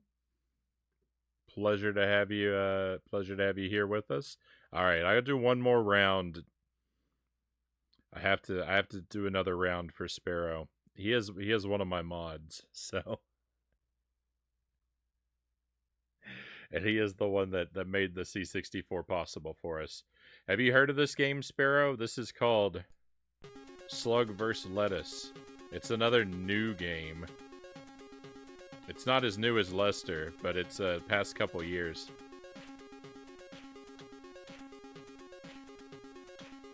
Yeah. I haven't. Let's see. Well, I'll show you what it's like. It's pretty difficult, but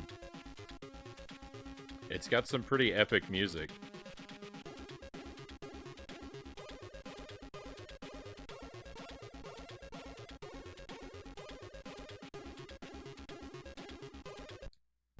You avoid raindrops and collect lettuce. But I don't think the lettuce has any purpose other than score. You don't seem to have like a food meter or anything. And the problem is that going out of your way for the lettuce gets you killed by the raindrops. Or it does for me anyway.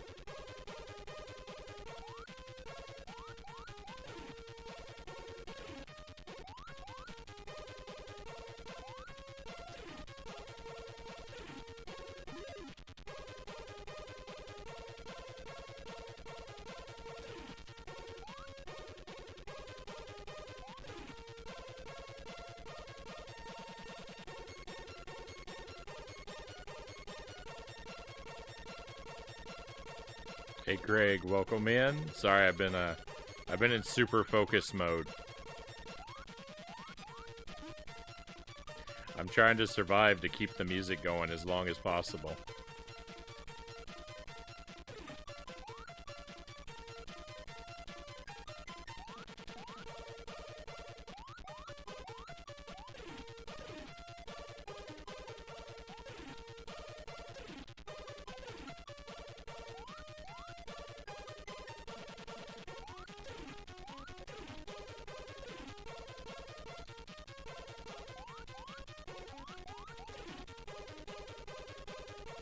I hypothesized that this game was made as just a mechanism for showcasing the music. I mean, it's not, it's not my favorite song ever, but I mean, it's really good.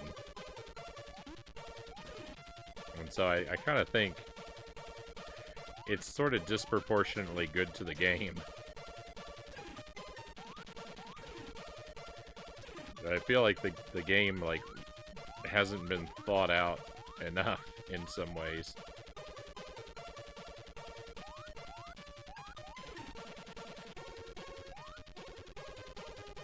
At least the game doesn't feel like it's been thought out as well as the music.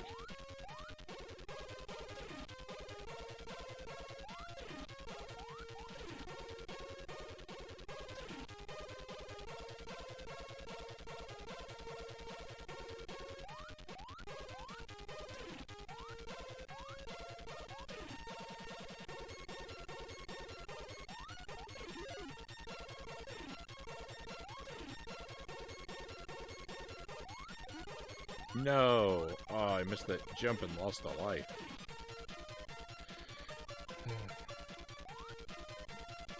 Alright, well, we're about to lose our last life here because getting the one from the top is always...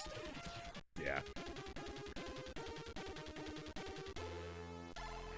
Deadly dangerous. Digital Dependence, thank you for the follow, by the way. I'm sorry it took me quite a moment to notice that.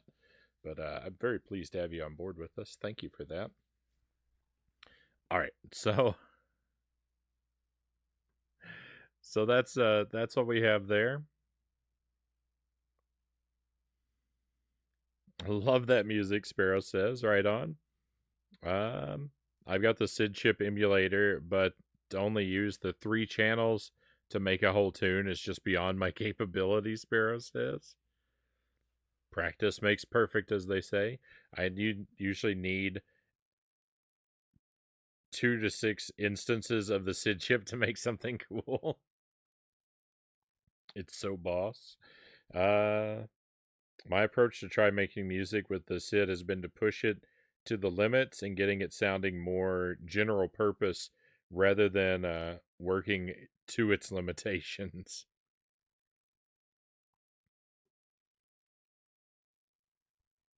There's parts of it that sound sort of familiar.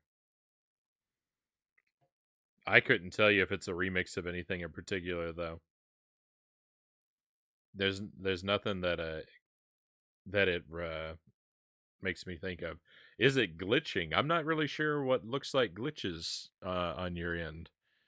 I don't think so.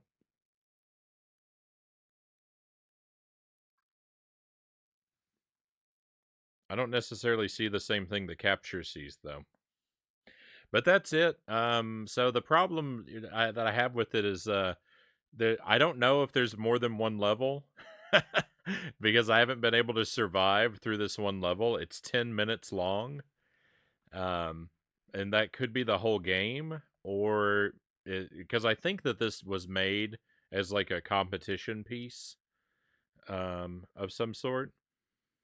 And so it could just be the idea to showcase the music and have a really simple game, or there could be lots of stages with unique music. When it boots up, there's an option if someone wants to play it and explore. When it boots up, there's an option to give yourself infinite lives, so you'd just be playing just for the love of the sport, and I guess to hear the music. And maybe there are other stages with other music, but I don't think we're going to find that out firsthand tonight. Because it's a long stage to sit through, and we've already hung out with it for a while. And I think we move on to something else. The other things we've done tonight, Sparrow, we did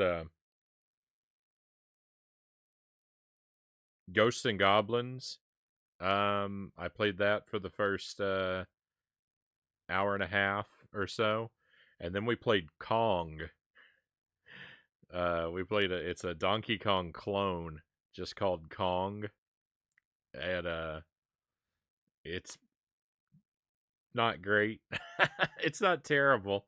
I managed to get all the way through it.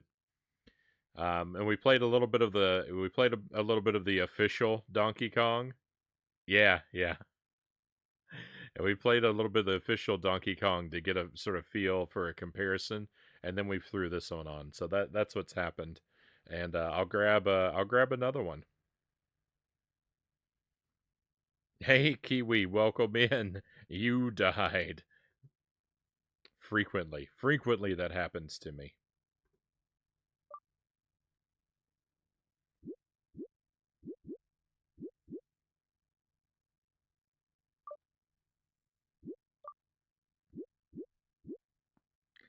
All right. Well, I've got a few things left.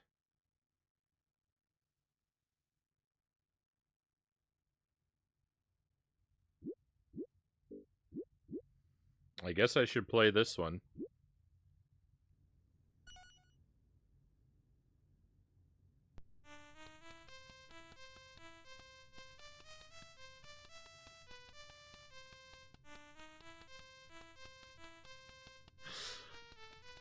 So this is called Snoopy. Classic, Conga says. I've never played it before.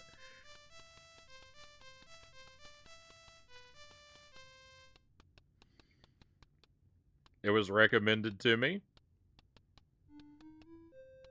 This is my childhood right here, Sparrow says. School holidays.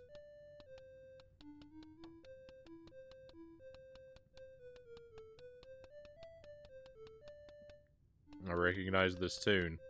Our music has taken a bit of a step back. You play this with your cousin Matthew and your sister? Right on. Let's see what it's like. I played the very smallest amount of it before. I figured out the jumping is weird. That's the only thing I figured out. So you have to hold the fire button and then you press a direction to jump.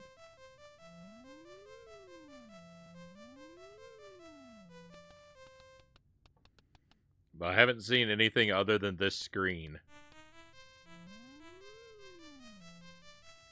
It's so terrible. I love it. Oh no.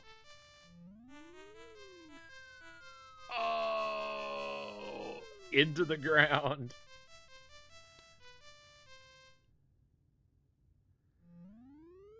Alright, we just want to wait a little longer.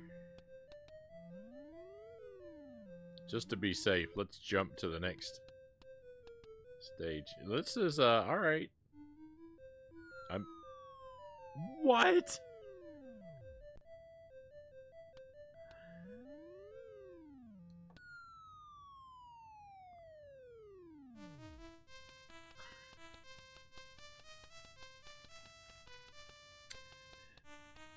Alright.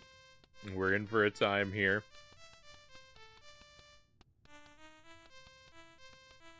If you play like this, Frownie, you might even finish it. What? Alright, we're gonna keep playing. I'm gonna take just a moment here and split my recording, because my VOD is growing very long. So just gonna make a quick cut right here.